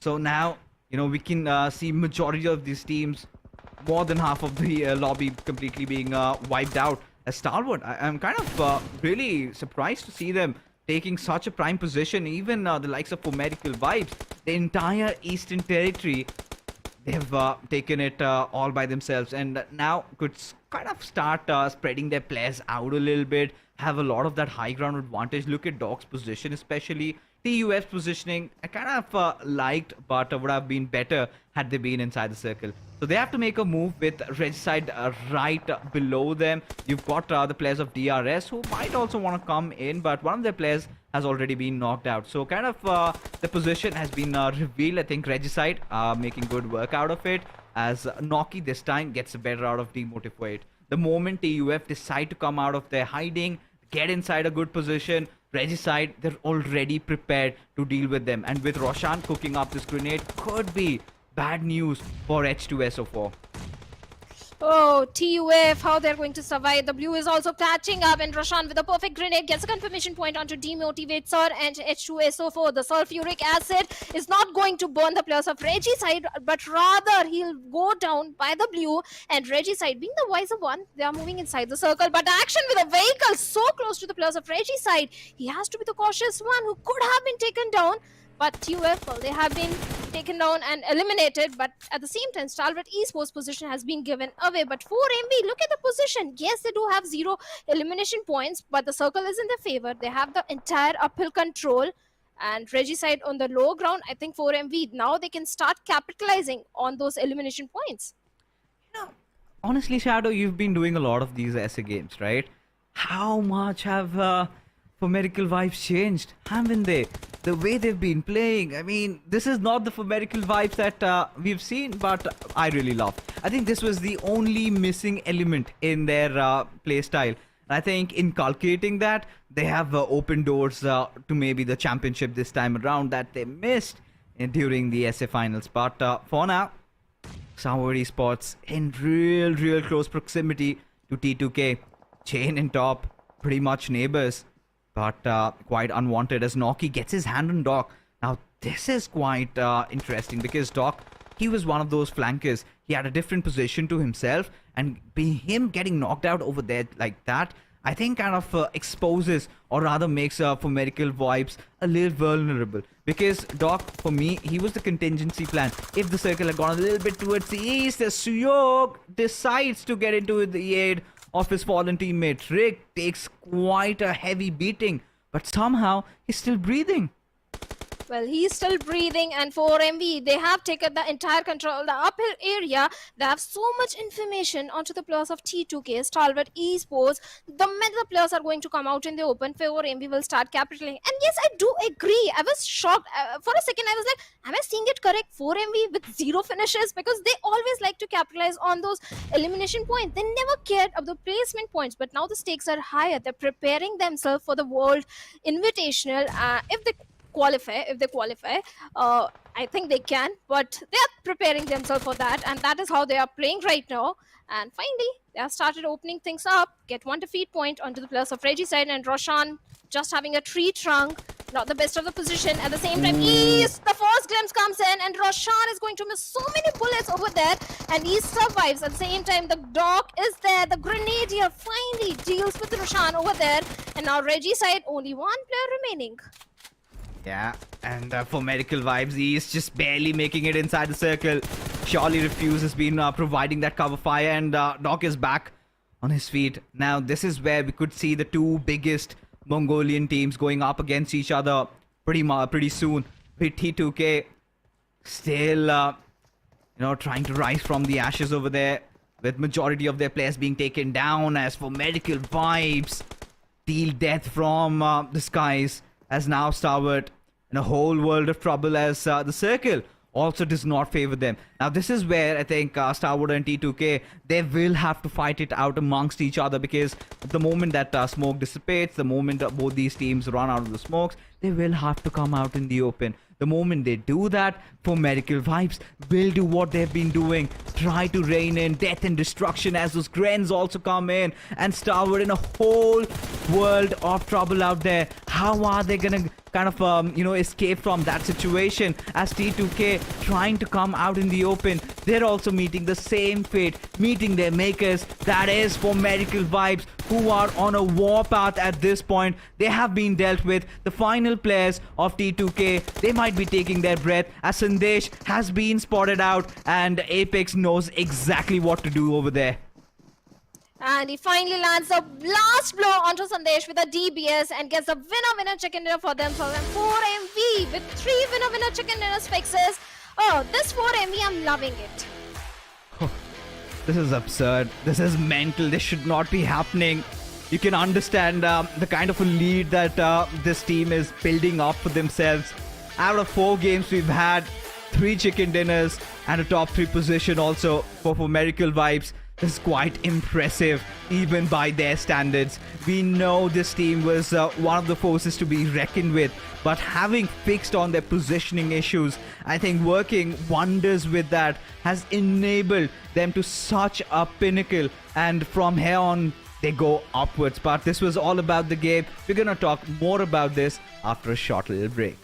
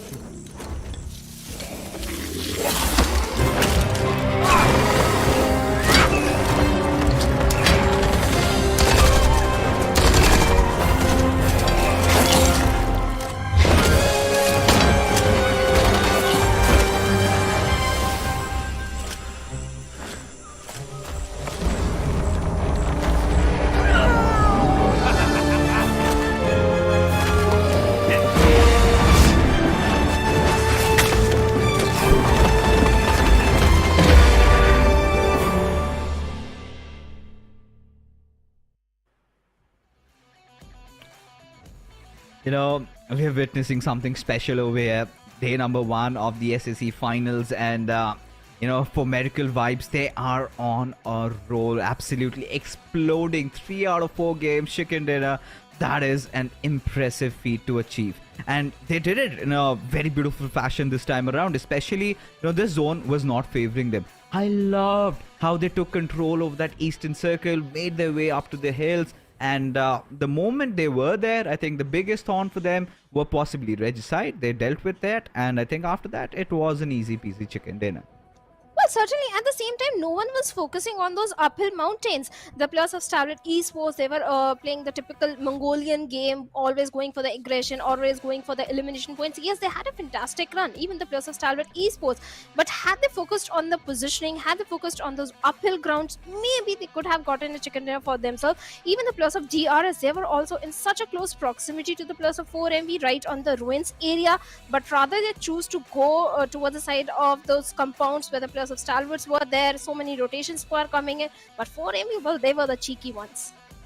They certainly were, right? They kind of stayed aloof from all those fights whilst it was kind of commencing around the western part of the map. And I think the biggest hurdle for Medical Vibes was to get inside that western island, right? And the moment they achieved that, they realized that in the entire eastern area is up for grabs, and they did that in a beautiful fashion. Even when Doc was knocked out, they still committed one of their players to go out and revive him. But when it comes down to the MVP, has to be action, right? Finally, getting up on the board.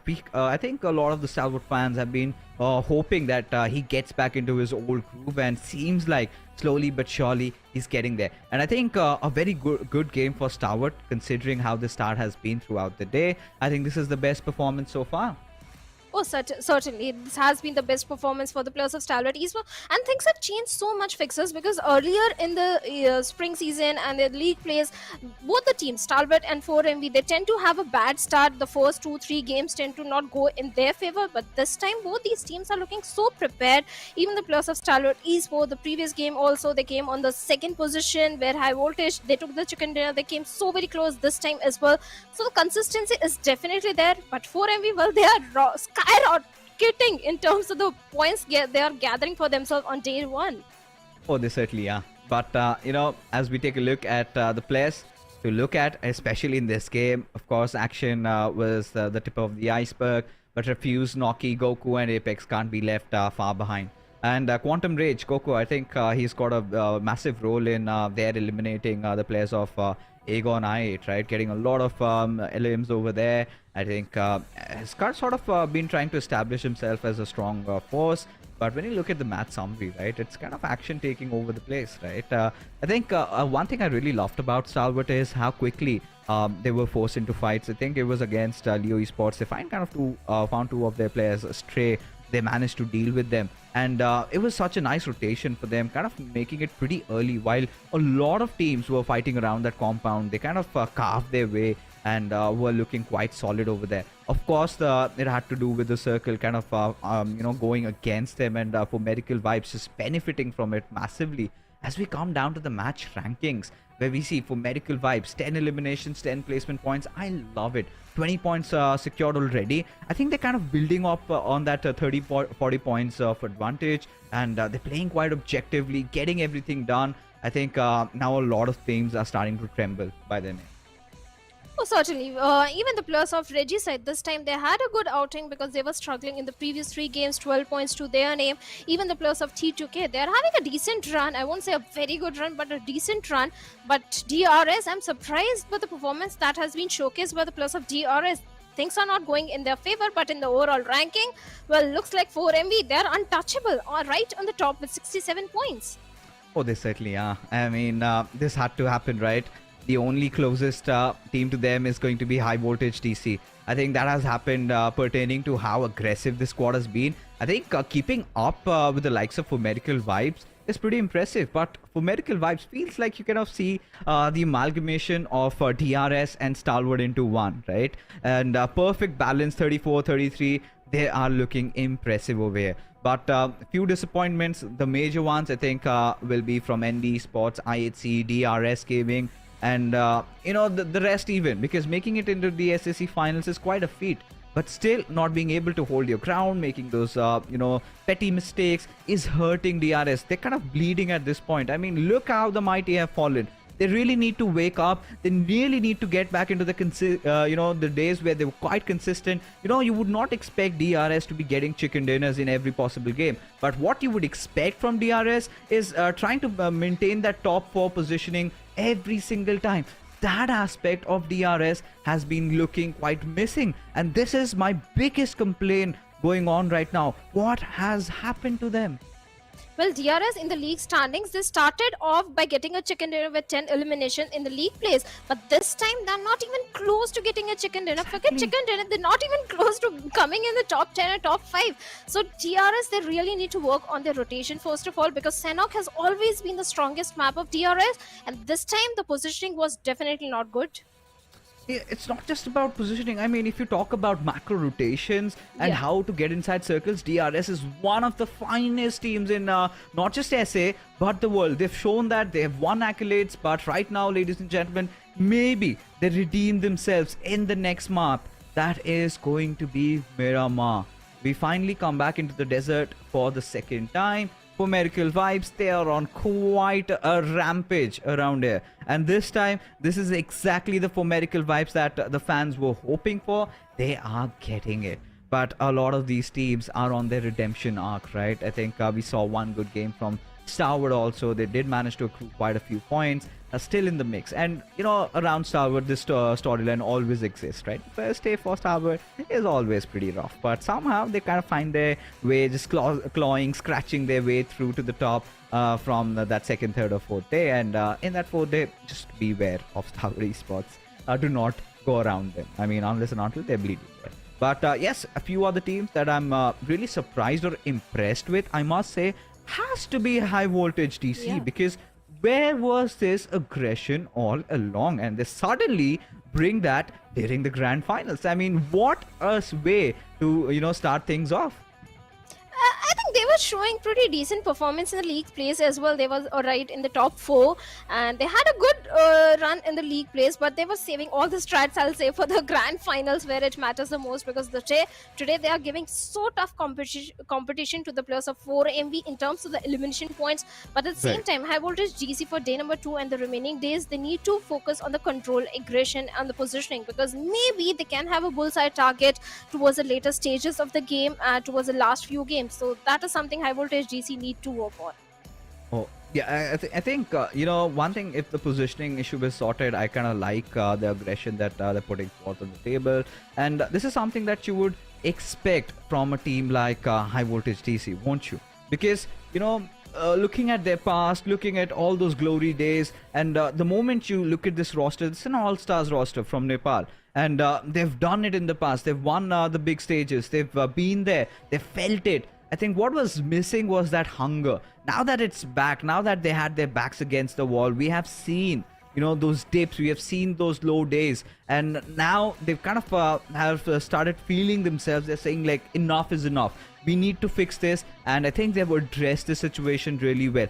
Playing around their comfort zone is where I kind of feel that, Highvoltage DC is thriving. And I would love to see more of what they have to offer right now. This was the same Highvoltage DC in the PMPL SA day number 1, because they're also on day 1 they started on a very good note, but towards the later stages they started falling off and they started picking themselves up with the SSC league plays. But other teams like T2K, they're also slowly stepping up. In the previous game they had a good outing. I love how Mongolian teams and Nepali team, they are fighting with tooth and nail for the top spot. But on the top we have the players of 4ME. And talking about Miramar, 4ME, they tend to go towards the side of Chumasera, and if we have a southern circle, maybe we can see a 4th chicken dinner also coming in. The last one, it was based around water treatment, and this time what mystery awaits us as we venture into the game of Miramar, as the flight path trajectory is quite interesting, as you can see. I mean, all the way from Puerto Paraiso towards water treatment. Now this is where things really get interesting, considering that for Medical Vibes, I don't think they're gonna have any issues getting down on their drop location, right? But I'm kind of looking forward to a few battles that will erupt out, especially the teams, deciding to go maybe towards El Pozo, they drop down at San Martin, or maybe around Trader Fields looking for a vehicle. But guess what? They find some unfriendly neighbors, and you see that bloodshed, and you kind of tend to enjoy yourself. Oh, well, we love the bloodshed, especially when the deserty fields of Miramar turned red. We all love it. But for now, the players of Reggie said they tend to go towards the southern side. 4MV will be heading towards the side of Chumasera. TUF will find residency in Puerto Pirasio, but the question is where the first circle is going to be. But talking about Miramar, even the players of MABETEX Esports fixers tend to had a very good run.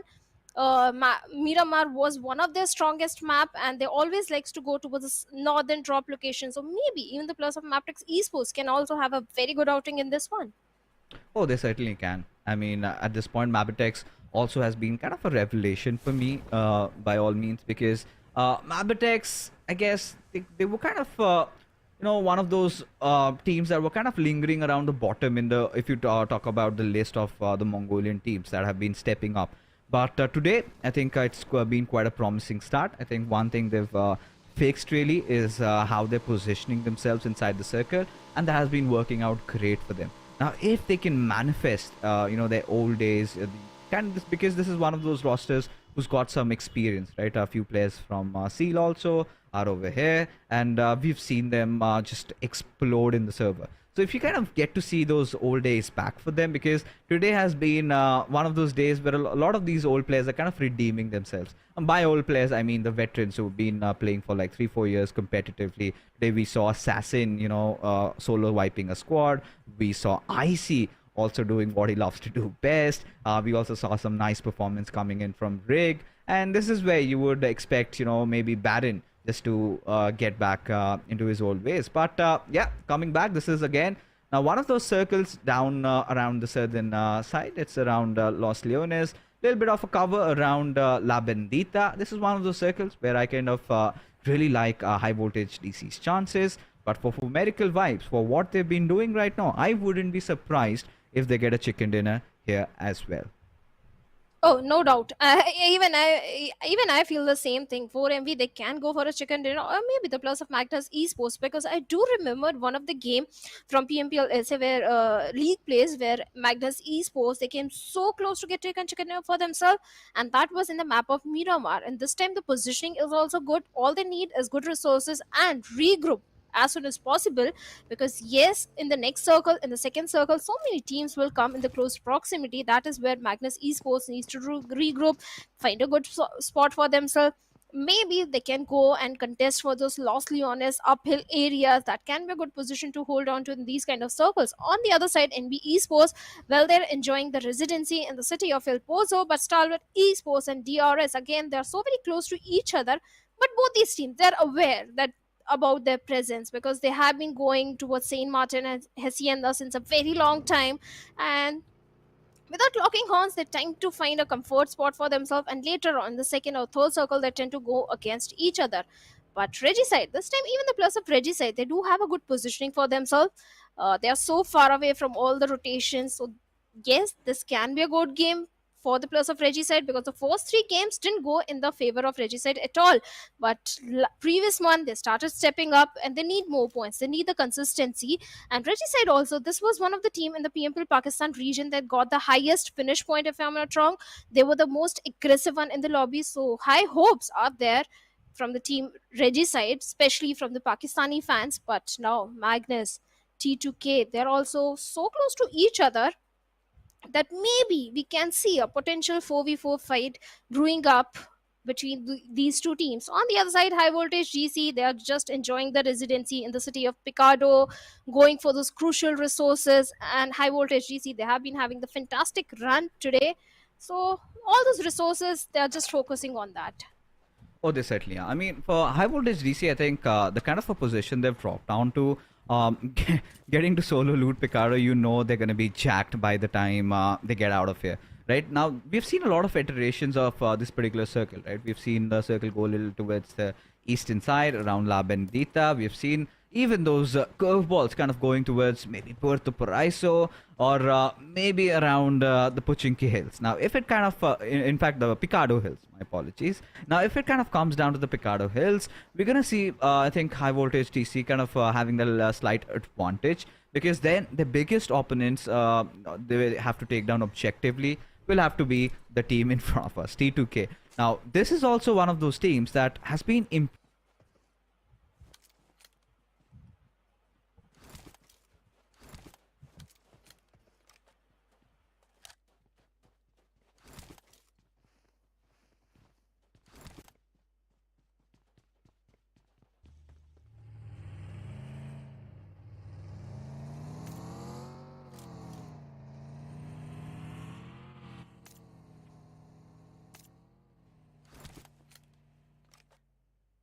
Well, yes, T2K, they have been the impressive bunch of lads, and they always have been. T2K, Jane, Sandesh, Siyok, they have been the competitive scenario since a very long time. At the same time, they have been sticking together in the same lineup.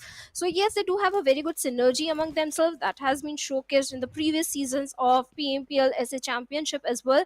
But for T2K, Erangel has always been the strongest map. That is where they shine the most. But the way they improved in the map of Miramar as well, oh, I can vouch they are going to have a good run for themselves in the map of Miramar as well. But talking about Stalwart Esports, well, they are on the northern periphery of the circle. During the rotation, they might have to engage in too many fights.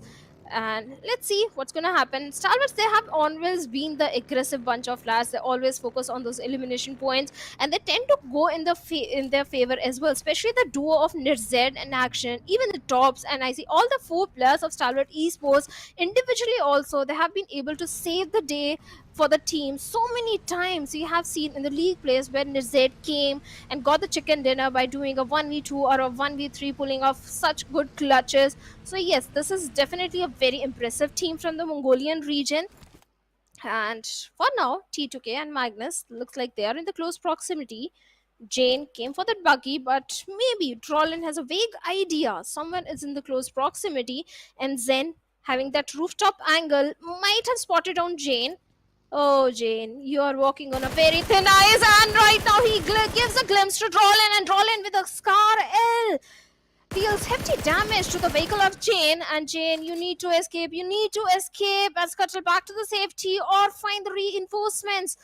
This is not the position you want to be in right now, and Roland is not going to spare you at all. The moment the vehicle explosion comes in, maybe we can see the knock onto Jane over there. And poor Jane, I feel bad for him. Finally, Roland with a Scarlet takes him down. Gets a confirmation point as well. This was not something Jane was hoping for. It just came for the vehicle. And now he has been eliminated from the lobby. The first blood comes to the players of Magnus Esports. Like I was saying, this can be a good game for the players of Magnus. Magnus is a team that tends to shine in the map of Miramar, but things are not working in their favor. But at least in PMPL Pakistan, previous seasons, Magnus used to rule. And I'm still waiting for that same Magnus to perform in the SAC this time. But the circle has taken a northern shift. Even the players of Leo Esports, they're having a very good position. They're having the entire control of those Picardo Hills. Even they can maintain that entire northern control for themselves. But it looks like things have changed. And joining me is going to be Shivansh. Shivansh, how are you doing? Yeah, as I just mentioned, Shadow, things have changed. So, yeah, the duo also has been changed. And I am fine, by the way. Just after the first two games in which I saw a total domination from the side of the players of Four Miracle Vibes. And they have been doing a really, really great job. Just saw the third game, they secured the fourth position. And to be honest, that's how you should approach the game. If you're looking forward for a domination, if you're looking forward for an abomination, or maybe a total annihilation against your opponents, just play like that, right? Although they are receiving a good amount of resistance from the side of the team of Highvoltage, so I have high hopes from them in this game, though. Oh, definitely. High hopes are going to be there from the fans as well. And MABETEX Esports, well, even MABETEX, they tend to show good rotations from the northern side. This is a team that always tends to have the northern control of the circle. And they used to shine in the map of Miramar. But right now, IHC in the close proximity. And Alex finds a perfect knock on to Kese over there. Gets a confirmation point as well. Well, MABETEX, they were not prepared for the players of IHC. But Demo, well, he's picking too many fights towards the side of Quantum Rage as well. And Goku, far off, has been picked off. There is no chance of a help coming in or revival coming in onto him, especially Zeol, the way he's going for the confirmation. Well, IHC this time they are going for a good start. 2 defeat points already in their favor, but Quantum Rage can't say the same thing for them because Sparky has been taken down by DRS Killer YT. Oh no, I don't think so that he will get allowed to breathe for one more second. It's going to be Wally who is trying to, just punish him with an M249 with 3 times equipped to it. But Killer Whitey at the end just going to steal the kill from the players of MABETEX Esports. They have a really, really good momentum going on. Wally tried his best to get that one elimination point in his favor, but got denied by the players of DRS, which is a normal thing, by the way. DRS, if you talk about this team, one of the best teams from the South Asian region, especially from the Nepal region itself, showcasing a huge amount of performance in the previous championships and also showcase that how much talent the Nepali teams has. But right now they are struggling. Though the map is closing, the circle is closing in, and we can see the third circle just form near around the centralized shift towards Los Leones. So, Shadow, what are your thoughts about this one particular circle?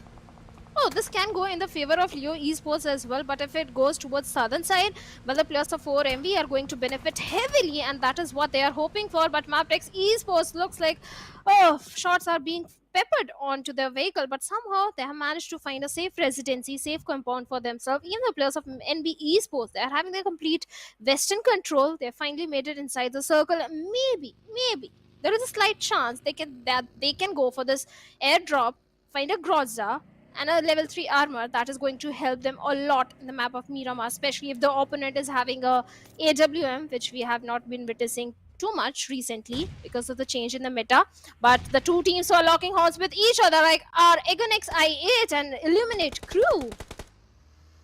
Okay. This is the fight in which Eliminate Crew needs to step up. Viper just hiding and just praying for his life.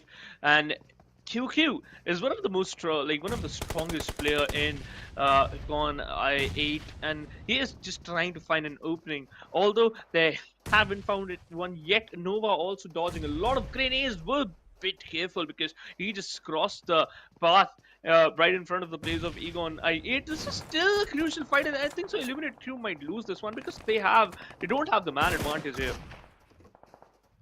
Oh yes, they don't have the man advantage, but look at the position of Sky. His position has not been given away from the backline. If you manage to find one knock onto the players of Egonix I8, maybe things can go in the favor of Illuminate Crew.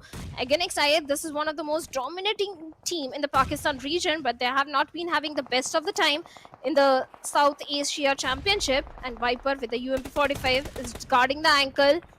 The entire control of the concrete is in the hands of Egonix I8. And look at the amount of smoke that has been deployed to deny vision. And with that, Woofies finds a perfect knock onto Falak over there. And Viper, along with Nova X, is closing in the distance. But IQ's position was not given away. He was hiding in the smoke. Deals with Viper over there. Now, Nova X is going for the crucial rescue mission onto the fallen teammate, and Sky might be looking for a knock, but Woofies, he needs to patch himself up as soon as possible. And Blade with a grenade, can he find one more knock? But the answer is going to be no. Two players still remaining, and suddenly the tables have turned. Eliminate Crew, they are running supreme in this fight, and Viper gets a confirmation point, and Blade suddenly he's all by himself. A 1v3 scenario right in front of him. Can he deal with it? At the same time, a third party is also brewing up. This is not looking good at all. So I like how the way Eliminate Crew managed to win this fight against Egonok I8. And Agon, they're going to be quite happy with Magnus. Also chip in, as just mentioned, another third party just brewing in. And they are here to join the party against the players of Eliminate Crew. Molotov is just thrown away, thrown to its perfection. Vipers fall down to his demise. So as Nova Zen just moving in and thrashing the hope of the players of I8. Sky just barely surviving with 1% of its HP. Somehow managed to survive, but not for so long. It's again a 3v1 situation. I8 always found themselves on the receiving edge, and now they falls apart just like the autumn leaves. They take an exit from the 14th position. Magnus Esports, 5 eliminations in the backpack now. Oh, this is a different Magnus. They are the opportunistic one. The moment they saw a situation where they can do a third party and without losing any number, they can get elimination point. They definitely did so. And I was saying in the at the start of the game, Magnus Esports, this can be a good game for them, and they're already having a very good start. But right now, I have seen the process of T2K over there, and Drake all by himself needs to be a bit careful. He's way too close to the players of IHC. At the same time, IHC going for the revival onto Godless over there, and Demo is trying to lob some smokes to deny vision to the players of T2K, but Sandesh from the back lines, he can do so much damage. His position has not been compromised, I believe, and it's the fight of the grenades who is going to lob the perfect projectile and find some opening connection. I still think that the players of IHC has an upper advantage just because of they are a bit close to the circle. Although Sandesh can deny that fact instantly because he has a really good lurk angle, and also he has a vehicle, so he can collect a lot of information in which the whole team can work on. But it's still going to be a big gamble. It's still going to be a huge task to just fill in. Though Suyog and the teammate just try and move inside the circle with a bus. It's a gamble. If it works out, you are going to be on top. If it isn't going to be the thing you wanted from a very long time, you might suffer the brunt here. But it seems like T2K taking a longer route. Just be careful and just be safe inside this Miramar map. TUF on the other side trying to pepper down a lot of bullets onto the moving players of Magnus. Switch to a DB. Yes, I know, beautiful burst there. Shuts down the hopes. X204, but falls down. A beautiful trade from the side of Magnus Sinister. Magnus Esports, they're so impressive. I don't want to jinx anything, but things are working in their favor, but not working for M7 of TUF, as vehicle has taken a lot of damage, and the dips are not the position he wants to be in, especially the way the players of Magnus Esports are hunting for him, looking for him. And plays zone, takes down Droll, and this is a big damage towards side of Magnus Esports. Even the plus of Highvoltage DC Malik is good doing a third party. Faster has been dealt with. That means Magnus Esports, they have their own worries. A blessing in disguise for M7, but he has to travel such a big distance inside a circle in an open field. Not a good thing, but the little ridges is going to help him. But now IHC, they have a new team in the close proximity, none other than Stalwart Esports. Yeah, the old friends are again up against each other. Stalwart versus IHC, one of the most legendary fights we have been talking about this for a very long time. And every single one of them, ST always has an advantage, and they found one. IC with a follow-up too. Zreal and Alex goes down. So as demo to it all comes down to Godless needs to showcase that godly performance. Somehow managed to shut down action, but Tops and IC just trying to pepper him down. IC, who's very low, somehow managed to finish off the hopes of the players of IHC. Takes an exit on the 13th position. It was a close call, but at the end, it's going to be Stalwart Esports who got the pick. Meanwhile, we just saw that the team TUF also takes an exit from the lobby. Now we have only 11 teams left in this Miramar map. On the southern side of the circle, we have the players of 4MV and Highvoltage DC locking horns with each other and fighting for the top spot in the overall standings. Cloud gets taken down by Apex from the low ridge, and Jiggle looking for a lower potential flank has already been dealt with, and 4MV suddenly have the upper hand, and East in a blink of eye eliminates the entire team of Highvoltage DC. Oh my god, 4MV, they're still on the top in the overall standings. 4 elimination points without any casualty. This is the aggression that the Mongolian teams brings in. Exactly. This is the way they play this type of aggression they showcase is really good, and also this sets up a bar for other teams to how they're going to perform if they want to match the skill level.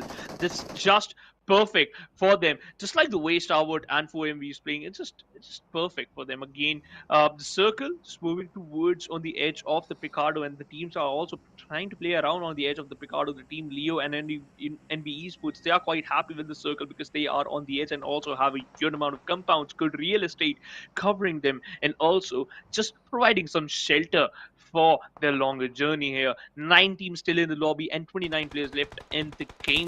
1 minute 52 seconds, and we'll witness the 6th phase, the 6th zone of this map. Liquid on the other side spots out player of Regicide, and Roshan barely surviving. Did I spoke too soon? Yes, I was. And yeah, he got picked by Slipknot. Good knock, good conversion. Well, definitely, you esports, they need those points because they're not having the best of the time. But 4MV looks like T2K, they are locking horns with them. And Sandesh comes in with the UMP45, eliminates Refuse over there. And perfect grenade from the side of East takes on Sandesh over there. The trades are coming back and forth. And even Seok is going to retaliate. The smokes are there to deny vision. And by some time for the players of T2K, even Drake is having a very good angle. If the players of 4MV show a little bit of the glimpse, maybe Rick can deal with them. But look at the position of Stalwart Esports. They're placed perfectly Shivansh to do a third party in the scenario.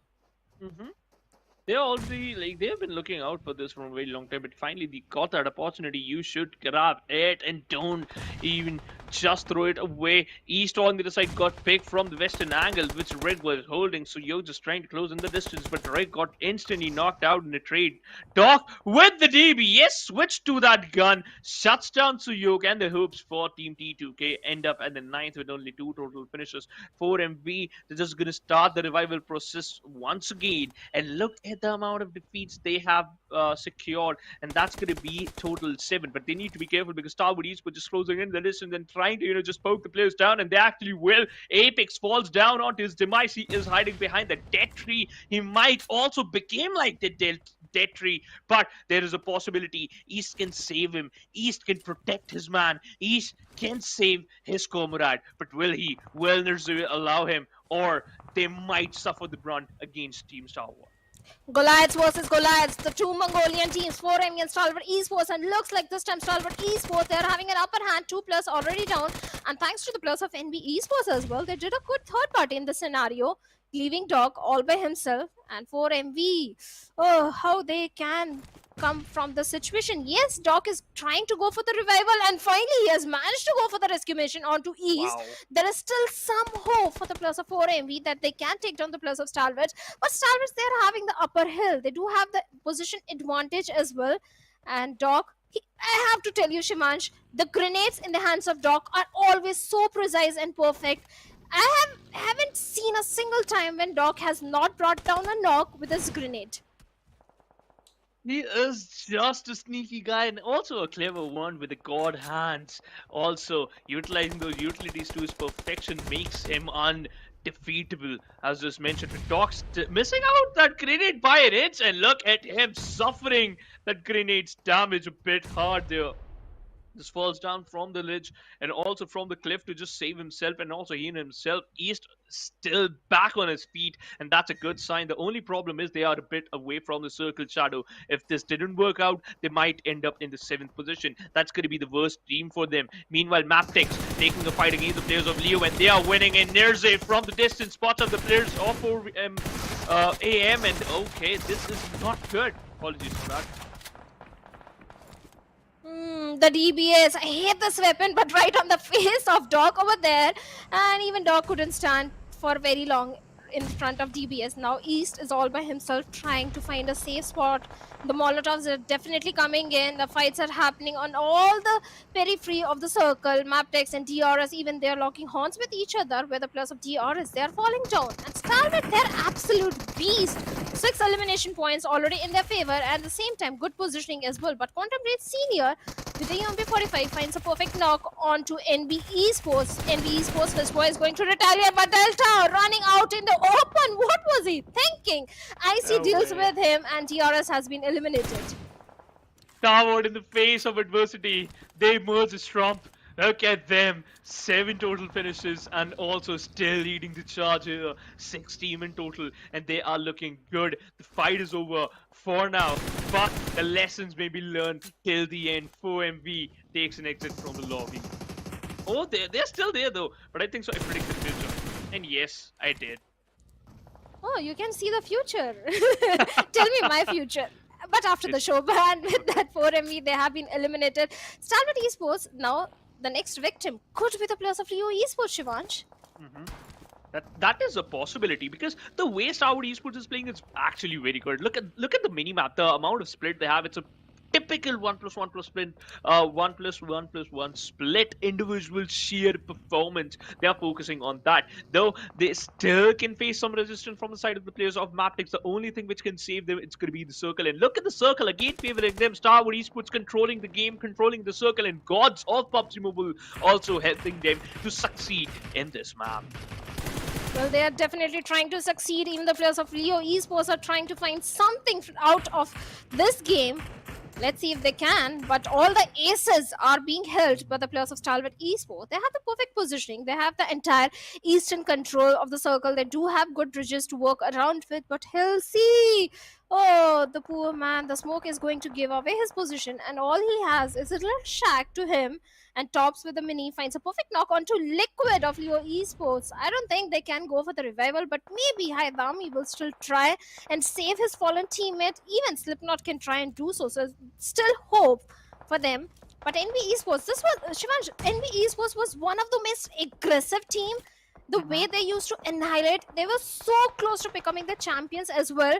But this time in the esports today, they're not having a good run at all. Yeah, it's a different approach from the side of NB Esports, and to be honest, they are not feeling it. Though they can still change the stance, they can still change that, but they just need one good room of opportunity to change that. Although there's on the other side from Stalwart Esports peppering down a lot of bullets, trying to create a barrage of bullets in which Leo Esports just suffer and suffocate, and that might just happen. Look at that. Two of the players of Leo Esports falls down to their demise. They're still there. They are just expecting that their death is not that near, but I think so they are wrong. The way Nazid is playing is just outstanding. Action on the other side shuts down Sus and just ended his story. But a really good retaliation from Ben 10.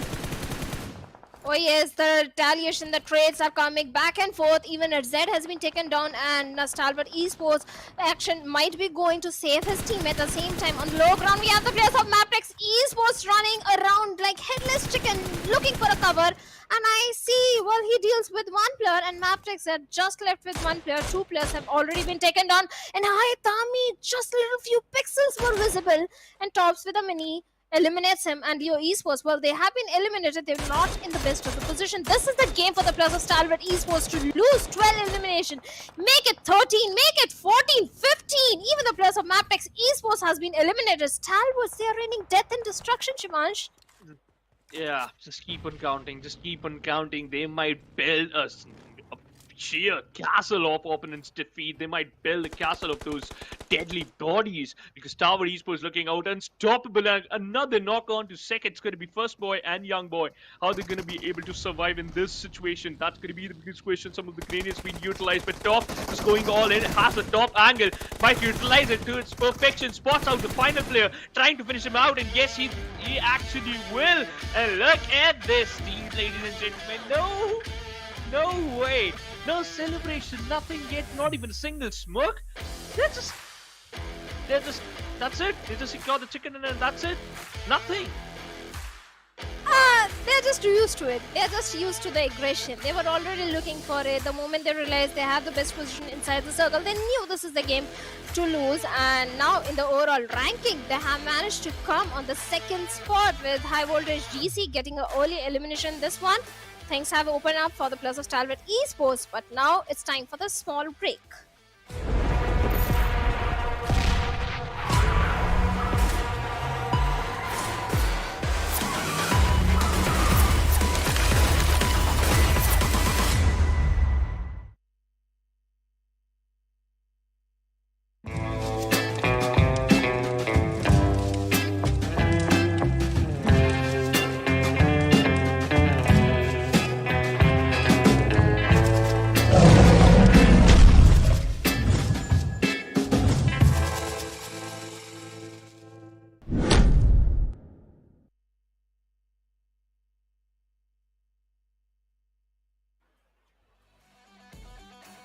Well, hello and welcome everyone. You guys are watching PMPL South Asia Championship Grand Finals Day number 1. My name is Shadow. Alongside me is Shivansh. And Shivansh, Stalwart Esports, they were looking for this chicken dinner since a very long time. They came so very close in match number 3, but finally they get it, and they get it in style.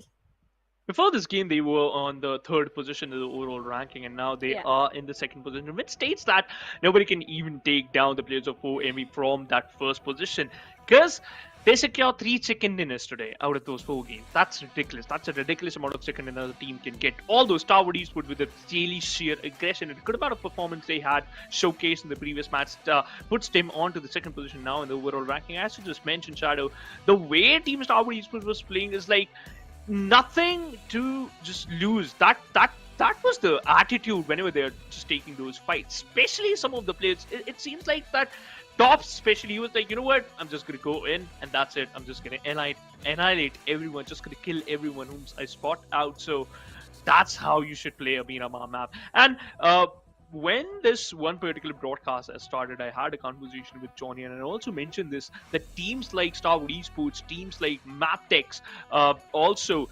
DRS, Eliminate Crew, and DUF, they are so good on the map of Miramar, and Stalwart Esports once again showcased the same. Oh, Stalwart Esports. This is their usual game style. The Mongolian teams, 4MV, IHC, Stalwart Esports, they all love to have those flashy plays, go for double-digit elimination points. And this time, the MVP is going to be Tops with those mini tap-tap shots.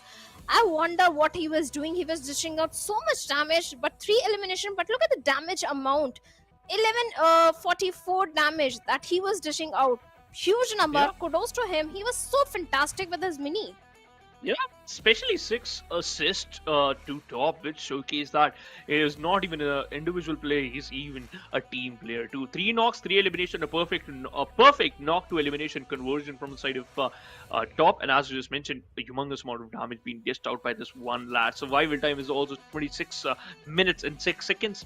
And the reason is pretty simple. They secure the chicken, and your survival time needs to be at its finest. But to be honest, this is just the start, and I think that if Stalwart Esports just keep on playing like this, they might topple down the table toppers for MV. I wonder how many points like 4MV has right now. Like what's the difference? I can calculate though. If I'm not wrong, it should be around 15 to 10 points maybe, but not sure. On the other side, if you talk about the top 5 players, look at that. Out of 4 players, every single one of them of Stalwart Esports are here. Oh yes, all the 4 players of Stalwart Esports are in the players to focus. They all had a fantastic run, be it in Z, Action, IC or Tops. They all had those elimination points, the damage number, the synergy was point perfect since they were taking so many fights on the multiple fronts, and they were winning every single one. Even the players of DRS this time, they had a good outing. Killer YT having 5 elimination of his own, and every time if DRS they have a good run, Killer YT is one of the person responsible for the good outcome of the map.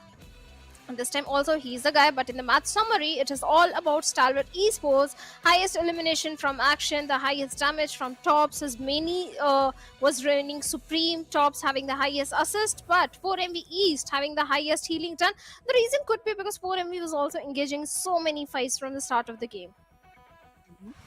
And that's why he has a really good number for him. But I am waiting for fight in the closing scenario at the end. You just become fearless. That's what you need if you are in a team like Stalwart Esports. If you talk about the match ranking, total 28 points being acquired by a team, and that's gonna be Stalwart Esports. And correct me if I'm wrong, Shadow. Isn't this the highest a team achieved today?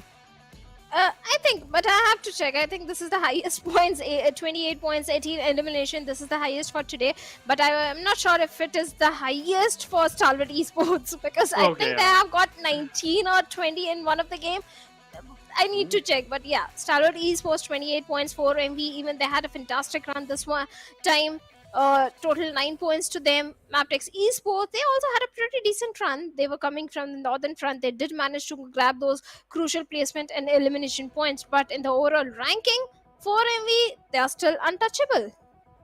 I was expecting a 10 to 15 points difference between Stalwart Esports and 4Medical Vibes, and it's literally 15 points difference between them. But interesting thing is, Shadow, that 4MV secured 3 second inners and Stalwart secured just 1, and they are like very, very close to the players of 4MV. Though we still have 1 game left, and it might decide who's going to be on the first position, and maybe 4MV might situate or solidify the situation, the position for themselves today. But this is where things will get interesting. 7th element. This is the team which came into the championship when they end up in the 16th position in the league stage, and I have high hopes from them. I still do, but the way they are performing, this is not what I expected from them. Oh, certainly, there are so many disappointments in the name of DRS Gaming as well. Yes, DRS, they had a good run. They have managed to propel themselves by 2 positions in the overall ranking. But still, this is not the place where we want to see DRS Gaming, especially they having the international experience as well. So maybe on day number 2 or maybe in the last game, things can change for a few of the teams. But now it's time for the last game of the day. That is going to be Erangel, Shivansh. Yep. Again, the home ground for every single player, every single competitive player here. So you gotta be best at it, and look at that. So yeah, we were right. Stalwart Esports secured the highest amount of total points today, but 4Medical Vibes, they secured both one of the Erangel which got played, and Highvoltage secured one of them out of those 2. So again, it's going to be a close call which team might secure the chicken dinner in the final game. I still think a team from the Pakistan region might lift up the final chicken dinner of the day. I'll be the happiest person alive here, because again, they are showcasing good signs of life. They are showcasing good amount of dominance, especially teams like TUF, although they end up a bit badly in the previous map. And also kudos to Quantum Rage too, because they are doing a great job here. They are on the 6th position in the overall ranking with total 26 points. That's not bad actually. This is something nice. Trats with team Quantum Rage is actually following. But you know what?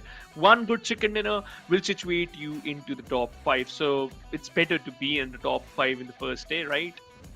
I agree. I agree. If you're in top 5 on day number 1, the point difference is not so high that you can't cover up on day number 2 or day number 3. But if you're right on the bottom, after the end of day number 2 as well, things are going to be a little shaky. The comeback story can't be created so easily. So yes, day number 1 is always very crucial. Even day number 2 is also very crucial if you want to carry forward the same momentum and walk with a very high amount of total points on day number 3. So yes, so many things are at stake.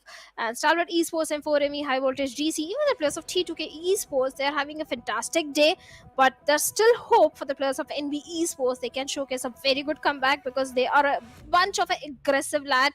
I have complete faith in the players of NB Esports. The way they have played in the league plays, oh, big things are expected from their side, even from the side of DRS Gaming. This is a team, I have always said Yeah. this, DRS is more of a strategic team rather than an aggressive team, and them not getting placement points is something to worry about. To be honest, that's true because DRS, you know what? Not only on the South Asian stage, they've been consistent on the world stage too, right? They've been showcasing good amount of performance from a very long time and also setting the mark for their region, that how you should perform on the biggest stage, how you should play on those huge stages. So DRS struggling today, it's like a reality check for them and also for the fans, that if you are facing teams like especially teams like Stalwart Esports and 4MB, also MABETEX, you gotta be showcase your A game. Although one team which just amazed me every single time and still doing the same, and that is the Highvoltage DC. Still showcasing the high voltage performance, still showcasing that similar electrifying performance from their side, and that's what we expected, and they are doing the same. But that's not the same story for other teams. That is not the same story for the other teams. They are struggling. They are struggling in all the games. Every single team, even the players of Magnus Esports, the misery is still continuing. Even the players of Againx I8 from the Pakistan region, they were the winners of PMPL Pakistan region, and this time they are struggling. So yes, they also need to step up. They need to have the read onto the opponent teams, that how they like to rotate. They need to find a good rotation for themselves, and the team that needs to do it is ASAP, as soon as possible, is DRS. They need to focus on those rotations. The rotations are not at all working for the players of DRS right now. But Highvoltage DC, maybe they can go for the second chicken dinner, because it's a day of multiple chicken dinners. Exactly. Other than the team for MV, which team will secure the double chicken dinner? That's going to be the question. Is it going to be Stalwart Esports or Highvoltage? But with every fight, it's an opportunity for growth and self-discovery. That's what I think, Shada. Because once you learn from your mistakes, you become better. And the way the teams are playing, they are already doing the same. They are on the right path. The only thing which stopping them or maybe just punishing them is the situation to handle the quest, or also understand the situation and how you also just place yourself against your opponents. Sometimes we saw some teams got eliminated while they were rotating, also losing out those individual in very weird fights, forcing out those fights, just overcommitting, these type of things which are unnecessary in certain situations, and teams are actually doing it. But to be honest, this is the first day, and things can improve in this last game or maybe tomorrow too. But teams have to remember there are not too many games, just 4 days and 6 games each day. So they have to maintain the consistency, because like you saw, Stalwart Esports, just by getting one chicken dinner, they came so very close to the plus of 4MV, and Highvoltage GC, they were taken out pretty early in the game. This conversation I was having with Fixes as well, that Highvoltage GC, yes, they are bringing the aggression, but they have to make sure the aggression is a controlled aggression, because maybe towards the later stages, they might have a bullseye target towards their back, and this is exactly what happened. 4MV and Highvoltage GC, they were coming from the southern side, where 4MV, they capitalized and took down the entire squad of Highvoltage DC. So Highvoltage GC, they were so close to the plus of 4MV, but the dream of coming on the top 1 is still far for them. And now the last match for the day is about to start. Any expectations, Shivansh? No expectation from now, because whenever I have any expectation, it will get breaking. That's the storyline for me. But jokes apart, Shadow, I actually have some expectations from like I on 13th position. They actually are right now in the 13th position in this PMPL 2023 championship. The last game, the jittery players are already out of the box. The adrenaline is there, pumping in the bloods of all these 16 teams, 64 players. But who is going to get the chicken dinner? That's the main question. We'll find out soon. And the flight path is already favoring all the teams right now, because it is kind of bisecting a map, not exactly in 50-50, but 60-40 half. So all the major cities are easily glidable. Stalwarts, they always likes going towards the side of Noruknoy, 4MV. They have been having their home ground in the military base island since a very long time. And Leo Esports, they used to go towards the side of Gatka region. NB Esports might find shelter towards Mansion or Lipovka area. So the question is, where the first circle is? Where do you want the first circle, Shivansh? I really want a northern side circle. Form near Pochinki, also covering some area of the Pochinki school, Rozok, and also that pull of Yasnaya. But whatever I wanted, the PUBG gods is going to do the opposite of it. I want a northern circle, they gave me a southern. So, yeah, I'm again happy. Because look at the players of 4MV. They are the table toppers for today. Secure 3 chicken dinners out of 5 actually. And also maintaining a good amount of points difference between them and the other teams. And now they are in the center of the circle. What else you need? A chicken dinner? They might get it. But I hate to be the one to break the news. Even when players of Eliminate crew in the PMPL Pakistan used to go towards military base, but right now Blade finds a perfect knock and confirmation onto Magnus Drawlin, Magnus Esports. Even the players of IHC and Reggie side are locking horns with each other. Trades are coming back and forth. Buddy is also on a very low HP. Zeol also gets taken down, and suddenly IHC. Only 2 players remaining, Shivansh. Oh no. I was concerned about this team. They were on the 13th position, and they might end up in the 13th position too. Demo and Alex separates from each other, just like the other 2 guys did from the team of IHC. Zeol is trying to crawl its way too soon, but Demo instantly got punished. A good knock and easy finish. Easy wipeout for Regicide. IHC on the 16th position. This is the worst nightmare you can ever expect. And look at that! Aegon I8, QQ running down in an open area, expecting that nobody spots him out. He was lucky. I wish I was this lucky in my life. Oh, we all are not lucky. Even me too. But again, excited. Well, they are the lucky bunch of people. Even IQ has been rescued by Uzm over there. No shots has been fired on them. And even they are not having the perfect resources to pick up a 4v4 battle right now. So yes, for now, Aganex IA, they do have a good position to hold on to, but the resources, the load that these compounds offer is not going to be enough. Aganex IA, they have to go for the secondary loot. And like I was saying previously, talking about the circle, yes, 4ME, they do have a good spot for themselves, but Eliminate Crew and Aganex I8, they can also capitalize in these kind of circles, because Aganex I8 is one of those teams that like dropping in towards the side of military base, especially in the PMPL Pakistan region. So that has been their home ground. And I do remember in one of the league plays game where we had a military base circle and Aganex I8, they got the chicken dinner, the only chicken dinner for themselves. So maybe they can repeat the history. But Noki, well, you need to find a bandage, man. Regicide just finished off the whole for IHC, and now they got stuck against players of Highvoltage. What a story. What a storyline, and what a writer the PUBG Mobile gods are, actually. Highvoltage on the other side, they have been consistent. To be honest, Shadow, once you as you just mentioned that some teams like Aganex X, I8, they have been like very consistent in the previous iterations of this PMPL, right? And also, they were actually very good, but right now that isn't the case. The players from the Mongolian region, they are denying every single thing. Oh yes, definitely. Regicide being caught off guard by the players of Highvoltage DC, and the aggression that is coming from the side of DC today. Even Noki is on a sliver of HP, and looks like Jigal has a vague idea. There are players in the water. Oh, it's a fish and barrel situation for the players of Regicide. I don't think they can survive, especially the way the players of Highvoltage are hungry for the blood.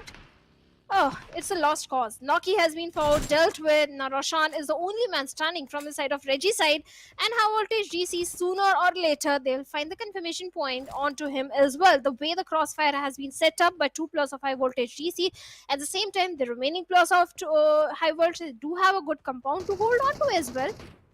So Regicide, not the start they were hoping for. Praveen with the AKM get the confirmation point on the Noki. Roshan, I just feel bad for this guy. Oh no, lost his life. But to be honest, yeah, this is you have to accept your fate sometimes, right? Roshan is still swimming for his life. I never ever expect in my life that I'm gonna say this word, and that is he actually swimming for his life. By the way, but he got taken down before I even finished my sentence. He got picked off, and there's only one player left from Regicide, far away from this kerfuffle. Uh, the only problem is with the team Regicide is once they get a good lead, they tend to just lose it out and instantly, right? And that's what happened. That is exactly what happened to the players of Regicide. But Regicide, they need to find their ground, because in PMPL Pakistan, Regicide, they had the highest elimination, and this time they are on the bottom of the overall standings. They had not been able to find their feet in the SSC Championship. So this is something Regicide they need to work on. But Highvoltage DC, what a start! Already 3 defeat points in their favor, but they are way too far away from the circle. The good news is there is no one to stop their rotation. All the majority of the teams, they have already migrated to the southern islands. So Highvoltage GC, they are going to find a pretty much safe pathway inside the circle. Oh, another cruise to the safe zone. That's gonna be they might say this, but let's see. But a very weird approach from the players of I8, holding on to the edges of the map. I know they are just trying to just dodge the fight, which might, just happen in any second, but you got to be careful. You have to check out for the mini map. The players are trying to close in the distance, especially Leo. Leo is a type of team who will never, ever, they are never afraid of any fight, and it seems like Eliminate Crew might end up on the receiving edge. Illuminate Crew and Leo Esports happening second time, and this time the grenades are being flung over towards the side of Illuminate Crew, but no damage has been done whatsoever. Leo Esports are still hunting for woofies. They have no idea where exactly the players of Illuminate Crew are, but Viper has been dealt with. M416 in the hands of Slipknot will get the confirmation point as well, and now Illuminate Crew left with only 3 players remaining. And Leo Esports already looking confident, and Woofies is far away from his teammates. There is no chance that the players rush towards him. He can be saved. The shots are being fired. The trades are coming in, and Haidami this time has been dealt with. Now, Illuminate Crew, Sky and Nova X, they need help. Sky has patched himself up, need to go for the revival onto Nova X, but at the same time, Sosan Slipknot with a grenade is looking for Sky, and Liquid's position has also been compromised. Maybe Woofus can take down Liquid in a close triangle battle, takes for a drop shot, and finally takes down Liquid over there with a UAV-45 will get the confirmation as well. This is really a close battle. One grenade might change the fate, but I like what Slipknot, the positioning of Slipknot, but they need to be careful. I don't think so that Nova can survive. Nova might not get the revive here. And yes, he will not. Slipknot instantly finishes him off. I8 now, it's an even-Steven situation. It's a 2v2 fight. A lot of bean grenades has been thrown away, and trying to, just use them as an advantage to get an opening, and they certainly will. Wafis secures the pick, and it all comes down to Sus to just step up at the right moment. This is your time to shine. This is your time to situate. This is your time to get the battle going on still. But it's not going to be that easy. Well, certainly it's not going to be easy, and Sky's position has been compromised. This is the only man standing where Slipknot is still bleeding, and Sky with the grenade is looking for some confirmation. At the same time, Woofies is trying to patch himself up, get back the HP, and Sky is just a sliver of HP. He survived, and Sus Maybe he has bought some time to go for the revival onto his teammate. And Sky, you just survived, my man. And he has no first aid, no health kit, nothing at all.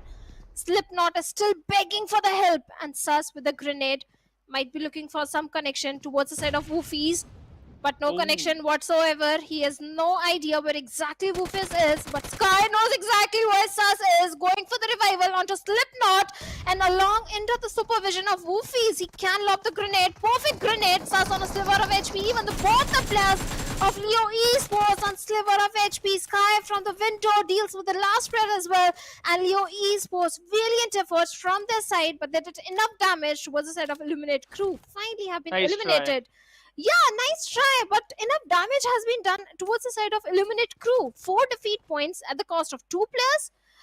Not a trade I want. Exactly. This is not an ideal trade, but it is what it is. Sometimes you have to be happy. Sometimes you got to be happy whatever you get. The best part is they will live another day. They will just live for some more time. I can't say the same thing for Leo, right? The end. That's the end. That's the end for today. They are just gonna play the games tomorrow now. So we can't say the same thing for some teams. So sometimes you have to be happy whatever you got. But the important factor is that team like 7 elements, they are trying to fight, they are trying their best, but they are getting nothing out of it. That's a really heartbreaking thing. Oh, heartbreaking thing for the players of Highvoltage DC. They were trying to cross the bridge. That is where Aganex I8 came in, and now Malik begging for the help, but the help is not gonna come in. And M762, the barrel to the perfection, gets a confirmation point as well. Aganex I8 this time they're performing really good. 3 elimination points already in the pockets. All they need is a good spot inside the circle. But the players of 4MB, yes, they have a very good spot. Even the players of Illuminate crew are looking promising. MABETEX having the complete southern control for themselves. But Stalwarts, again, they're coming from the eastern side. That is where the majority of the fights are going to happen, especially with NB Esports coming from Novoripnoy, TUF coming from the bridge area. That is where Stalwarts might try and capitalize to rank up those elimination points.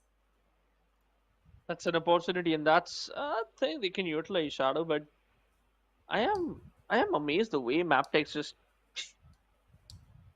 okay. They used a botation to rotate towards the southern side of the map. That's cool, and I think it's a good plan. If it works, it works. If it works, it works. But looking the position, Quantum Race, they are going for a very late rotation, like you said. Even Buddy of Regicide, the last man standing, is out in the blue, at the mercy of the blue, or rather, I'll say. And Highvoltage DC, I wonder how they're going to cross the bridge area. Like you said, Ignex I8, they're waiting for them. Rotation is going to be slow, and they're at the mercy of the blue. So, yeah, in the scenario, even the players of DRS are looking very promising. They do have a very good position to hold on to. They are right in the epicenter. And DRS, up until now, they just had one good game, and that too in terms of the placement points. Otherwise, DRS, they have been completely missing today. But TUF, well, they have been spotted down by the players of Stalwart Esports on the bridge. As I just mentioned about DRS, actually they are missing a lot of those important duels and also those important maps. Because I think so. This might be the map in which DRS might outshine every single one they are facing right now, but the probability is still low, Shadow. And look at that, the amount of control some of the teams has is just humongous. Stalwart Esports also playing on the edge and somehow managed to escape the barrage of those of that bridge cap. Oh yes, definitely. Stalwart's going for the bridge camp, but Nirzad has been taken down, so they have to go for the rescue mission at the same time. Like I said, NB Esports was coming from Novoripnoy, and right now NB Esports Sek, he's at the mercy of the blue. He's fighting with the blue, and that is where Tops is trying to capitalize with those mini shots toward NB Esports, but they lost onto Nirzad. 3 players still remaining. They do have a good position, and well, the 2 players are in a split situation. Stalwart Esports, they are in a 1v2 split. Two players are still fighting with the players of NB Esports, but now is the time to regroup, and that is exactly what Stalwarts are doing right now. Their entire C buildings of military base are under the control of T2K. Even T2K, they can have a good run, but they are on the periphery of the circle. But DRS, they are still in the center. The circle is just favoring him. They are enjoying the positivity and also the advantage they got of the circle. Highvoltage on the other side, playing on the edge of the fencing here. Chiggle. He can spot out the ledge though. That's gonna be enough, and yes, it was. Scarl with the 3 times is enough for the preparation of your deathbed there. Senior also falls down. Meanwhile, Praveen needs a revival. It's gonna be Chiggle and Praveen left alone on their own. Uzum secures it, or I can say stole the pick. Secure total 4 elimination in this lobby. They are 210 meters far away from the circle, so they have to be quick and also perfect with their rotation. Otherwise, they might face the brunt of other teams. But Regicide Buddy, the final player from Regicide, is trying to survive, is trying to breathe against these Goliaths, and might he will not. Smacked his vehicle in front of those barrels, and also his skull is open up, and he lost his life. Takes an exit on 13th position. Regicide got eliminated after securing total 4 elimination points. 20 minutes slow. Erangel Shadow. Everything seems to be very slow. Well, everyone is trying to find a piece of real estate for themselves, a good spot, a prime spot that can land them a chicken dinner, if not chicken dinner, a very high fragging game for themselves, because still we have 12 teams and 37 players remaining. It is stage 4 circle, and there is not enough real estate to provide a piece of land to every single individual. And that is where the trades are coming in. Individual picks are coming in. Quantum Rage and Highvoltage DC Jiggle, especially on a very sliver of HP, and Tan is trying to take him down, but finally Jiggle finds a cemetery to hold on to. And Quantum Rage, they used to be the consistent one. They used to be so impressive, but this time maybe it is the pressure of the grand finals which they are not able to handle. Only 2 players remaining. Even the positioning, I won't say is the best of the best for the players of Quantum Rage, Chanatan and Halsey right now.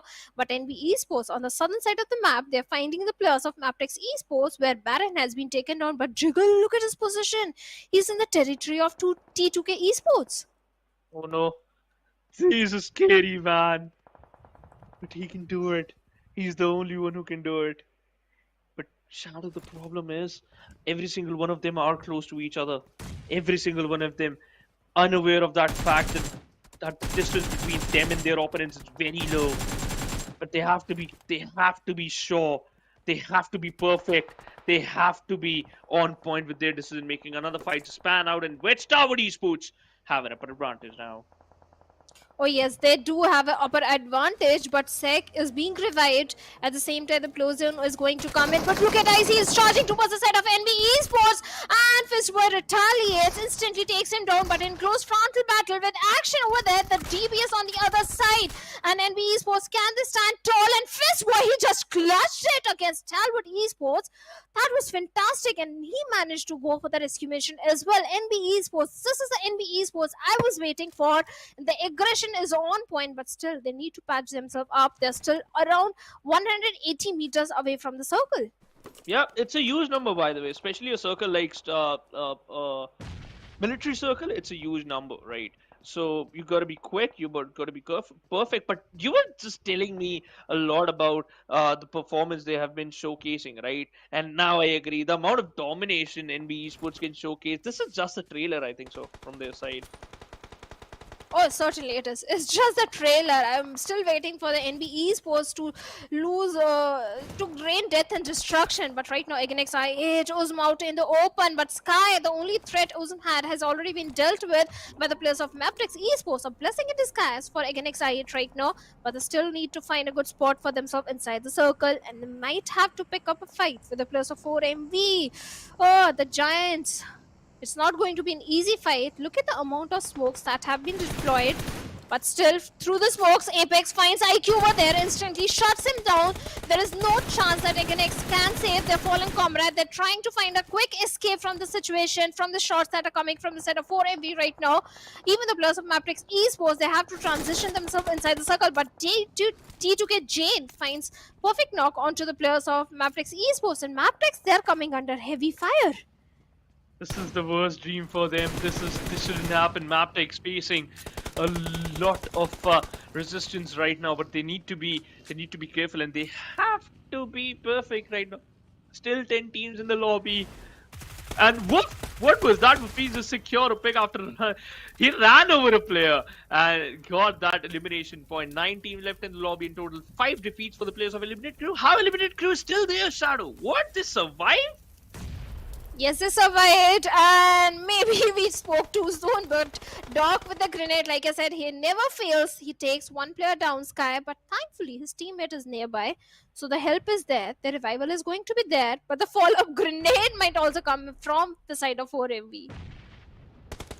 This is a really good battle. This is where things are looking good. Look at that. 9 teams still close to each other. The amount of utilities the teams are utilizing is just perfect. But still, they are very close to each other. But yet so far, an opening being secured by the players of Stalwart Esports, trying to pin down the players of Quantum Rage. Although it was DRS, apologies for that. DRS instantly secured a pick. Now it all comes down to only one player of Quantum Rage. And for how long he can survive, that's going to be the question. The circle is also closing in, and this will decide the future for the teams who are playing on the edge. Oh yes, majority of the teams are in the periphery of the circle. Only DRS, they are somewhere on the center position. They are having a good spot, but for MV, Doc, the amount of information he can gather from that height advantage is tremendous, especially onto the players of Illuminate Crew and DRS. But at the same time, he has to make sure he doesn't give glimpse to the enemy, because if a knock comes onto Doc, the revival chances are very slim. And he realized that, so he's going to regroup with his teammates. And the circle has taken a shift. The rotations will be coming in. NB Esports, they have the entire Eastern control, Shivansh. Yeah, and also they can utilize those small ridges and mountains they have. So I think so it's going to be NB Esports, maybe the players of MABETEX who can just get a chicken dinner. But the only problem is the rotation. How they are going to manage to just cut off the rotation. Eliminate Crew, they are facing the players of very good AMV and 4MV, by the way. They got an advantage. Eliminate Crew, it's a 2v2 situation in which they might lose the fight. But no, a beautiful drop shot, but a good cover fire from their teammates. Eliminate Crew eliminated on the 9th position and secure good amount of total elimination points. 7 elimination already in the hands of 4MV, but MABETEX and NB Esports, this is the battle of the grenades. Both these teams are contesting for this little mountain. The grenades are being flung over, but no connection whatsoever. There is a possibility of a third party as well, but refused. Like I said, third party comes in, and Baron has been taken down, and instant confirmation is there, leaving Kese all by himself in a close frontal battle with NB Esports. Fistboy looking for a potential low-ridge flank angle towards Kese over there. And MABETEX, Ben 10 already down. Valley is crawling his way, trying to give revive to his teammate. But Kese knows exactly where Fistboy is. This grenade can be so deadly. And Fistboy, well, can he survive? Yes, he survived. Yeah, he survived that. And it was a bit lucky though, but I can't say the same thing for the players of T2K. They aren't lucky. 2 of those goes down, and now T2K, they are surviving on a thin thread. This is not a good call for them. And still the fight for the Zrid is still on the other side. MABETEX. Oh no, that should be a beautiful spin. It certainly was, but a trade is required, and it was there. Meanwhile, T2K takes an exit, a good FPS shift. And now MABETEX, they are looking very good. Although it just all comes down to only one player. He's dropped down to only 30% of his HP. Yes, only 30 HP, but still the players of NB Esports. But Kese, grenade right on the face of Fistboy, takes him down. And Sek, what can he do in this situation? A follow-up grenade might come in from the back line. Even the players of TUF are there. NB Esports, they need to watch the 6.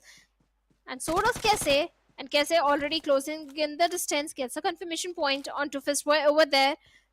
At the same time, 4MV, they have their own troubles because Doc has been taken down and Refuse is trying to make a smoke wall to go for the rescue mission. And looks like Kese has a vague idea about the position of Refuse.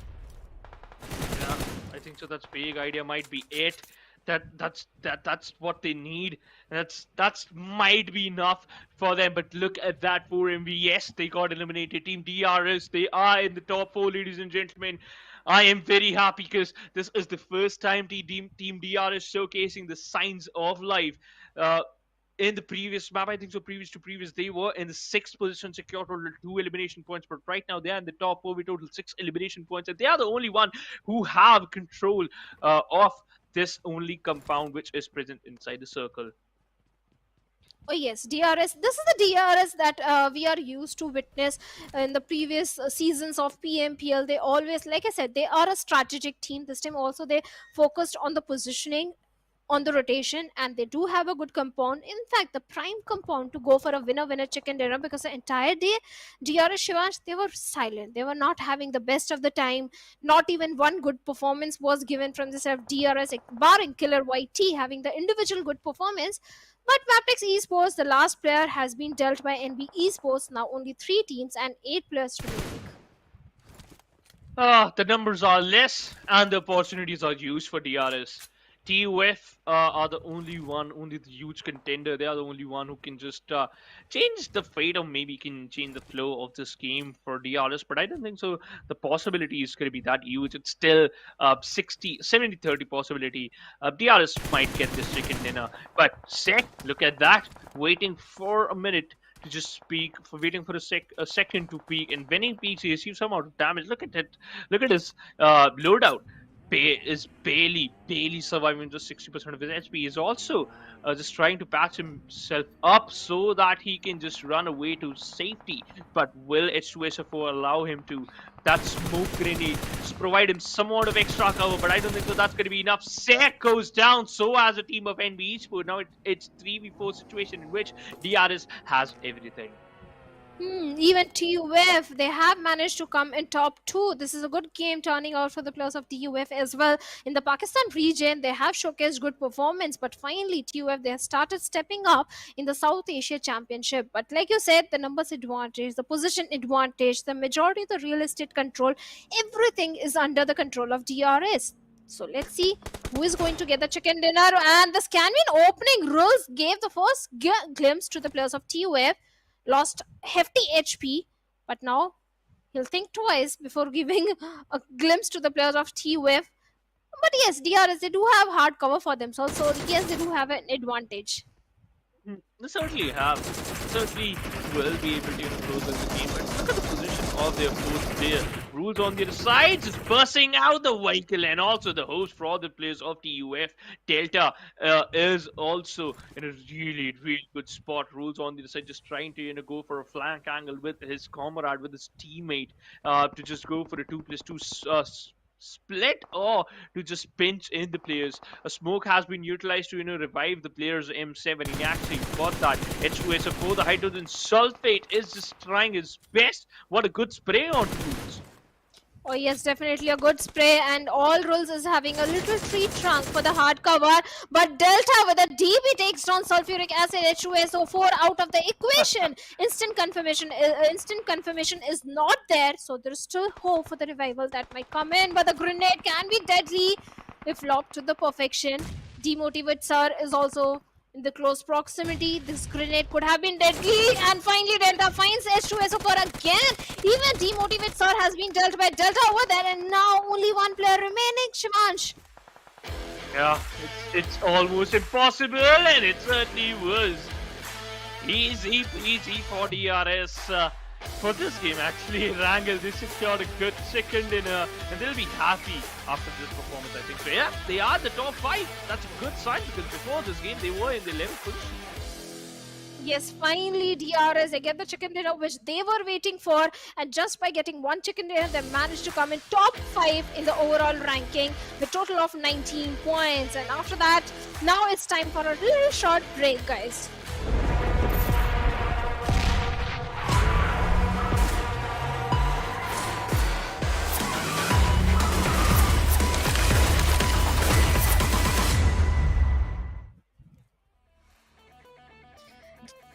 DRS Gaming, the real soldiers, finally showing what they are made of. They get the winner chicken dinner for themselves, and they're closing day number 1 on a very good note by being in top 5, Shivansh. Yep, finally in the top 5, and that's what I was looking for. But they still have a huge difference between them and the team who is on the top, and we all know that it's gonna be 4MV. But you know what? It's still a good sign. You showcase a good amount of performance, you secure a chicken dinner, and every single one of them were alive at the end, right? Although you just received a huge amount of damage, it was a good retaliation, good trades, but yeah, at the end it's DRS who got the final chicken dinner of the day, and it was on the map of Erangel. To be honest, this is just a start. You still need some more if you want to be on top. I thought DRS will start making a comeback story for themselves in the map of Sanhok, because that has been the strongest map. But it's better late than never. Finally, they are stepping up. They're getting those chicken dinner for themselves, and DRS definitely on day number 2. They'll be much more prepared. They'll have a very good start for themselves because, like I said, they are a strategic team. They know how to transition themselves inside the circle. At the same time, find the best spot for themselves. That has been done by DRS in the league plays as well. So yes, big hopes, high hopes from DRS. I'm very sure the fans are going to be happy, and the Nepali fans are going to be thrilled because Highvoltage DC is also having a fantastic run today. Yeah, I agree, because no matter the outcome, right, the courage to stand up and fight is what truly matters. Yeah.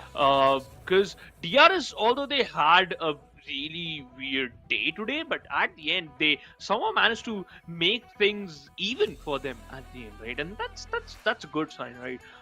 They should start preparing for tomorrow, and that's gonna be the same thing for the other teams too, because teams like IHC, oh my god, what a deadly day for them, Shadow. In this game, they were the first team who took an exit at the first position. So it seems like it's a roller coaster ride. This PMPL South Asia Championship, it certainly is a roller coaster ride for me, and I should, just condition myself for these type of surprises.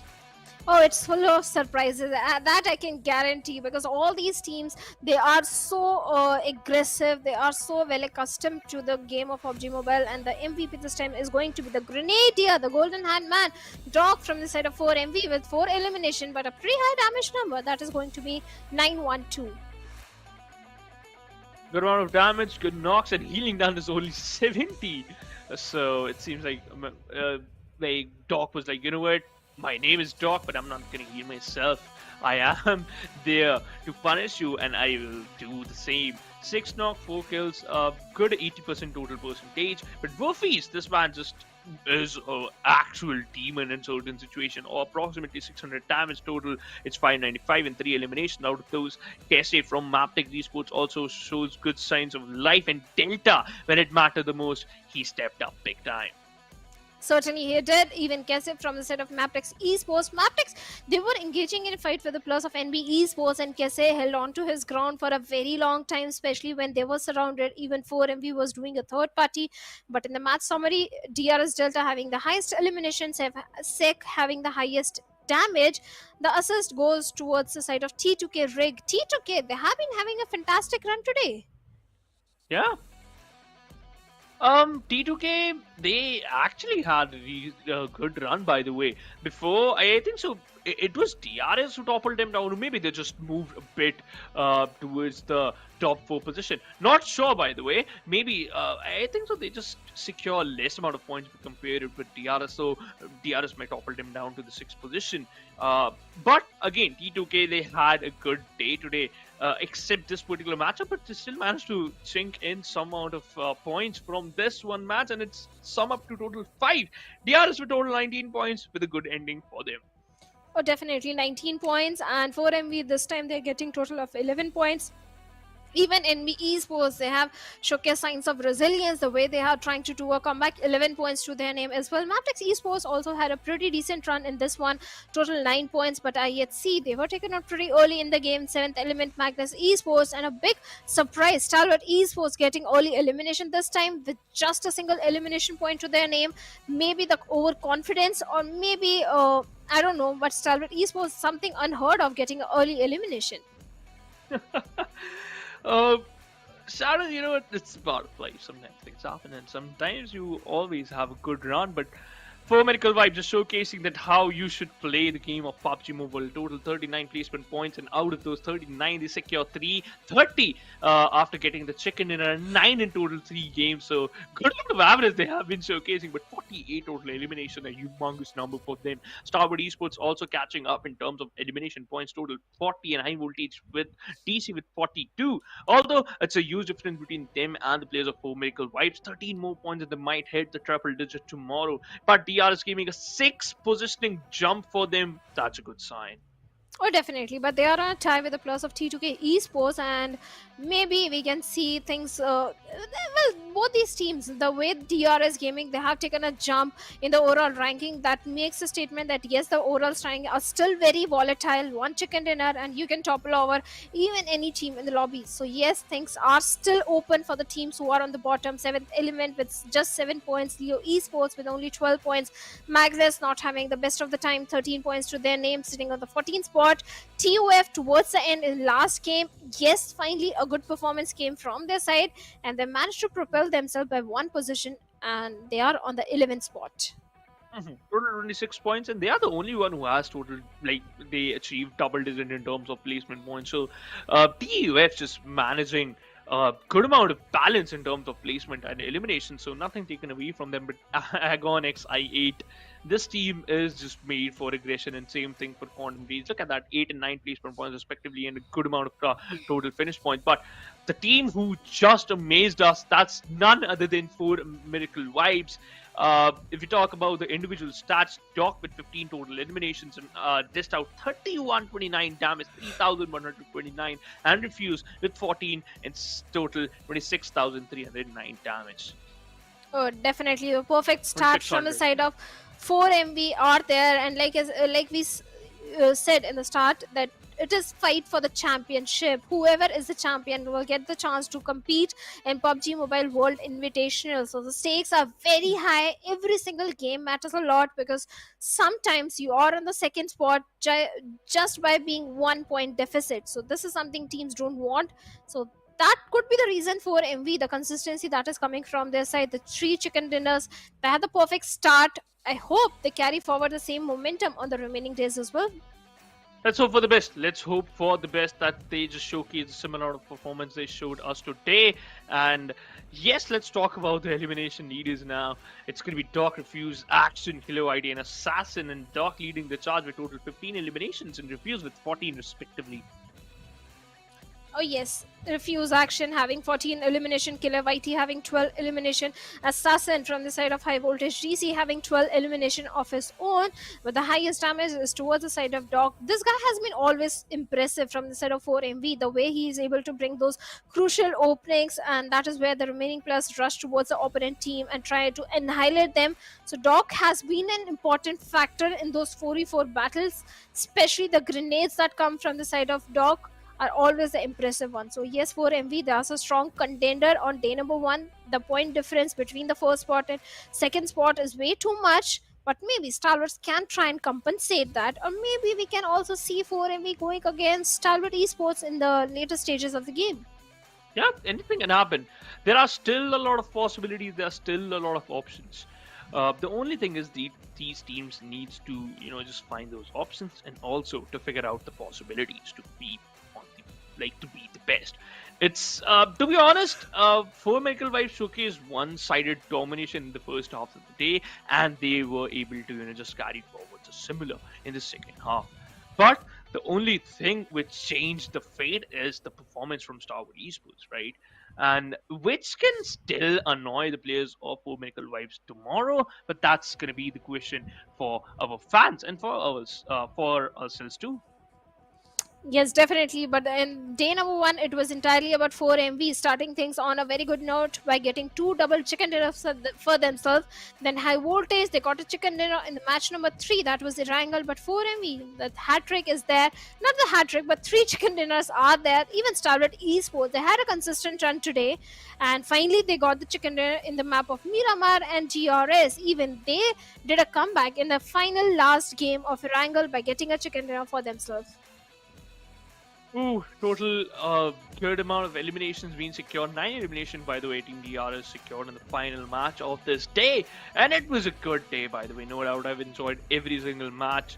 And I'm looking forward for tomorrow's similar type of domination from the side of the players of 4 NV. But MV, by the way, the important factor is how other teams just gonna catch up, because it's important, Shadow. You're gonna showcase your 100% because out of those 4 days, 25% of the day, 25% of the work has already been done. Now you have other 75% to work with. You have to carry forward the same momentum on day number 2, and day number 2 is not going to be so easy. It's going to be more unpredictable because opponent teams are also going to come much more prepared. They're going to have a read on to you. Maybe some team might try and cut off your rotation. This time there was no rivalry, there was no drop collisions happening, but maybe on day number 2 or day number 3 that might happen. So the teams need to be prepared. They need to have a plan B in case plan A fails.